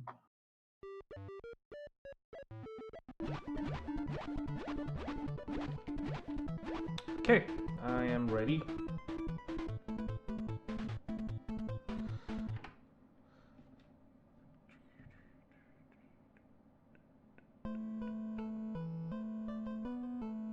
Okay, I'm live. Thank you, Cananophone. Hello, everyone. Welcome. I'm Jaguar King. Nice to meet you all. And today we're gonna play Getsu Fumadin. This is gonna be the any % category. It's gonna be interesting. So, without further ado, let's get started. Time will start on movement. And go. So this is Getsu Fumadin. It's one of Konami's hidden gem, classic 80s hidden gem that was only released in 1987. So here's the first skip I'm gonna do, which is something we call dungeon skip.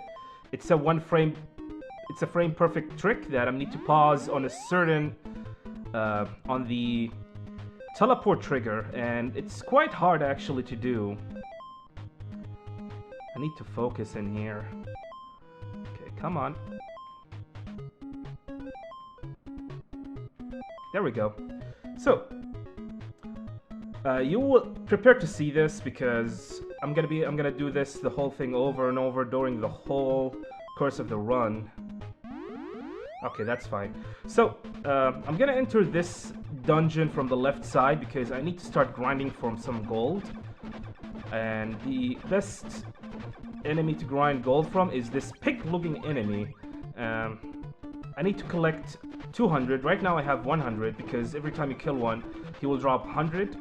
And I need 200 to buy the sword breaker, which is I'm gonna need. Oh, that's a good luck. Which is I'm gonna need to buy the sword breaker so I can destroy blocks. Okay. So this is the dungeon skips. I'm gonna do this multiple times during the run, so prepare to hearing that pause. Konami classic pause sound effect during the whole run. So the first thing we're gonna do is gonna go here to this shop and buy the sword breaker. There it is, 200. And now we're gonna return to the same dungeon that we were on, so we can pick up an item, another item called the War Drum. And we're gonna need it to do an exploit, which is I'm gonna explain later in a little bit. So this is the dungeon. I'm gonna do the same thing. I'm gonna try to skip the trigger here. As I said before, this is all a frame perfect trick. I need to press start at a specific time for it to work. So I'm gonna equip the sword breaker and destroy these blocks, pick up the war drum, and then we're gonna exit. There we go. Now we're gonna have to go and get ourselves a demon pass. And the only place you can get is from this guy, but in order to get it you have to beat him.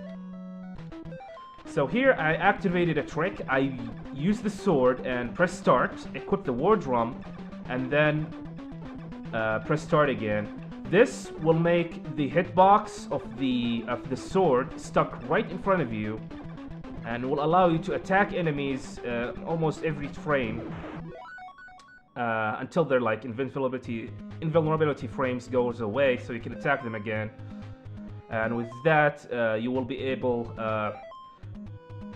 to attack enemies without even pressing the attack button, if that makes sense. So now we got ourselves the Demon Pass. We're gonna go to the next area, which is something we call the Death Mountain of this game. So yeah, this game looks like Zelda 2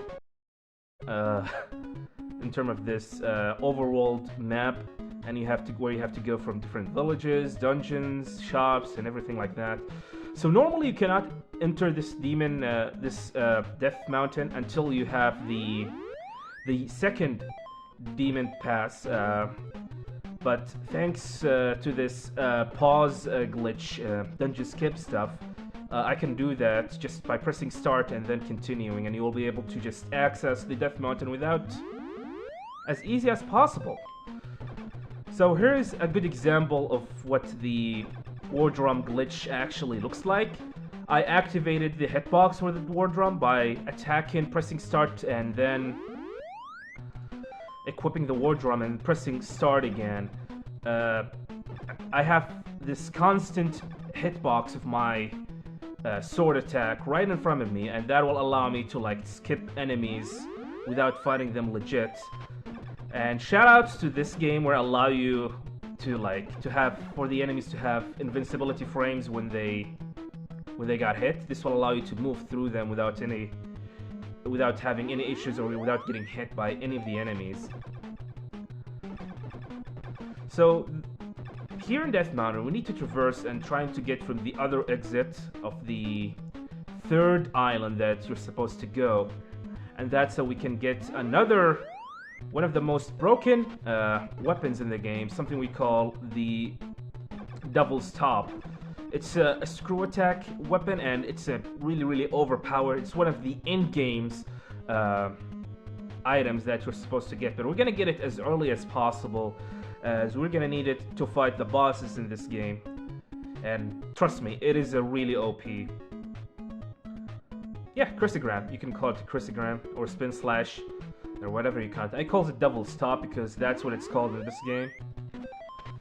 Unless the English translation of this game is really lousy. I just want to warn you, this game was only released in Japan. It was not released outside of America because good games apparently were not released outside of Japan.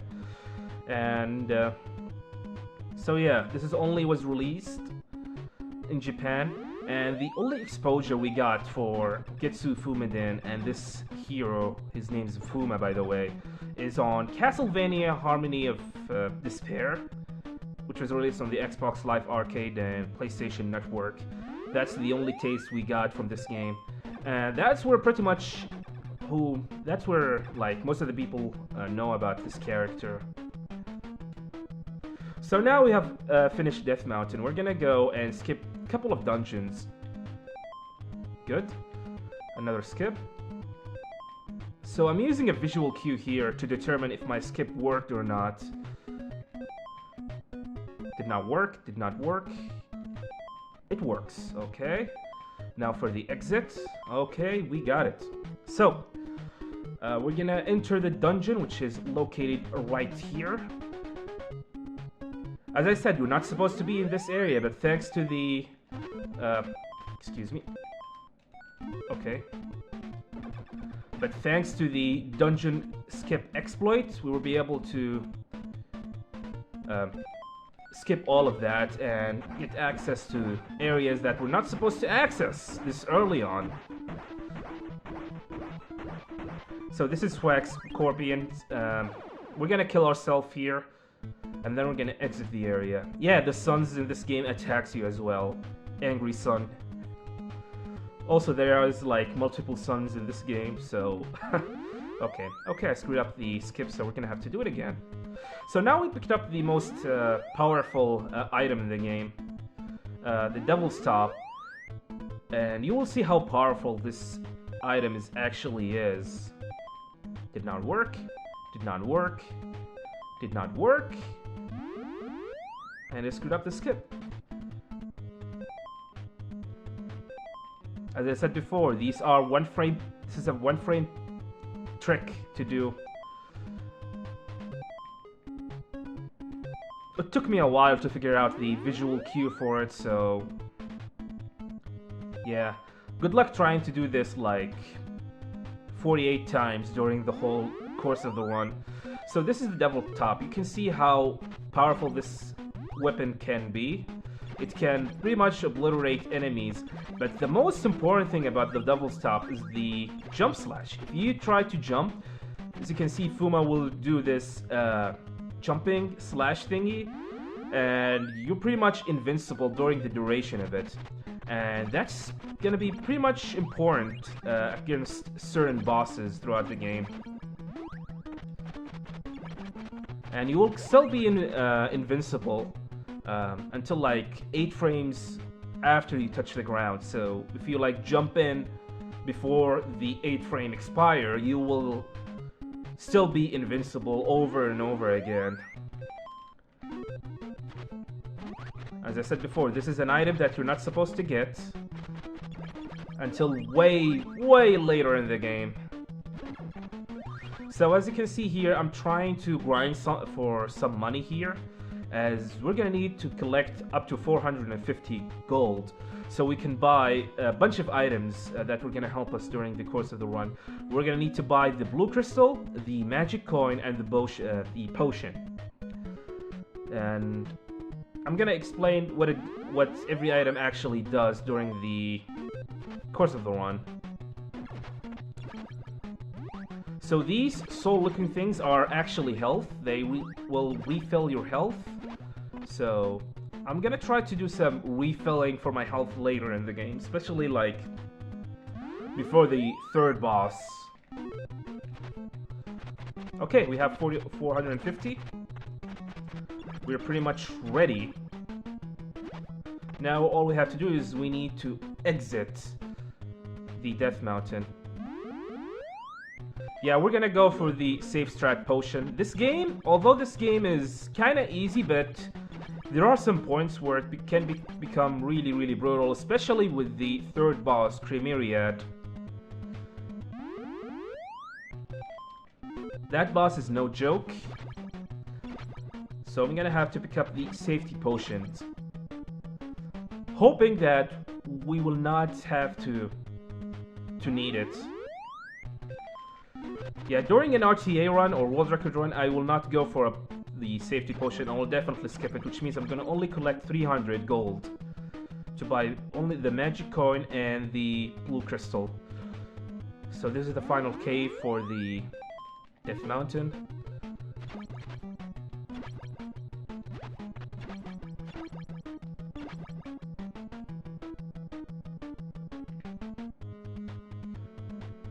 Okay, now we're done. So, we're gonna go to the shop, which is located close by here, after we do this dungeon skip. Nice.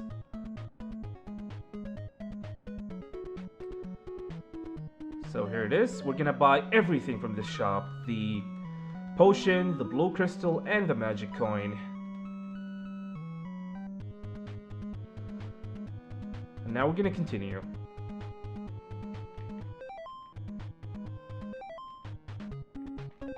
Okay, good. One more. So you have to do this dungeon skips twice for every dungeon, from the entrance, and from the exit point.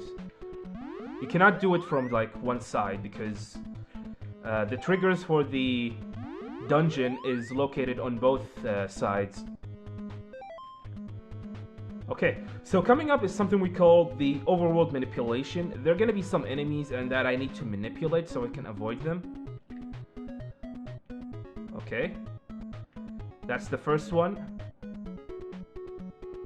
I'm going to pause here to reset that enemy position. I think I screwed up the manipulation. God damn it. Let's see if I can salvage it. Come on. Yes, we did it! Okay, we salvaged it. So this is the area with where we have to use the Demon Pass level 1.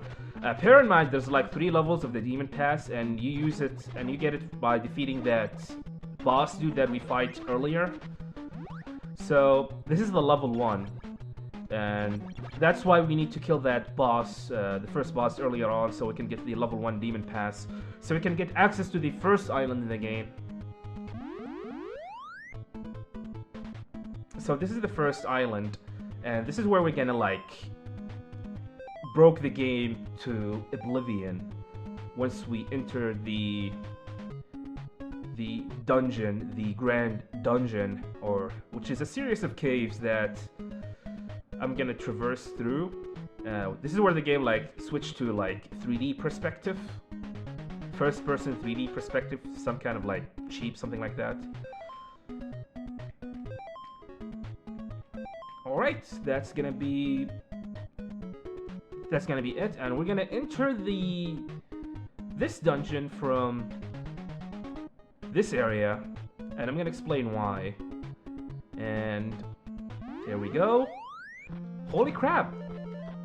We're now in first person mode, or like semi first person mode. So this dungeon is completely dark. You need to get the candle. But who needs that? I know my way. So what I just picked up is the red crystal. And this is an enemy here. I'm gonna have to fight him.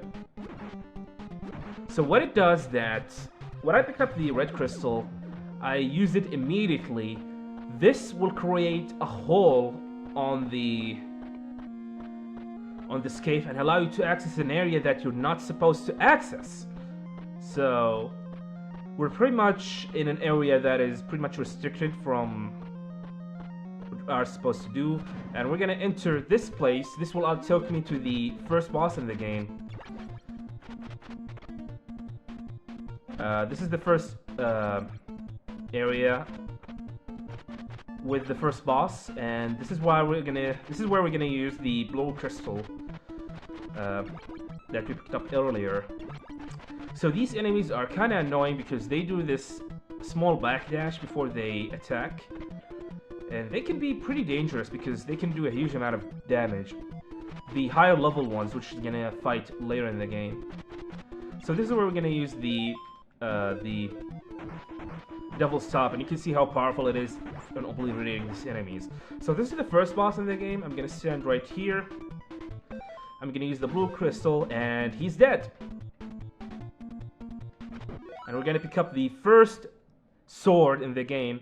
Yeah, the quest here is to pick up 3 swords. They are called Hadoukens. Yeah, I'm not kidding. These swords are called Hadoukens. And I think there are some Shoryukens and like Tatsumakis, whatever. So, this is the first door. So, normally what you have to do is you need to go back to the main island and go to a different island. But nope, we're gonna enter the same cave that we got in. And this is where the power of the red crystal glitch actually start to show up. So we're gonna pick it up again, use it, and we're gonna continue. We're gonna fight this enemy again. 2 hits to the head and he's pretty much dead. So to explain this glitch, so if you use the red crystal outside of battle, inside this cave area, you will end up blowing this huge hole inside a wall, and allow you to access an area you're not supposed to access. So we are inside. So this whole cave thing in this game is like pretty much designed like a grid by a bunch of squares. And as you can see on top of the screen, you can see the HP menu, sword, lives, whatever, are flashing like in almost every second on every step that I do. Every flash is like, every step that I do is one square grid that I'm taking. And by getting inside this restricted area that you're not supposed to get in, you can pretty much do some fun stuff in this game. And first thing we're gonna do is pretty much go access the second and the third boss in the game using this particular cave. And we do this by going to value number 144 for the second boss and value number 112 for the third boss. And that's how pretty much you'll be able, this is how you can like access both second boss and third boss using the first island dungeon. But because normally you're supposed to go to the main island, and from the main island you have to go to the second island for the second boss, and the third island for the third boss, and the access to the cave for each of their islands. But by doing this exploit, you will be able to skip all that and do that in one single island, and you don't have to do any of that whatsoever. So you have to go to this value. This is value number 144, so we're gonna access this door, and voila, we are at the second boss area. As you can see, these enemies are pretty much high leveled, so I need to be careful around them. They can pretty much drop me into the pit, so I need to be careful when I'm close by.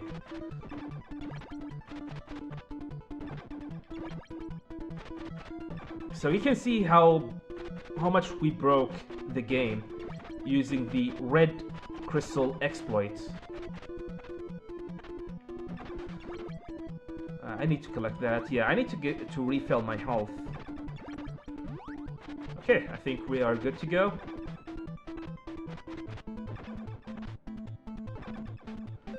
So, equipping the sword breaker to destroy these blocks. Oops, okay. We're gonna equip the double stop, and we're gonna fight this boss. This is the Executioner, and we're gonna use the double stop and the spin slash by doing damage to him. You can see how much damage he can do. This is why I screwed up the 8-frame thing that I talked about. And he's dead. We're gonna pick up our second Hadouken, and we're pretty much done with the second boss. No, this game was never released outside of Japan. The only way you can play it is by buying the Famicom version or play the English patch version. So we're gonna enter the caves for the third and final time, and we're gonna navigate the same way as we did, but instead we're gonna go to the value number 112. Pick up the red crystal again. And we're gonna fight this enemy again. 2 hits by the sword to his head, and he's pretty much done.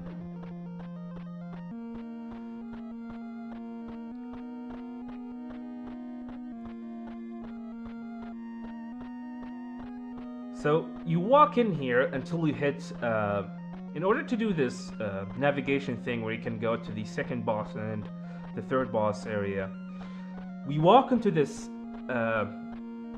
grid or this area until we hit a wall. This will count as value number 80, and from there we take 1 steps. We go to the left and take 1 step forward for the third boss and 2 steps forward to the second boss, then turn right and then continue until we hit a wall, and then we go right and enter the door, and that's pretty much it. You don't have to count how many steps you have to take. It's pretty much it. It's really, really simple, guys. Once you figure out how to do it, it's really simple.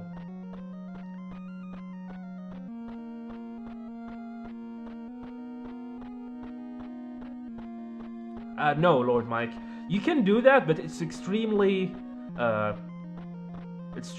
risky because, as you can see, the main reason we're using the Devil's Top is because of the invincibility frames that you can get when you do an attack. That's the main reason we do that. If you try to do the War Drum, you can do damage, but you risk getting hit by the boss, and that will do a huge amount of damage to you. So this is 112 value. We're gonna enter this, and we are at the third boss. So these enemies are pretty much high leveled. I need to be careful around them because they're gonna do a huge amount of damage to me. And as I said before, oh my god, that is so close. Almost dropped into the pit. So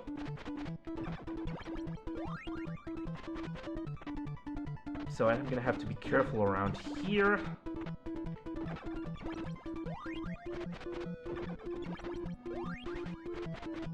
Yeah, I'm gonna have to focus for a little bit. Oh my god, that hurts. Also, I'm gonna try to grind for some health before I fight this boss, because this boss is no joke. He is extremely dangerous. That's money. I don't need money anymore. All I need is to pick up the souls of my enemies and use them as a health. Still low. I'm gonna try to grind for a little bit here before I continue.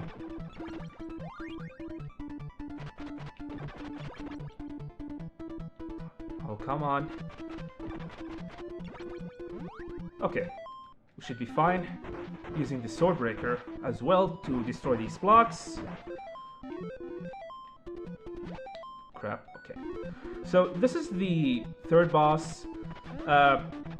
There are two phases after this boss. The ninjas. First I'm gonna have to fight three ninjas. They both share the same health bar. Okay. Now they're gonna morph into one ugly boss. One ugly creature. I'm gonna try... This is where I'm gonna use the Devil's Tops. This is where the invincibility frames of the Devil's Top is extremely amazing and important. It pretty much saves you from all the damage you will get from this boss here. You can see how much damage he can do to you, and he's down. And this is we're gonna pick up our last and final Hadouken sword. And by doing that, we're pretty much defeated all the bosses. Now we're gonna return to go back to the main island and fight the final boss of this game, the Ryu Kitsuku. So now we have picked up all the three swords, the three Hadoukens, and by that we'll get ourselves the best weapon in the game, the Hadouken sword. And you will see, you're gonna see how amazingly OP this weapon is.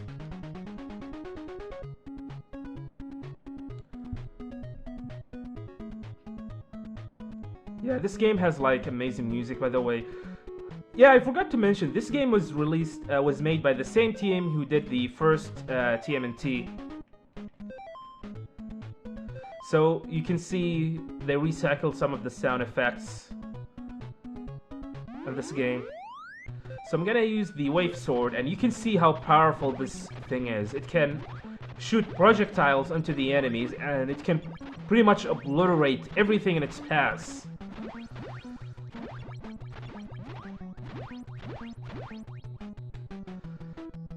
So I'm gonna do here another trick here. Let's see if I can do it. No, I screwed it up. Come on. Okay. So by doing this small trick, I can like clip through these skeletons and allow me to like skip going through the whole skeleton area here. So, yay. So this is the final area in the game. This is where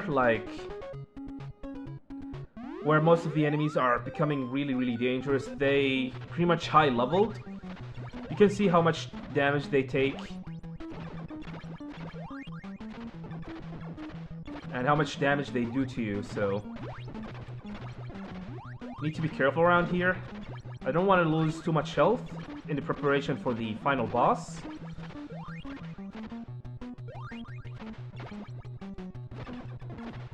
Asshole. Okay. So I'm gonna do the same trick as I did before here. Oh, come on. You're making me look bad, game. Ah, whatever. I'm gonna take the longer way. It's not that long, but if you... Whatever. So, now we're gonna fight the final boss, Ryukutsuki. Ryukutsuki have like 3 phases, and I'm gonna fight him. I'm gonna be quiet, because I need to focus. Equipping the Wave Sword. Good phase 1.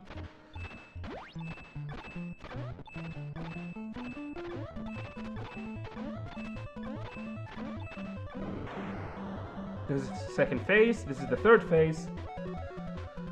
Time will be after defeating this boss. This is where we're gonna use the magic coin.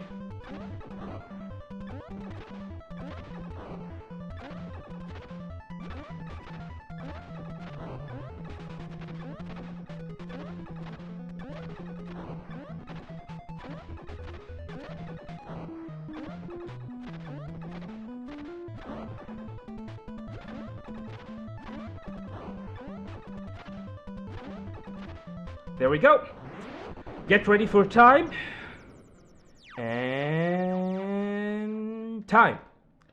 And that's Getsu Fumaden. Thank you guys for watching. Really, really appreciate it. And we have defeated the demons. We collected the Hadoukens.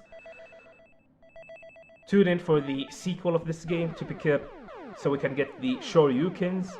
I'm just kidding. There's only one game for this game. Anyway, thank you guys for watching. It's an honor to do this, to play this game on this marathon. I'll be back in like 12 hours from now with Metal Gear. So stick around and keep watching this marathon. And thank you very much. Follow me because I'm an amazing guy. Thank you very much. Next up is going to be Enchanters of Numbers with Biomiracle. So stay tuned for that, and thank you guys very much, and see you guys later.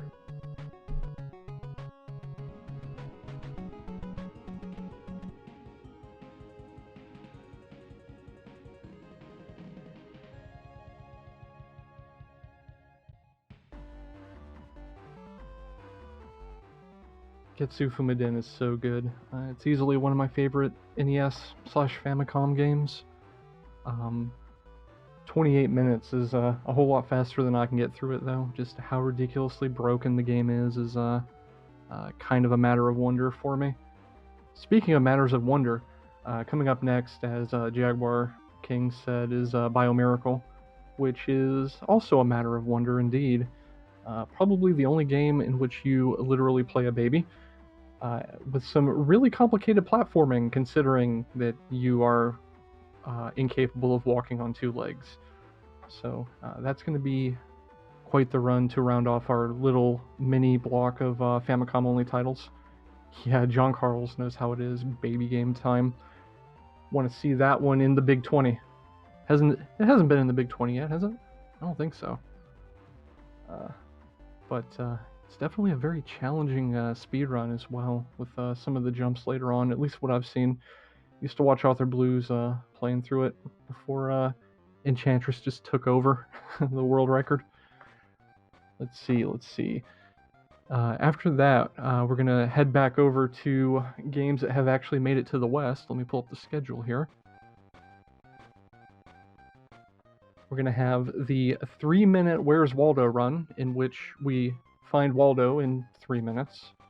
And then Super Glove Ball and Alien Syndrome. It's going to be a hell of a thing.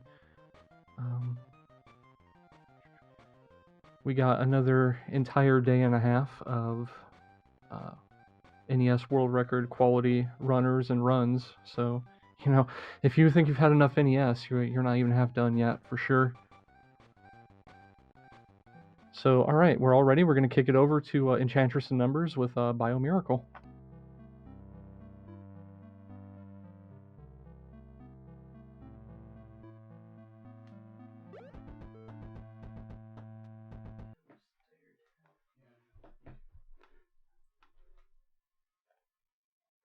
Okay, I'm live, they're telling me. So, I'm Enchantress of Numbers, and this is Biomiracle Bokute Upa, or Baby Game as people call it. So, I'll get a countdown here. 3, 2, 1, go. Alright, so here we go. This is the game where you play as a baby and you have a magic rattle, and you inflate enemies with the rattle, and you get a little speed burst by walking on top of them, which is like the speed tech. We just picked up the bell power-up, and so that lets you run, and it's the fastest way to get around. Unfortunately, it only appears twice in the game, so yeah, that was that. And now we're just making our way across the stage, and we're gonna see our favorite boss right here. This pig boss appears many times in the game. I like to compare him to Birdo from Super Mario 2 because it's the boss of like every stage, just about. At the end of the stage you get a chest, and these fairies will fly you off to the next stage. So... And then now we're in Dig Dug. I'm gonna take a safety here and get this heart, just because the enemy movement in the stage is really random as far as which direction they turn, and so it's a big reset point on RTA attempts to in this stage, which I've already taken 2 hits of damage, so yeah, so it's a big reset point. I grabbed that heart for backup. We should be okay at this point. But yeah, the enemies can turn and troll you if you're not careful, so... Alright, here we go. There's one last enemy that can troll us, but I've got to set up to usually fix that, so... Okay, and we're in the clear for this stage. Alright, there's no boss in this stage where you're eating through all the cake.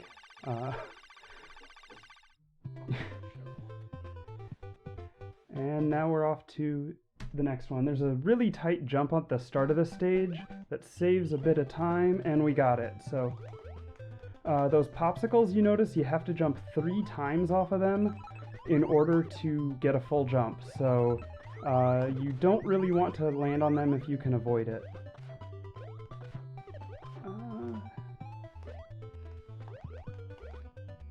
So flamethrower is always nice. And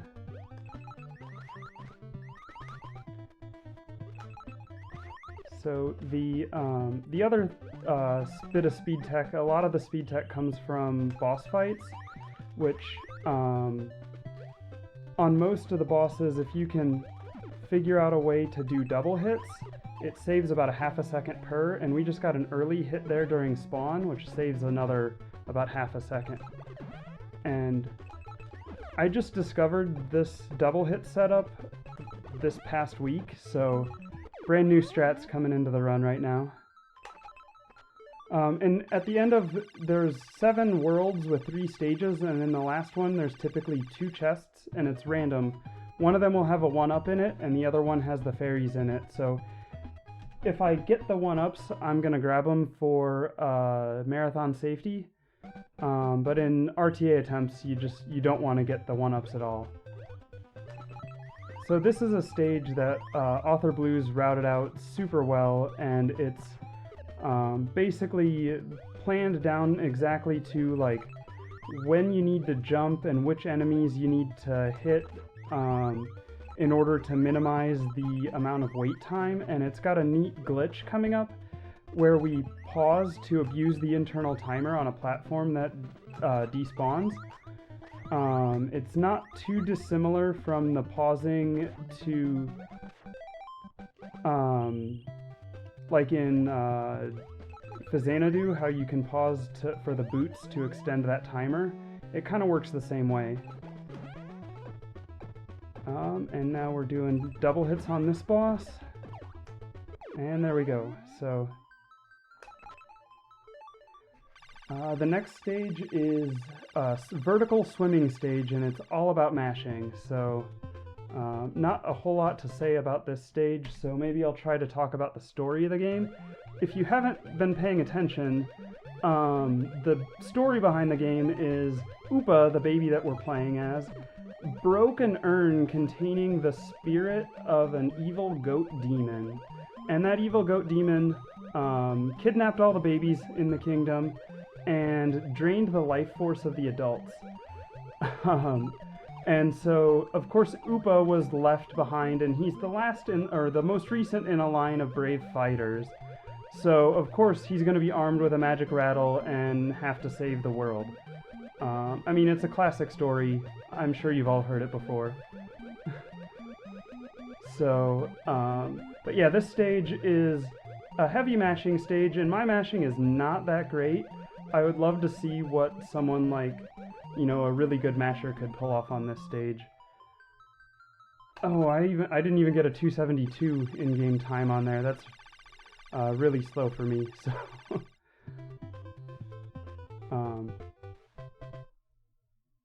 okay, and now you'll notice also that the worlds have themes to them. So World 1 was a dessert theme. This one's kind of like a vegetable theme. So we will, I'll try to call them out each time what the themes are. This balloon jump is really tight here. You're supposed to wait for a balloon to spawn in the middle, but who wants to wait a cycle? So this is the first stage where we'll see a new boss, actually. This one is a snake, so that's always exciting, getting a new boss in the mix.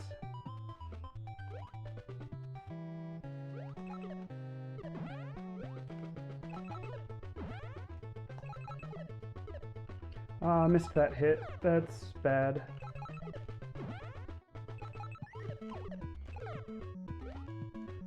Heck. Okay, we didn't die. I messed that fight up. But it turned out okay. It's kind of, the timing is really tight on those hits. And I pushed it a little too, tried to make one a little too early.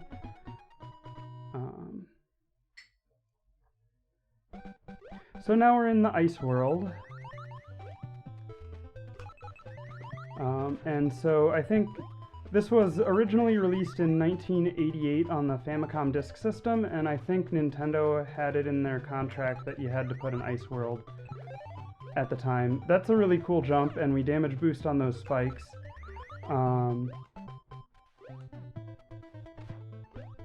But yeah, the speed tech is really cool. It's how anytime there's a moving platform, and you walk on it, the platform speed adds to your own speed, and so you just want to try to maximize that for the walking.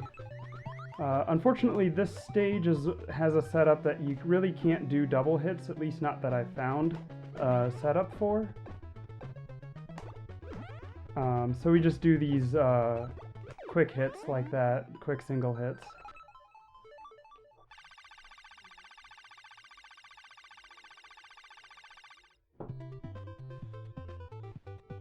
And now we're off to the next stage. This time we're in a cave or something. I don't know what the stars are doing in the background in this cave, but maybe it's just nighttime, I don't know, but we have a ceiling, so...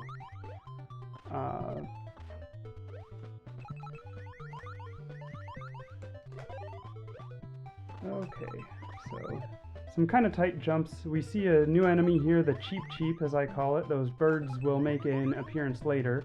We have to pause a little bit to make that platform.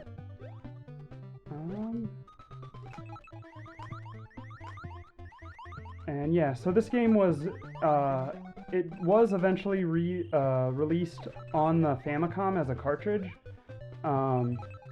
And oh yeah, there was apparently an ice sculpture of Upa there. I'm not sure what the story is there. It's got to be some kind of environmental storytelling though. Alright, we got our double hits on that boss.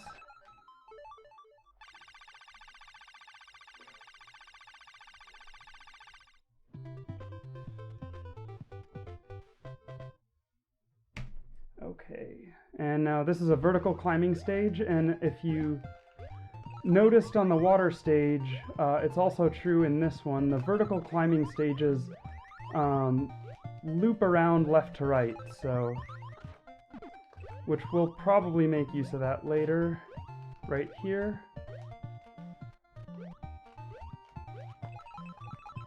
Okay, we got that hit, and got a heart, so that's one feature of this game, we'll say.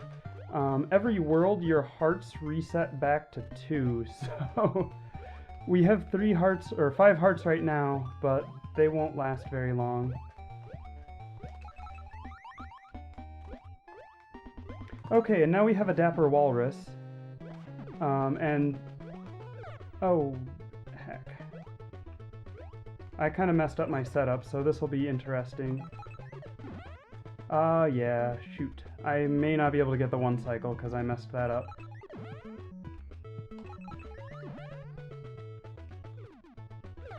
Nope, no 1 cycle.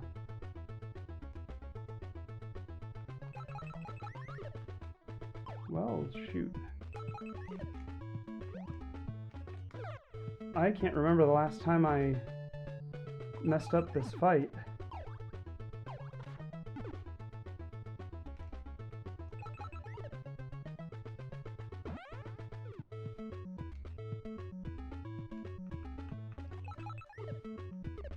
Oh my goodness.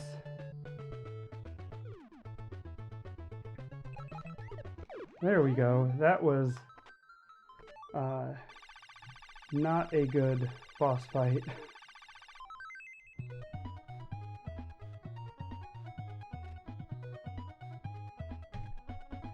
But normally you can, if I do the setup correctly, you can get a 1 cycle on him, and that's really cool. So this stage, we're in the computer now, and this one's a maze, not too dissimilar from the mazes in like Super Mario Bros. 1, like the castle mazes. So if I take the wrong path, the stage just loops on me, so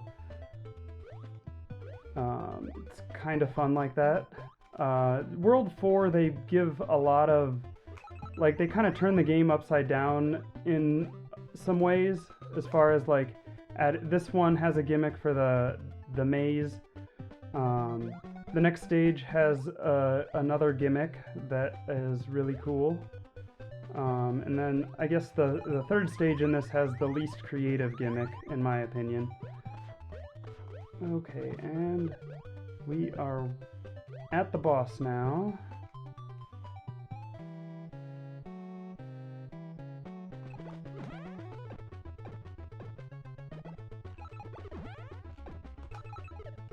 So, yeah, and the next stage, I have to say, is the main reason that I play this game.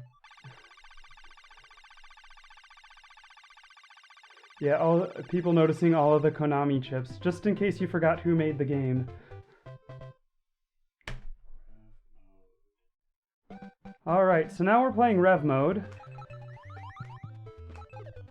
which, if any of you know, I also play Tetris upside down, so that's why this is the reason I play this game.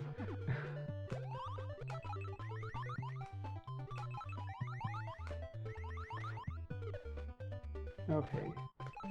Taking it safe there, that enemy can kinda, if you time it wrong, that enemy can knock you into the pit, and it's not fun, so.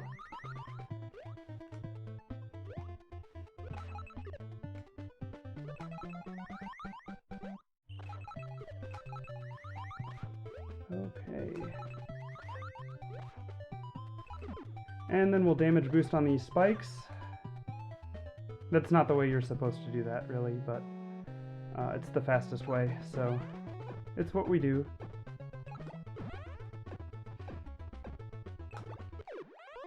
Okay.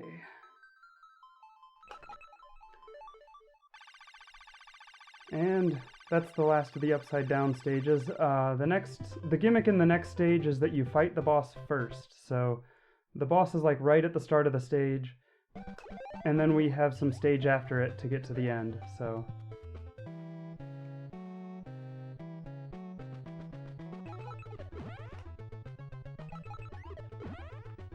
and this snake spits a big, shoots a big beam of fire out of his mouth, like that, since I messed up the hit. One more hit, I think. Okay. So that hourglass stops the enemies for a period of time. It also stops the in-game clock, which is kind of neat.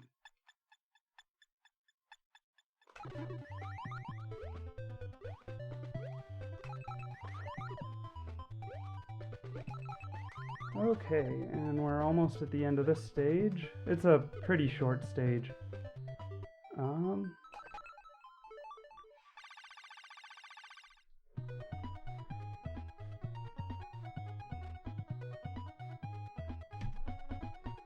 Alright, so... Okay. So this stage has some really neat speed tech in it and some really cool damage boosts. So, it's one of the toughest stages, but I like it a lot. So I got a good damage boost there, and then we're going to damage boost on these pencil spikes. And then we have a really tricky jump coming up right here. And we got it. Okay. So then we're going to platform over those pink bomb things. I'm not sure what they are, but they fall on you and they hurt. So... Okay, I messed that up. That's gonna slow the spawn of... Oh, and then I did that. The way I hit that plane slowed the spawn of that next blue enemy that I needed to ride. So that was unfortunate. And then while I was waiting, trying to avoid the shots from the next airplane, I accidentally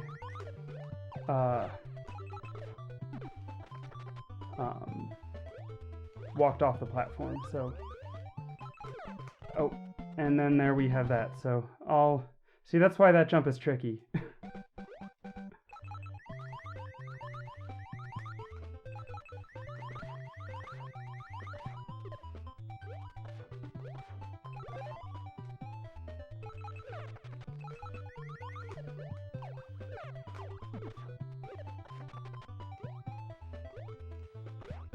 Okay, dang it, I waited too long. Okay, I'm just gonna wait this time because... Okay.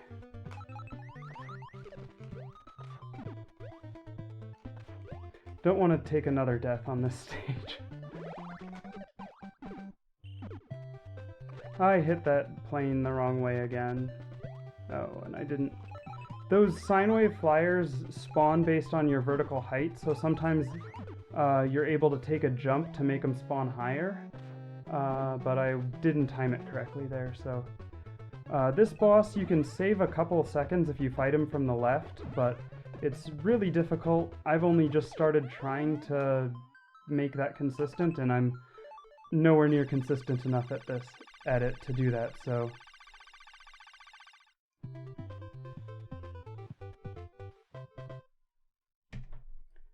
Okay. The good news is that we have 5 hearts, which makes the next stage a lot easier. I was going to go for a safety heart in this stage, but now I don't have to, so that's good. So we have to avoid these shots, and then we're going to ride a falling platform down here, because we get to walk on the conveyor belt and it's a little bit faster. Saves about a half a second. Up above there, that box had a heart in it that I was gonna grab for safety, but like I said, I don't really need it right now, so...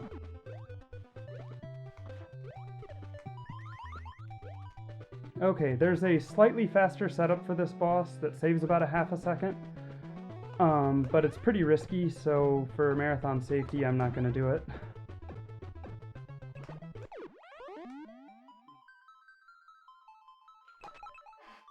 because if it saves about a half a second, but if you miss it, then you probably end up dying and having to redo the stage. So, all right, now we're in our second and final swimming stage. This time it's a horizontal swimming stage,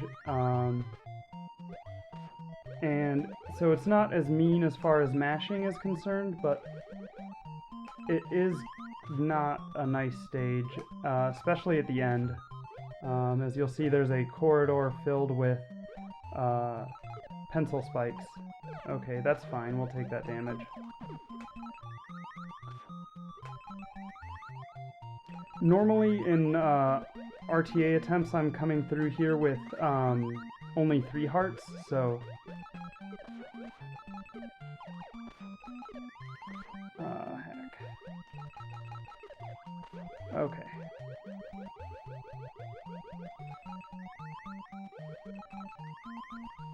So that top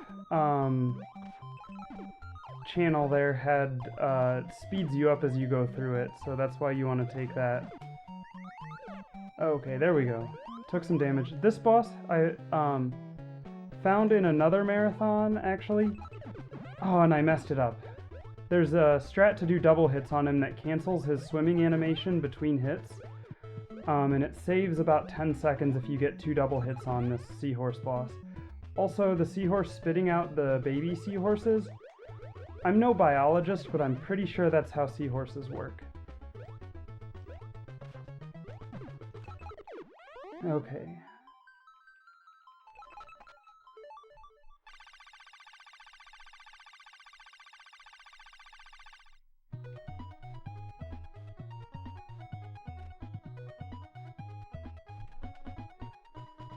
Alright, and now we're in the Dairyland.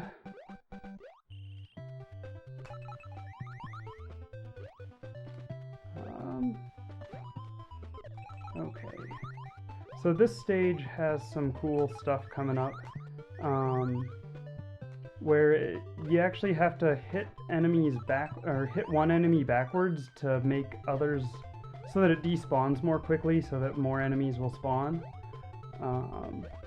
Because otherwise, what you would do more in a more casual strat is a lot of waiting, and I did the old strat. I messed that way up. Well, we're gonna do that. So I forgot what I was doing and didn't do the fast strat there.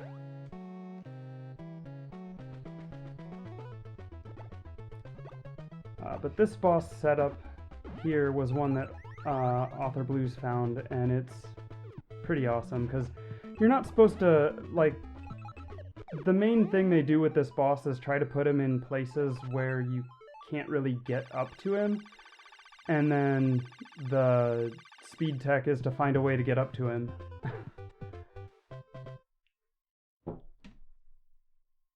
And then we're in our next Dig Dug stage.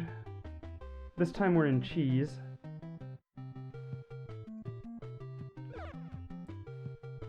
And that mouse was not nice. So we gotta play it a little bit safe here to avoid that, but we get a heart to refill our health, which is really nice. And then from this point the stage is pretty free.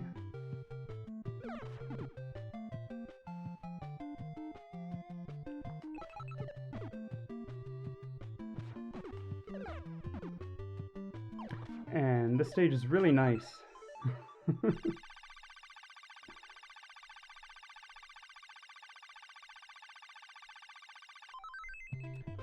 And then we are actually, the next stage is by far the worst and most difficult stage in the game, and it has the worst and most difficult boss fight of the game, so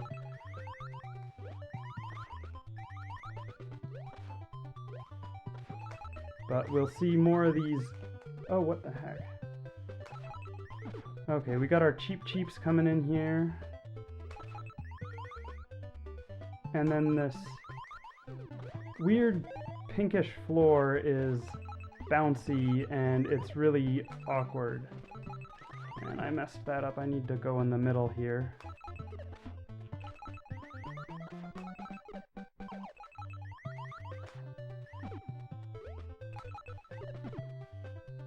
But so you can get a spring boost off of there, but it's really hard to time it, especially when you have to be paying attention to other things on screen at the time. And here we are at the boss. So we have the bouncy floor, and he's a flying pig that shoots lightning.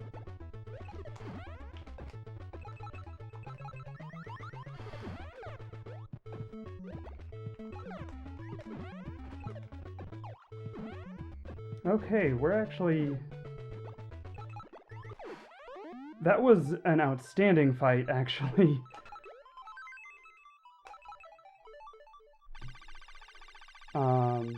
That's one of the best fights I've had, to be honest. That fight can go really wrong really fast. And so then here, we hold left. This is Blindfall, the stage. This is... If you're blind playing this game, this stage is super mean. Because there's spikes and you're falling and you don't know what's coming up. But when you know the stage, it's not so bad. As you can see. But playing that stage blind it's just cruel. You pretty much have to have the stage memorized. There was a heart at the top right of the stage, but it costs about 3 seconds to pick up that heart, so we just don't do that.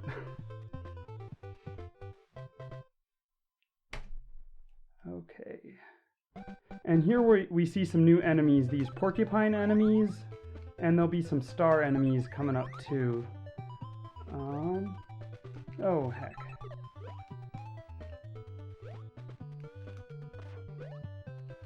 So...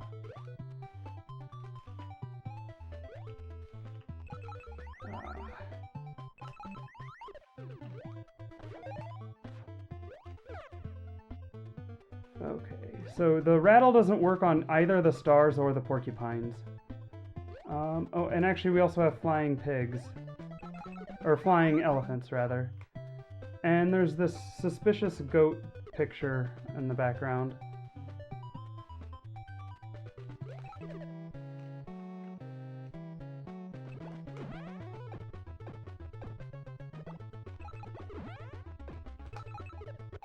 Okay. And yeah, this is the Lego or Mega Block stage. I don't know which is more popular in Japan.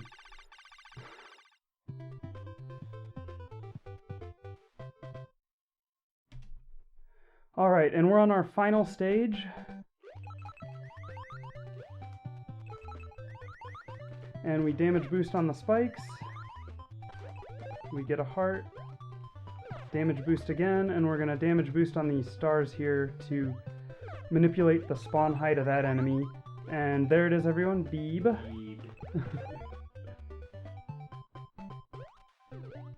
Alright, and then these gumballs, question mark? I'm not sure what they are, but they're neat little platforms. Oh, I messed up the damage boost there. You always damage boost backwards, so you want to try to turn around right before you take damage. This is the longest stage, and it's also worth noting that none of the stages have checkpoints in them, so if we die near the end of this stage, we have to redo the whole thing. Here we get a 1-up, which is nice.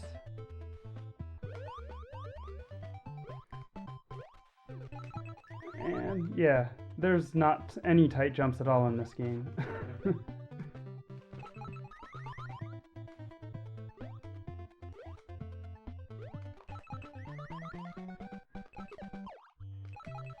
Damage boost through that enemy, and then now we're on a climbing section.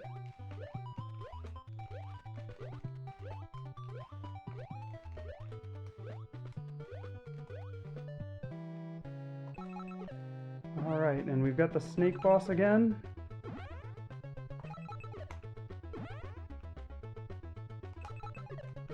And we damage boost through this last one. We have the final boss now, the goat. We get a health refill.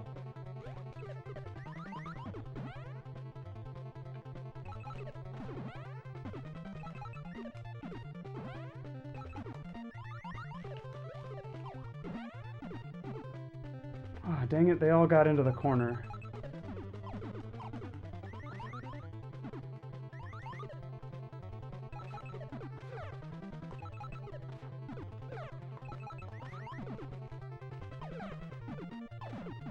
Ah, this fight turned ugly.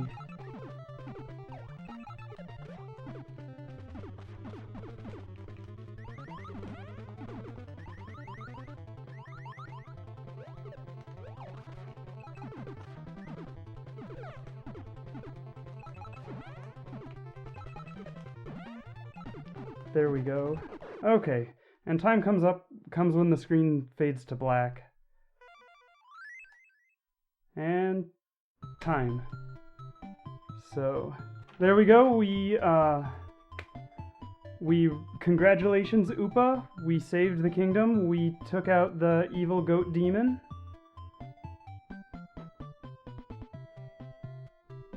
And it's going to tell us, thanks to you, everyone has started to enjoy living there again. So I'm not sure where there is, but everyone enjoys it, so.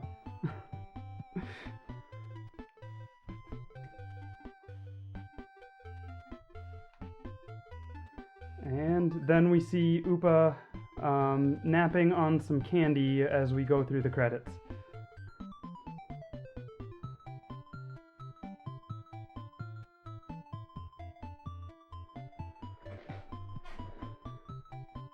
So.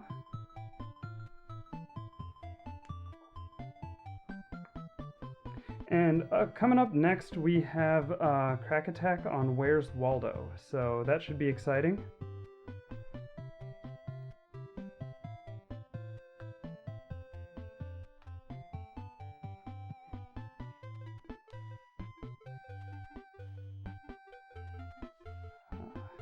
All of this was a dream? No, it wasn't a dream. It was, well, I don't know what it was. Maybe it was a dream. But I like to think he's just sleeping after the stressful day of saving the world. In 30 minutes, yeah.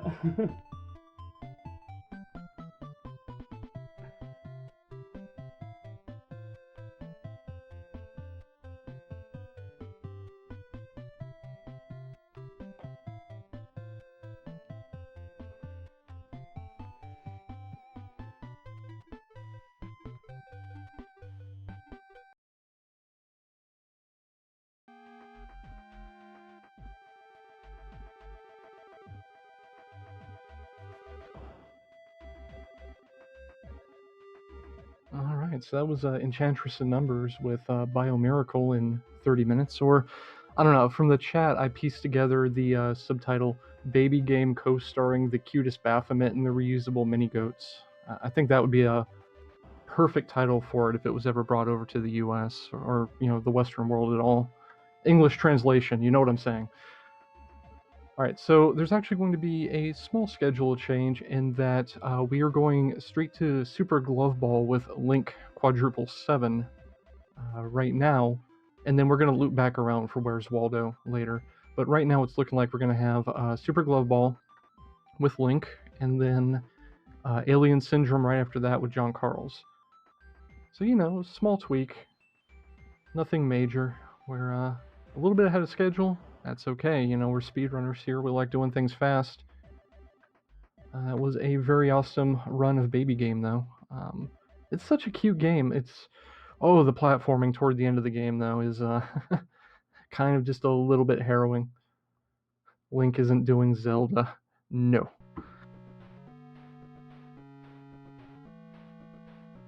So it looks like we're getting Link all cropped up. That is, like I said before, a game that needs to end up in the Big 20. I don't think if anyone told me if it was in a Big 20 or not, I didn't see it. I was busy doing important marathon stuff, But if it hasn't been, it should be. Yeah, everyone should just start running Baby Game now.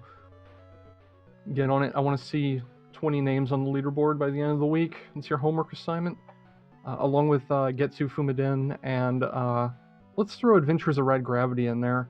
There's your homework assignment from my hosting session, is those 3 games.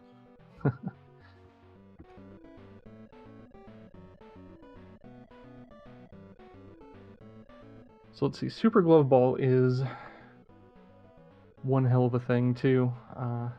It's one of those games that tried to do quasi 3D on the NES, and it didn't work quite well, but it's still an enjoyable game in its own right. And we're gonna check it out now. We're gonna hop right over to Link 7777 with Super Glove Ball.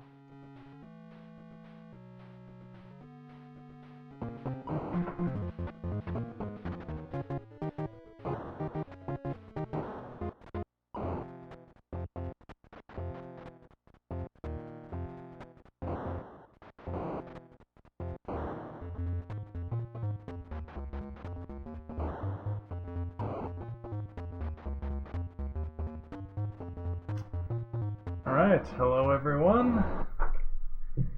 Welcome to Super Glove Ball, one of 2 games exclusively developed with the Power Glove in mind. I'm actually going to be running this with the controller. 1, because it's easier, and 2, because there's no camera in the layout. So let's just go ahead and get started. 5, 4, 3, 2, 1, go! Alright, so this is Super Glove Ball. It's, I'd say it's like a 3D Arkanoid, and then it's a big puzzle. So, I'm breaking out the right wall, and then I can hit select, and now I went to the right one room. And it's a big maze. So, I have a route through this maze, and it's actually somewhat difficult. If you were to try to route the thing just blindly playing, it would take you quite a while. I routed the game with the task tool. We've hit our first warp here already. This game has quite a bit of RNG on it. The question mark blocks are power-ups, and the power-ups are random. There's a few power-ups that we're specifically interested in. Here I had the row power-up. There's a wizard, he's the first boss, and now he's dead. The row is probably the #1 power-up. You can take out one whole row at a time. It's random whether it's vertical or horizontal, but horizontal especially, you can wreck a whole wall pretty quickly. This is our first puzzle room. A puzzle room, you need to get one whole row or column to be all the same shape. And your ability to grab the ball has been removed for those rooms. So for speedrun purposes, you actually end up, you just let the ball go and lose a ball so that you can get it back and place it. You can like go through and just whack the ball, but it's really hard to aim, really hard to control, and would take you forever.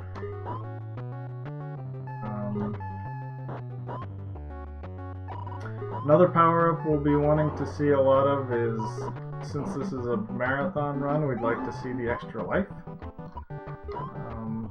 A lot of the other power-ups are pretty worthless.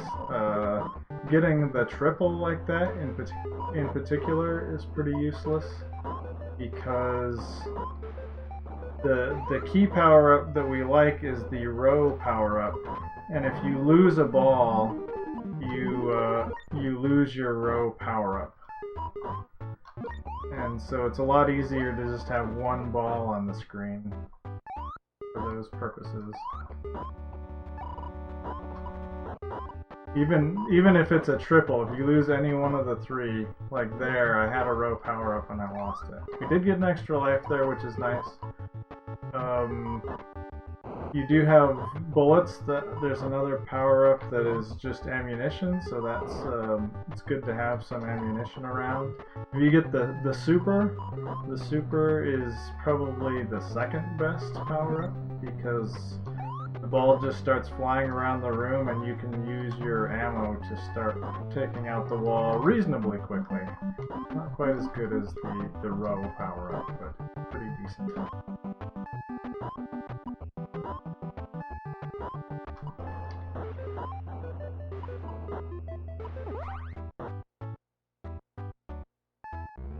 This is our second warp.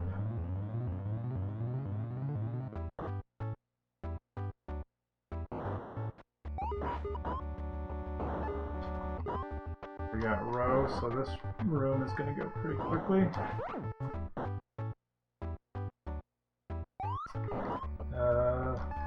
This one's going to go quickly too. And the next room is a shark. So you can get out your TMR sharks. This boss is really random. He comes out to the screen at you at a random time, and that was a really good kill. He just comes out at you at random, and he starts tracking toward you, and he's pretty hard to avoid. You can't just really. It's really hard to go just left or right. Left, right, up, and down. It really helps to go forward to try to avoid him. Another thing you'll notice in the first few rooms, the walls were like perpendicular to you, I guess you'd say. They were flat, and in these later areas, they're kind of sticking out. But then there's like weird corner walls, and some of those are really difficult to hit. Some strategies that help a bit, but that takes some getting used to for sure. Need to go up, and let's see. Got row. Oh, that's a good one. This will go quickly. Again.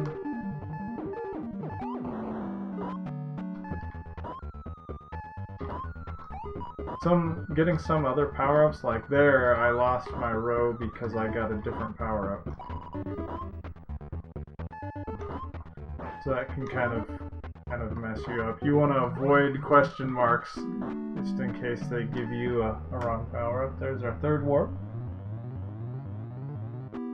Yeah, this game was pretty much made for the Power Glove. You can play it with controller like I'm doing now. And in fact, it's much easier. So my PB for this game now is at 948.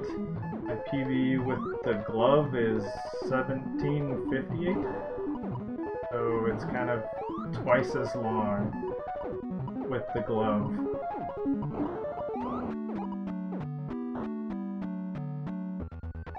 Again.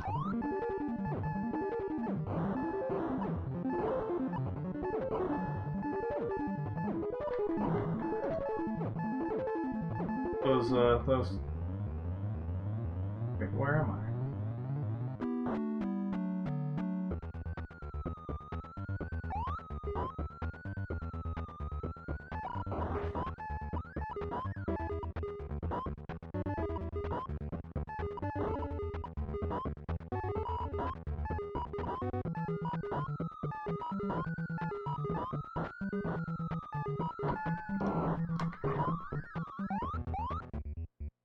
Hang on, I need to find my notes to figure out where I am.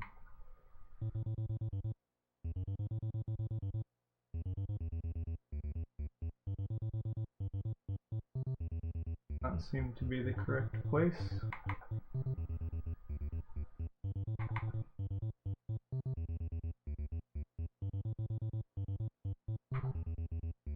Consult the map.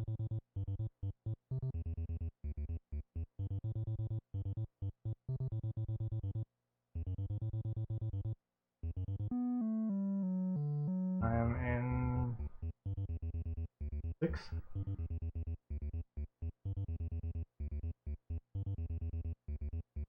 should I be?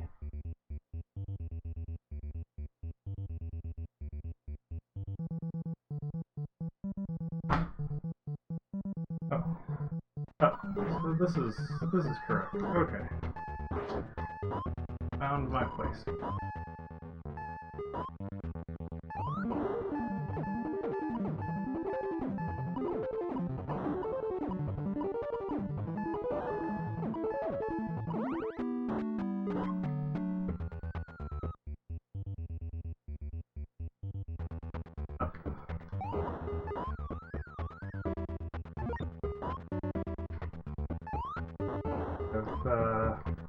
That warp that I wasn't expecting, I have backtracked slightly, but we're still alright.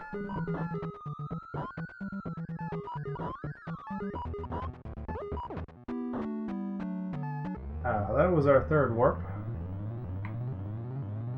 Again. Down. Oh, I see why. I skipped ahead on my splits. That's where I got confused.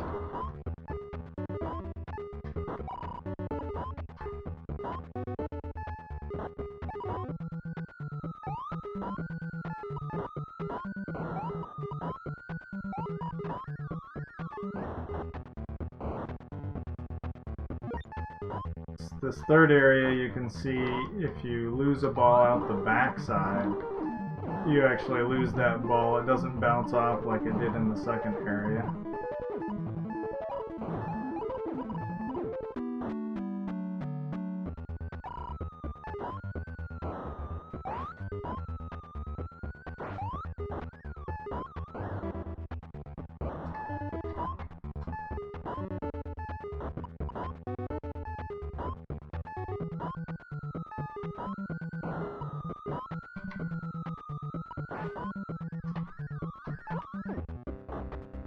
Another puzzle room.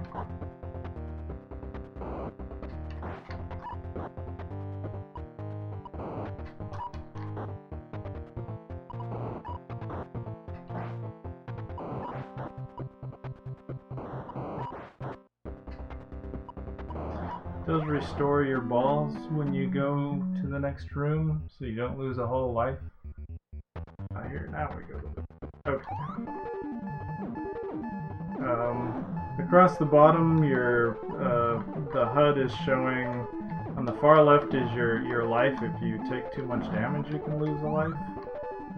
Then it's your amount of ammo, the number of balls you have left, the number of lives you have left, and then the current room that you're in.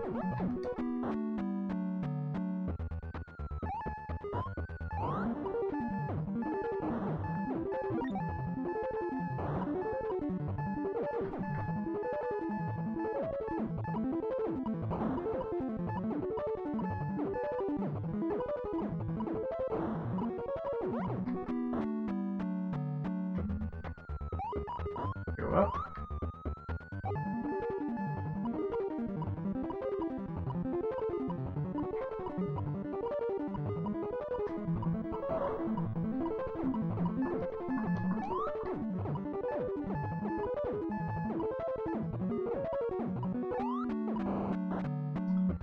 Got a different power up there that lost us our other power up. Alright.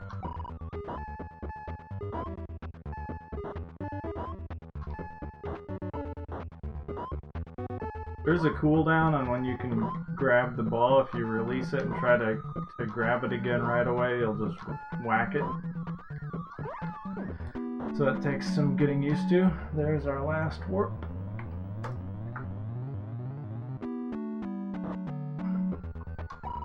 There's also a time limit on how long you can hold the ball. If you just try to hold the ball indefinitely, it'll just automatically let go after a while. Can't really take forever to place your shots.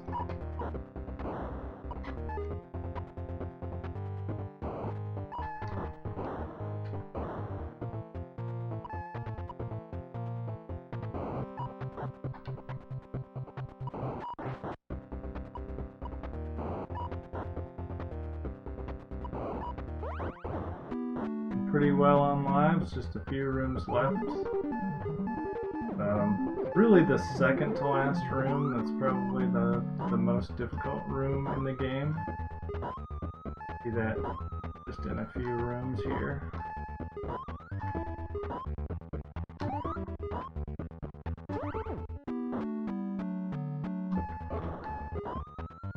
That guy can be a little bit annoying.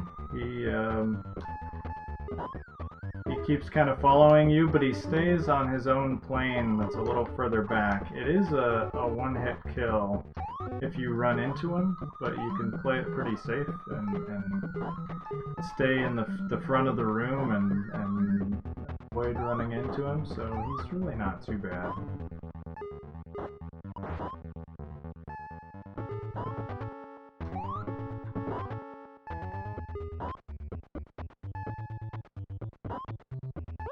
If you get some power-ups.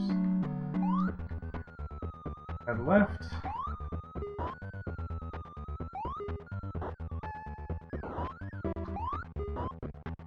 So, I mean, you can see a lot of this run, like how your time comes out, is really highly affected by what kind of drops you get. So I made a task for this game, and the task is like 2.5 minutes. It's really short. It's really fast-paced, fun to watch. This is a room that I would call the bad room. This room is really hard because that guy chases you around the room, and his hitbox is large, and it's a one-hit kill, like that.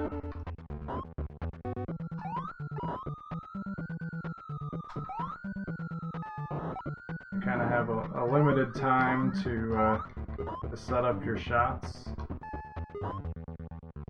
That's a good. We got row there. That's really good. I'll even take a death there. Just you actually only lose the power up if you lose a ball. If you lose a life, you'll keep that power up. So because I was already set up there, I just took the death to keep the power up and make that room much faster. This is the lion, this is the final boss, and we're not going to kill him because, you know, he doesn't really get in the way. Actually, he did die there at the end. That's time. So getting lost there in the middle, skipping a split, lost me a few minutes there, but otherwise, you know, it was alright. It was probably 5 minutes over average. So I think it went alright for it being the first time I've run it in a marathon and it being also the middle of the night. So I took 7th place on the high score list. It takes forever to grind up to 5 million to hit the top of the high score list and doesn't do you any good anyway. So thanks for the GGs, everyone. And enjoy the rest of the marathon. I think John Carls will be coming up here soon, if not shortly. So thanks for watching, everyone. I'll see you another time.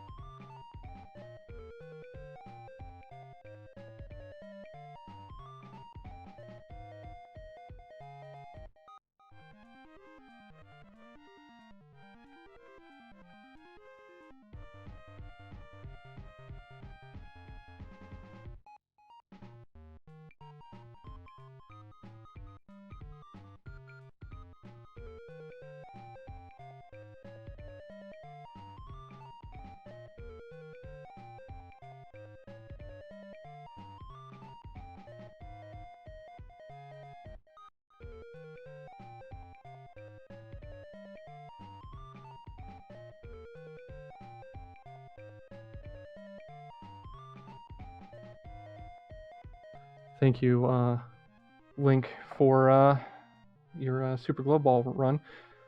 I'm going to tell you all a secret here. I just sat talking into a muted microphone for about a minute. I apologize for that.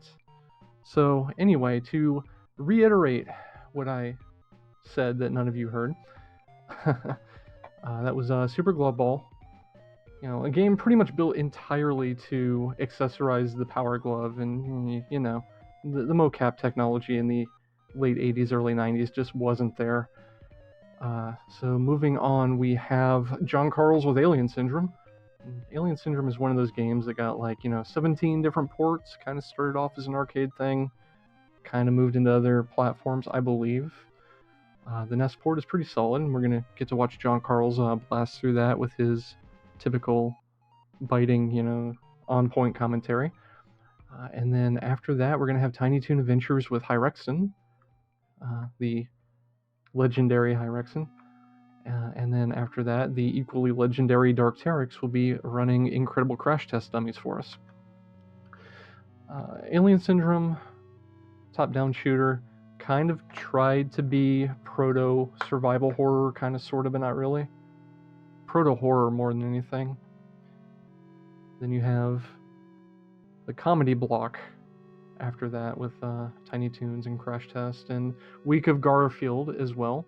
Week of Garfield with Cats on Your Head was a Big 20 entry a while ago that was pretty famous for being the only Big 20 game to have its goal made easier after the rules were made.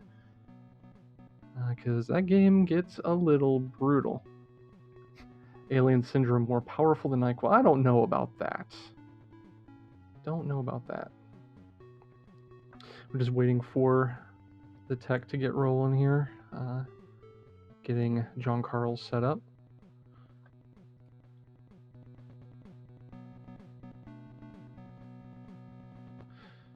Yes. Speaking of Big 20, and I'm making this a habit of evaluating just for a moment how every game would work in a Big 20. I don't think Super Glove Ball would fit. Kaiser fell asleep during the Mega Man block. How can you do that, man? How can you do that? You've made a mistake. I guess we will be rolling right along shortly. Just bear with us for a moment.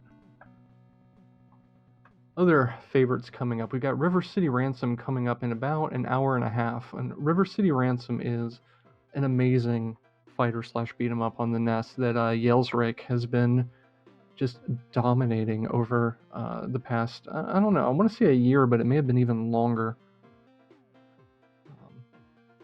But that's one heck of a fighter. Fighter / RPG / sometimes unintentionally platformer. No Kabuki Quantum Fighter on the schedule. Unfortunately, no. That is kind of strange by its omission, isn't it?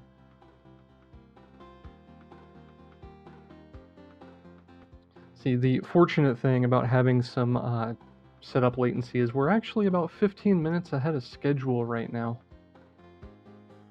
So this is actually burning our head time just a little bit, so we're back on schedule. Yells Raycast, does it count as domination if no one else is playing? It absolutely does, man. It's man versus game. You're coming out on top. I probably shouldn't pursue that line of thought too much. But it absolutely counts. I'm killing it. Alright, we're ready. John Carls, Alien Syndrome, coming up right now.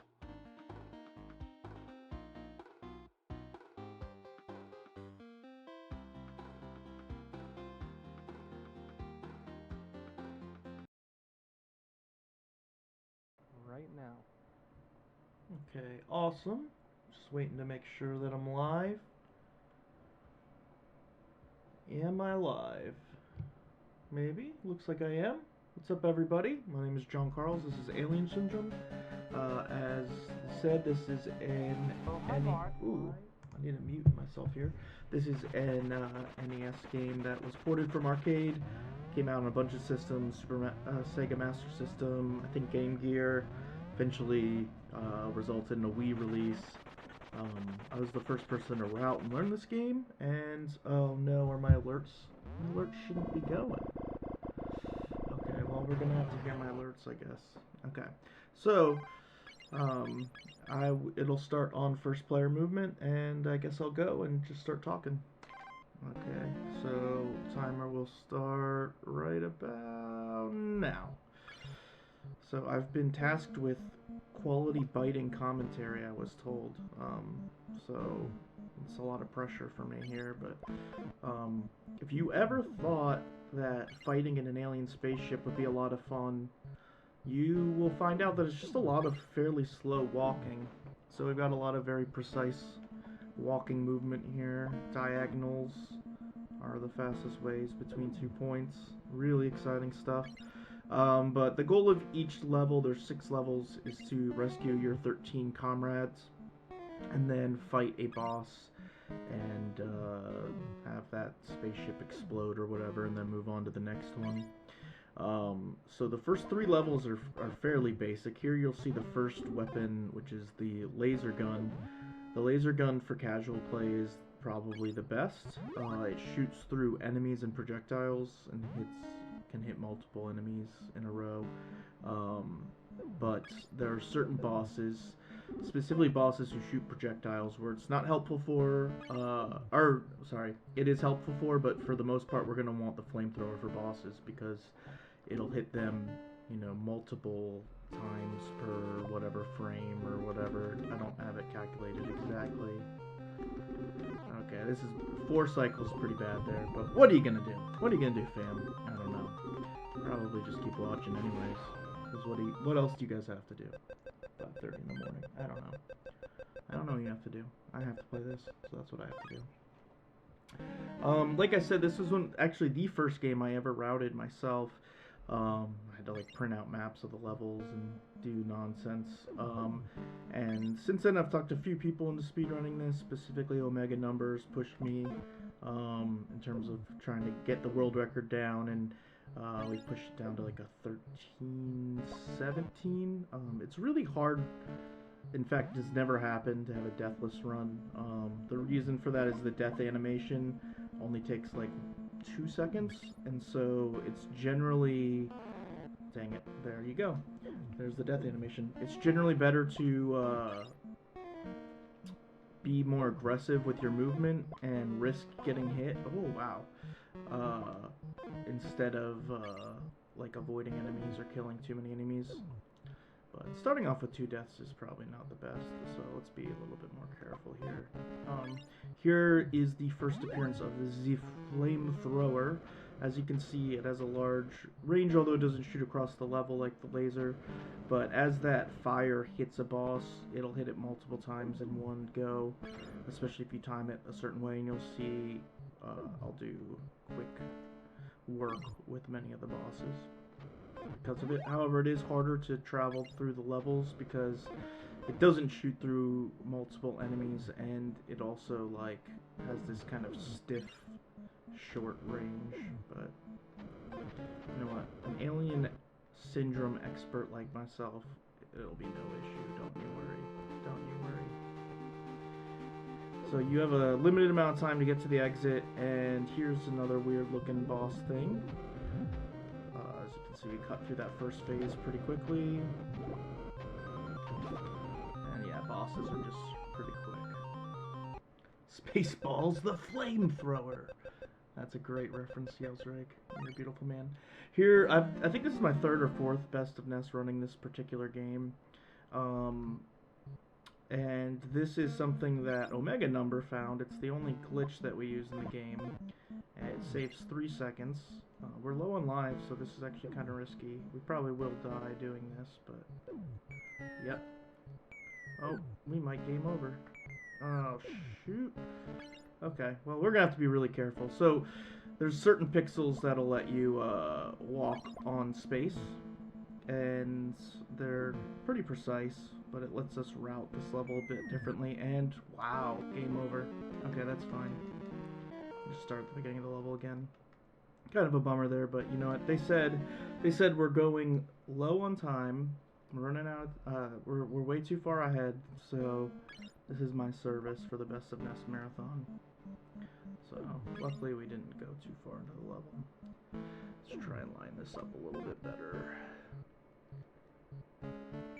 Goodness sakes, this trick. Okay, you only died once, that's fine. I know, what a team player. So that's a bit of a bummer. I've never game overed in an Alien Syndrome run in a marathon before, but I've also never tried that strat. If you don't line it up correctly, you just keep falling multiple times, and so in order to save the 3 seconds, we just lost like 30, but, you know, what are you gonna do? What are you gonna do? Can't play it safe. That's not what the Best of NES is about. See the concerned frog from White Hat. I'm sorry, sir. Your greatness. But yeah, this game, actually, I decided to route this because I grew up with this game as a kid and never beat it. So it was one of those games I went back to when I started getting into retro gaming and beat for the first time. And decided, hey, no one's ever speedrun this, let's speedrun it. One of the cool things about this game is that you can co-op, simultaneous co-op this game, so you can play 2-player with someone else. There's been no serious speedrun attempts with 2 players, other than me and my podcast producer, who doesn't speedrun at all, put up a time. But it is a lot of fun to casually play with somebody, and kind of cool to have an unlicensed multiplayer game, because most unlicensed games are only 1 player. This next boss is my favorite boss. I call him Bacon Sponge because he looks like a giant Brillo sponge. He shoots bacon. So we're using the laser because it will cut through the bacon strips, and that's why we can't use the flamethrower here. It would stop at each bacon strip, and we'd be screwed. So bashing going on here, you know. But as, like, every time we would use the flamethrower, and it would hit one of those bacon sponges, or bacon strips, it would stop. So it's very slow to kill it with the flamethrower, if not impossible. So here is where the game actually gets incredibly difficult to not die. I should have not died at all up to this point. But I chose an alternate route of dying a lot. However, now you can see the enemies move much quicker than us. All the enemy spawns are random, or seemingly random at least, in terms of knowing how to control them. And now these enemies have bullets that are much faster than ours, than we move. So now we will be a little bit more freeform with our movement, and not as rigid with like each diagonal and stuff. But that's just because we want to avoid dying, as I say as I die. And yeah, so I don't know. That's about all I have to say about this game, but we've got at least another like 8 minutes of me talking. So I just ended up watching Stranger Things Season 2. It was really good. Speaking of aliens and stuff, I liked it quite a bit. Yeah. So that was cool. I like to think these enemies could be like demogorgons or whatever. They're probably not. Probably just something else.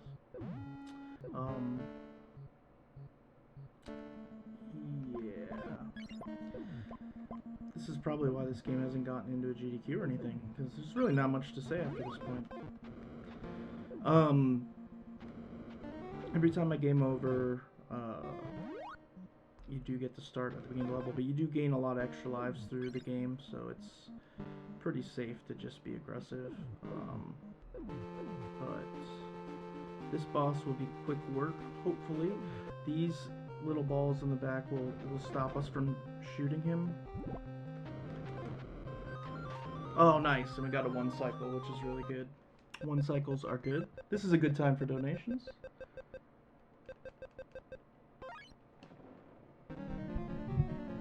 Okay, I can turn up my mic a bit. I think my mic is apparently a bit quiet.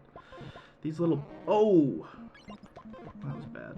These little peanut guys are annoying. I need to kind of stock up on some lives. So let's try playing better than we are right now. That's my goal. My goal is to be better at the game than I currently have been playing. But the annoying thing with the flamethrower is, again, it does make the levels a lot slower, or not a lot slower, but a lot more difficult to get through without dying. It'd be a lot easier with lasers. It'd be a lot easier stopping to kill things, but you're constantly weighing the risk of do I die or do I play aggressively and risk dying, or do I stop and kill something? Oop. Don't want to forget this guy. Call that guy Jimmy. Jimmy didn't really deserve to be saved, actually. He never paid his taxes, which is kind of messed up. But, you know. I don't think we can beat the game without progressing, without saving him, so... Yeah, that's an okay speed strat, but I prefer playing terrible. So, a bit disappointed with the game over. I wanted to show off walking in space. I probably shouldn't have done that, but luckily it's early in the other level. Oh, you can see everything's a bit faster than me now, which obviously makes things more difficult as well. It was fun routing this game because initially we used the laser on everything, and realizing how much quicker the flamethrower works on certain bosses was cool, but also makes certain bosses much more difficult. Specifically, there's a boss with projectiles at the end of the next level that I will be... I guess, even though I shouldn't, I will risk it all and fight him with the flamethrower. And it's considerably more difficult with the flamethrower, but it saves a lot of time. This boss, anybody can kill. He attacks you from below you, but you can just go to his side and do that. Not really a fair fight. Oh, hi, Mark. Oh, hi, Mark.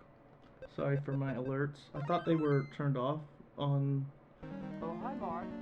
on overlays that didn't, or on scenes that didn't have my alerts, but I guess I did not disable those. So shout outs to the room. Shout outs to Tommy Wiseau. We still have a bunch of lives. We gain a few lives every level, so we should be good. I'm not too concerned. You guys might be concerned, but I'm not as concerned as you guys are. I think this game honestly... Oh, screw you thing. I think this game honestly would have been better received if it just had, like, decent music. Like, this music's so bad and repetitive. Like, it sets that ambient tone a bit, like that scary tone, but, like, different music per level and stuff. Maybe something a little more action-based. This game would be a classic. That's what I say.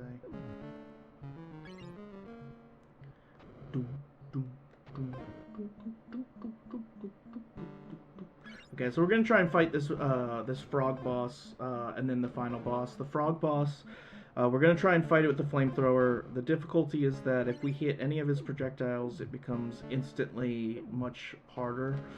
Okay, that pattern was weird. Because then the projectile will keep spawning over top of him, and the flamethrower will stop when it hits that, like I said. So basically, if we don't execute this properly, then we get screwed, and we might game over. But we shouldn't game over. But it does make things much harder. But why? Oh, why would I play things safe when I could easily just be an idiot? So here we're gonna kite these projectiles.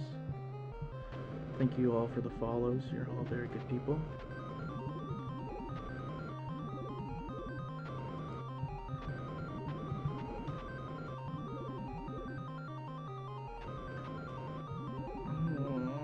I don't like where those guys are going. Get back up, get back up. Okay, we should be good. Oh, shoot. Okay, things are falling apart. But we're close. Yeah, there we go. We're good. Could have gone a little bit faster, but we did do it. It's a weird looking bat. And then here's like the scariest looking final boss in any game. It's just kind of just terrifying, really.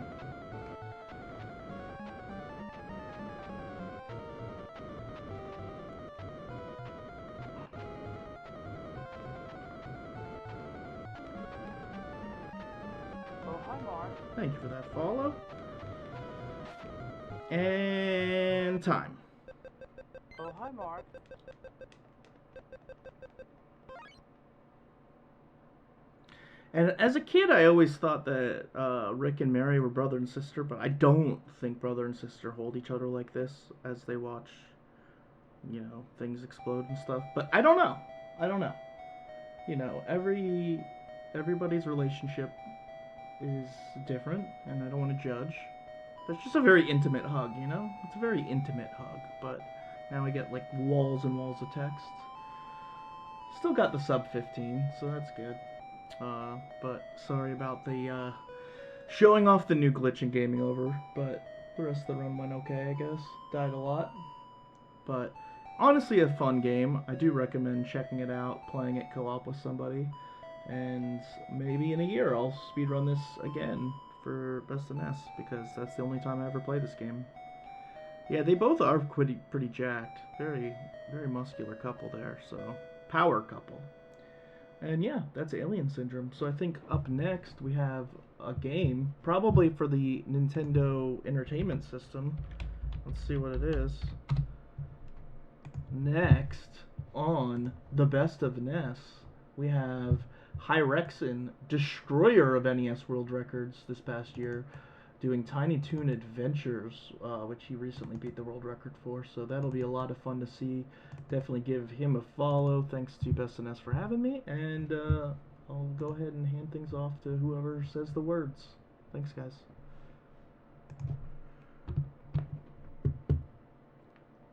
But I'll just keep talking, I guess, until that happens. Yeah, Hyrexen, this conversation.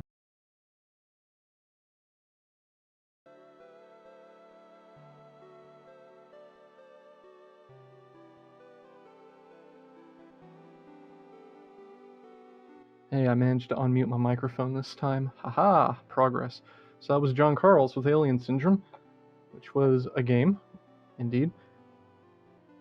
So, we're going to do one more schedule swap, and that should be the last one for the evening/morning. We're going to swap Crash Test Dummies and Tiny Toons.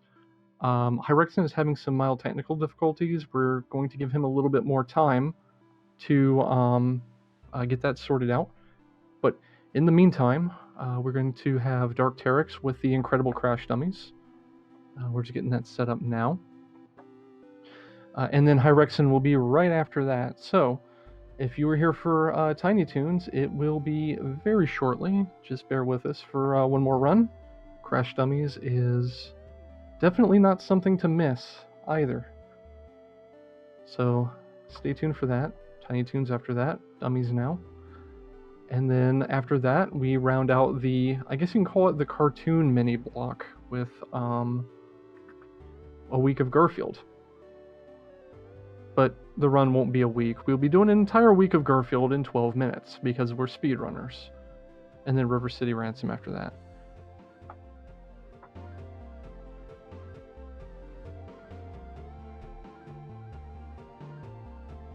Crash Dummies is indeed Craigasm and PogChamp quality. It's a pretty neat run, and Dark Teryx is pretty famous for putting out some high quality runs and some pretty good commentary. Yes, 12 minutes is a week. Because we have no concept of time here at the Best of NES 2017. Thanks, Indy, for switching that up.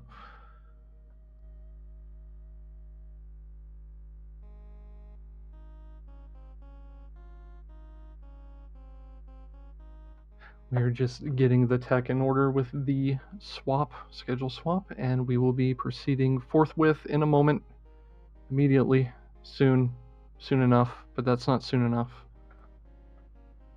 In the meantime, let's see. Cool, I don't have to stretch anymore, we're ready to go. So, Dark Teryx with Crash Test Dummies, and then after that we'll have Hyrexen with Tiny Toon Adventures.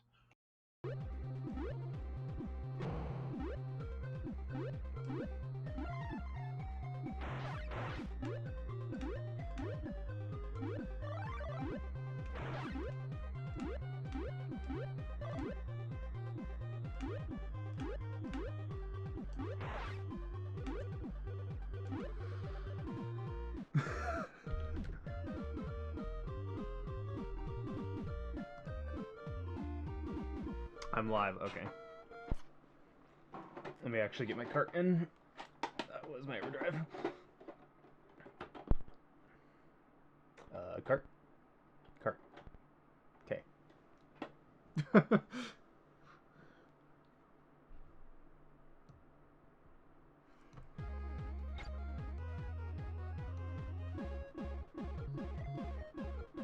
Alright, someone has timer for me?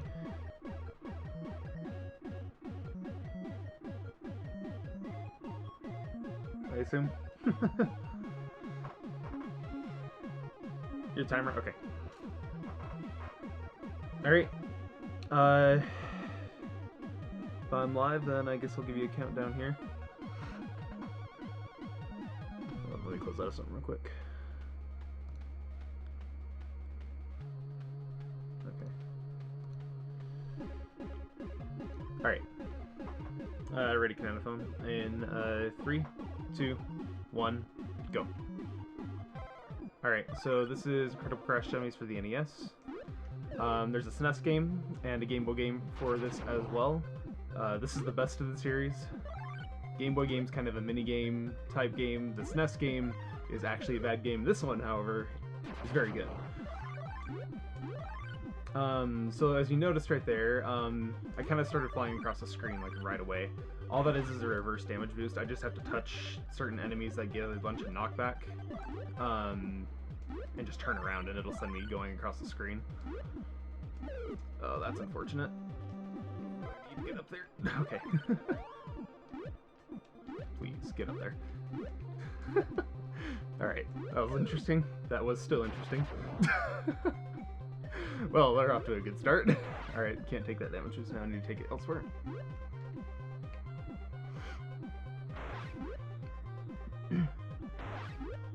That's fine though, we'll take it right here. That way I get over that tire and through that enemy there, and I can go straight under this tire right away. You'll notice these rockets lying around. I used to not pick them up because I thought they kind of were a hindrance. That particular one I just passed up is. In some instances, though, they are actually very, very useful. Ooh. I'm playing it safe here.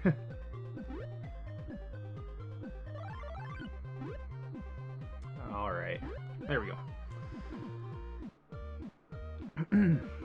Alright, so there is a story to this game. This game is based off, or I guess all the games are based off of the third series of the toy line of the Incredible Crash Dummies. However, this game uses the second series colors because the NES couldn't really do that detailed for the second or the third series. I'm gonna get to play as the character Slick and Spin. So Slick was the first one. This here is Spin. In the story, we saw our dog Bumper just get kicked into a sewer by a junk bot. So we are now going to find our dog who is in the sewers while we're trying to find two of our friends, Spare Tire and Daryl, as well, who were kidnapped by the junk man. This is just on top of that now. As you can see, there's really only one difference between Slick and Spin. Slick is on a wheel, Spin is not. And being on that wheel makes it so that Slick bounces, which is a little tricky to get used to, but it's not too bad. There's literally only one other person who has run this game. That would be Extra Guy, who no longer speedruns, unfortunately. I otherwise am the only other person who has picked this game up. It's really fun, though.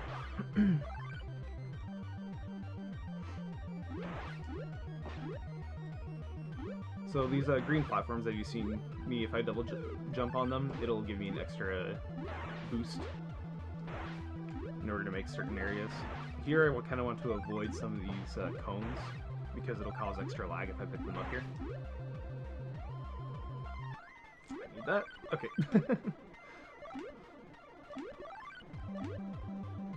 The wheel makes me invincible and lets me just run through all enemies, so it's useful in certain spots when it's there. Sometimes it's out of the way though, so I don't bother with it.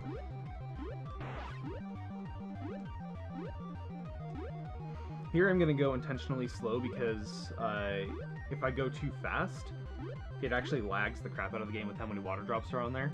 and ends up being slower in the end. So I just try and inch my way forward through it instead.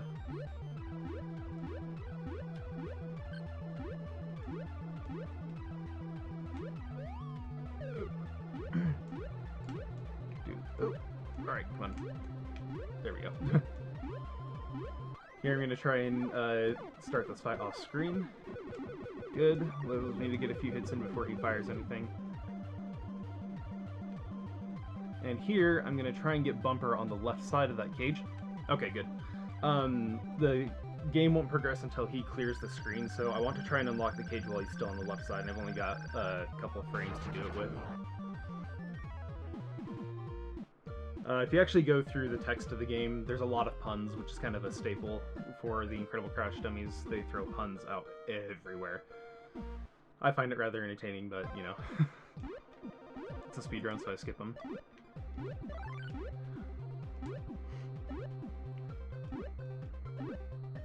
Alright, so right there, with that bomb, I lost my head, and I now have reverse controls with the D-pad. Which really isn't all that big of a deal. It's a very clear indicator when you actually do have regular controls or not. Here I'm going to pick up this rocket. Get my head back, and then hopefully make it through quickly here. Good, okay. Here's a bunch of bodiless elephants, because why not?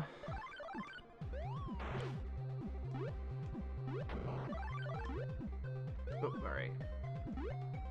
I'm going to jump over this one. Let's run into this wall, which kind of spaces that out for the enemy that's coming in at the cannon. Oh, that's unfortunate.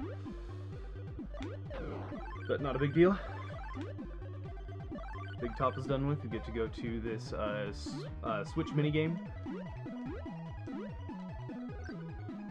It's on a timer for me to do this all in one go, so I gotta make sure that I don't screw it up. Like that. Okay. Alright, we're fine, we're fine. This is fine. So now we're into the funhouse. A lot of people would not call this the funhouse. But here, it has some cool stuff like that. I can use the boxing gloves that are coming out to propel me upward. Like, if I didn't use that there, I'd have to go through this really, really long section back and forth all the way to the left, back to the right, everything, but instead I just take the hit there and it sends me all the way up. Just like that. Oh, perfect, I made all three of those.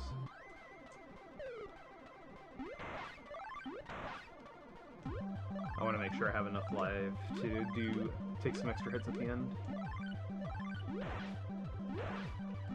I can tell... Oh, that's unfortunate. That means I can't do the very last damage boost, but that's fine. I can tell where the boxing gloves are at because there's just kind of this slight red line just on the bottom of the screen. So it's not really a big deal for me to tell where they're at.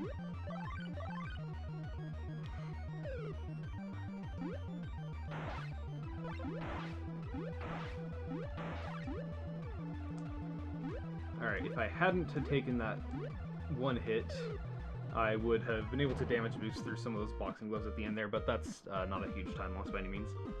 Also, I'm very glad that it didn't happen, but the exit to that level is that big boxing glove. That can actually kill me, for some reason. I have no idea why, but sometimes it just decides that there's an invisible ceiling at the top of the exit, so I'm glad it didn't. Alright, so here is the warehouse. I actually just implemented a new rocket into this level this week, and I haven't been streaming it all this week, so you guys are going to be the first to see it if I can pull it off. So let's hope I do, because new strats. I did incorporate this one before. Oh, that's unfortunate. That guy sometimes will pause there, and I hope that he doesn't, but he did.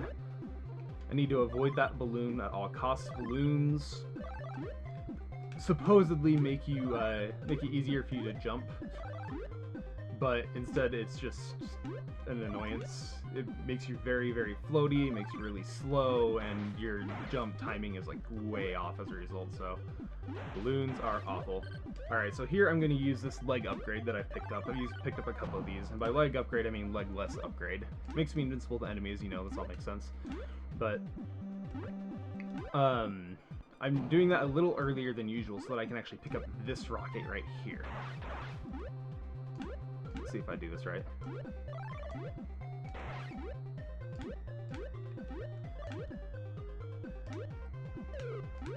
That was weird. That shouldn't have hit me. That's fine. Alright, I was able to pull it off. I'm happy. So, new rocket strats. You guys are the first to see it. Congrats. Feel special? This is an unskippable cutscene. There's only a couple of them in the game. I now have to go to the docks. And I need to make absolutely sure that I do not touch any water. If I, like, scrape the water even slightly, it just, like, sucks me in. So I have to make sure of that.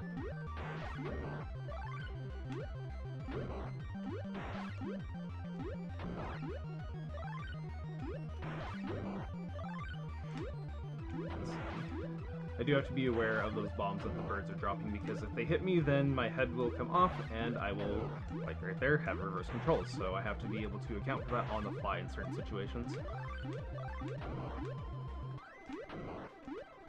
I'm just going to take that one as a safety. Technically, I can jump underneath it if it gives me kind of the right area to where it drops the bomb, but it's kind of a risk. If I miss it, then I fall all the way back down and possibly into the water. I'm not going to bother picking up my head because, I mean, it's not really necessary. Wrist controls aren't that hard. Not when you know, like, that you have them anyway.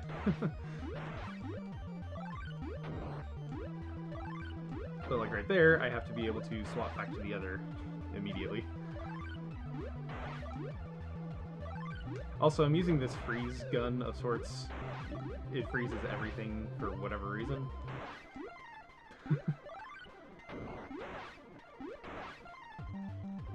Here I get to fight a pirate of sorts. Oh, this is a terrible pattern.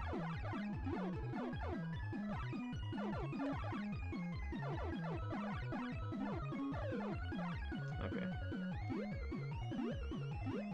Alright, we found Daryl. So that's one of our 2 objectives done. Water sucks. Never touch water. Good advice. As I drink water. Let's do that. That was refreshing. Thanks for the reminder.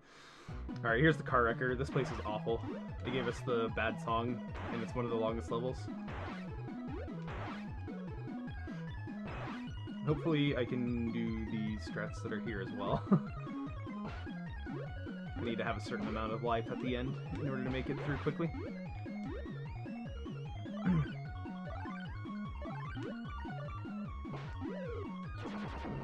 Just gonna take a reverse damage boost up there. Get through the wrecking ball quicker. Here I found out that I can make this jump this week, so that's another thing that's new, which is cool. If I don't do that, that guy for some reason... Oh, oops, that was a mistake. I froze the wrong guy. That's right. I was supposed to reverse damage boost off of the guy in the cart, but that's fine. It's not a huge time loss. I was like, wait, why am I not flying? This is the hardest jump in the game. Okay. They expect you to use the balloon there, but I refuse to touch that thing. I also found out I can make that jump. And we'll see if I can make this one as well. Hey, cool. I made them all. New jumps. Woo! Alright, I'm gonna wait this just in case. Okay. I was a little slow on that guy spawning, but that's fine. It's better to be safe than sorry for a situation like this. Alright, so I'm using this this upgrade again. Normally, or before I used to use it like right as I got to this, but if I use it earlier than that, thanks to a friend of mine who I think is in chat, Pot.1, he discovered that for me. I could just use it earlier instead. And use the reverse damage boost on that wrecking ball to go through the rest of it, which is a lot faster. Alright, we found spare tire, but haven't saved him yet. So now we're in the last 2 levels of the game. I'm at Junkman's hideout entrance. And there's also a new strat here, but this one I found like a few months ago. We'll see if I can pull it off because it's kind of tricky. Again, using another rocket that I had excluded before. Here I'm just going to use this fence to get up higher because, you know, why not abuse the game's physics that they programmed than actually platforming. I'll take this rocket here, which is the new one. Alright, this is fine. Alright. I want to avoid that blue rocket because it'll overwrite the gold one and make me a little slower when the gold one is faster. Okay, that's fine. Put me back further than I thought it would, though. That's unfortunate.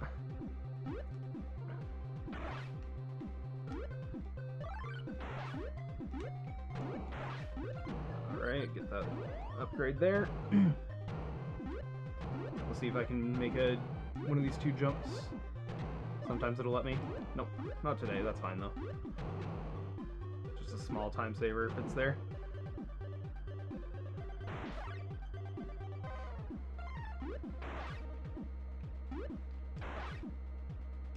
Oops, that's fine, though. I'm going to be taking another death up here anyway. This time on purpose. Not the one I meant to do, but that'll work. Make sure to get over the fish. Gonna wait out that enemy so that I don't die from him. And we'll use our final leg upgrade of the game. Just to get through all the crushers.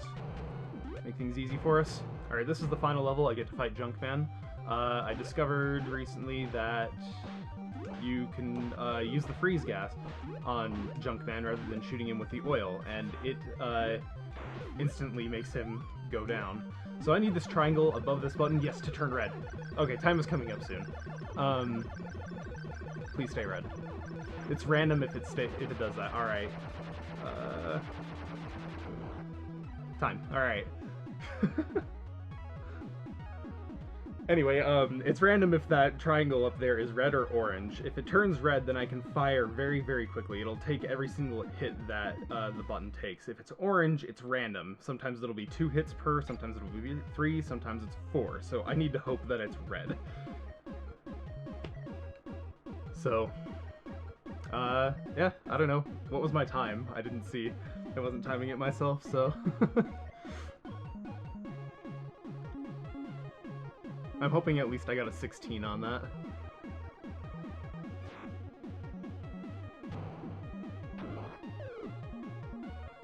$16.09. Alright, I'll take that. My PB is a 1544, so I'll take that. Here's your... Oh, I got a high score, because why not? And here's your one and only screen of credits for the game. When it starts over. Alright, that was Crash Dummies. Thanks for watching.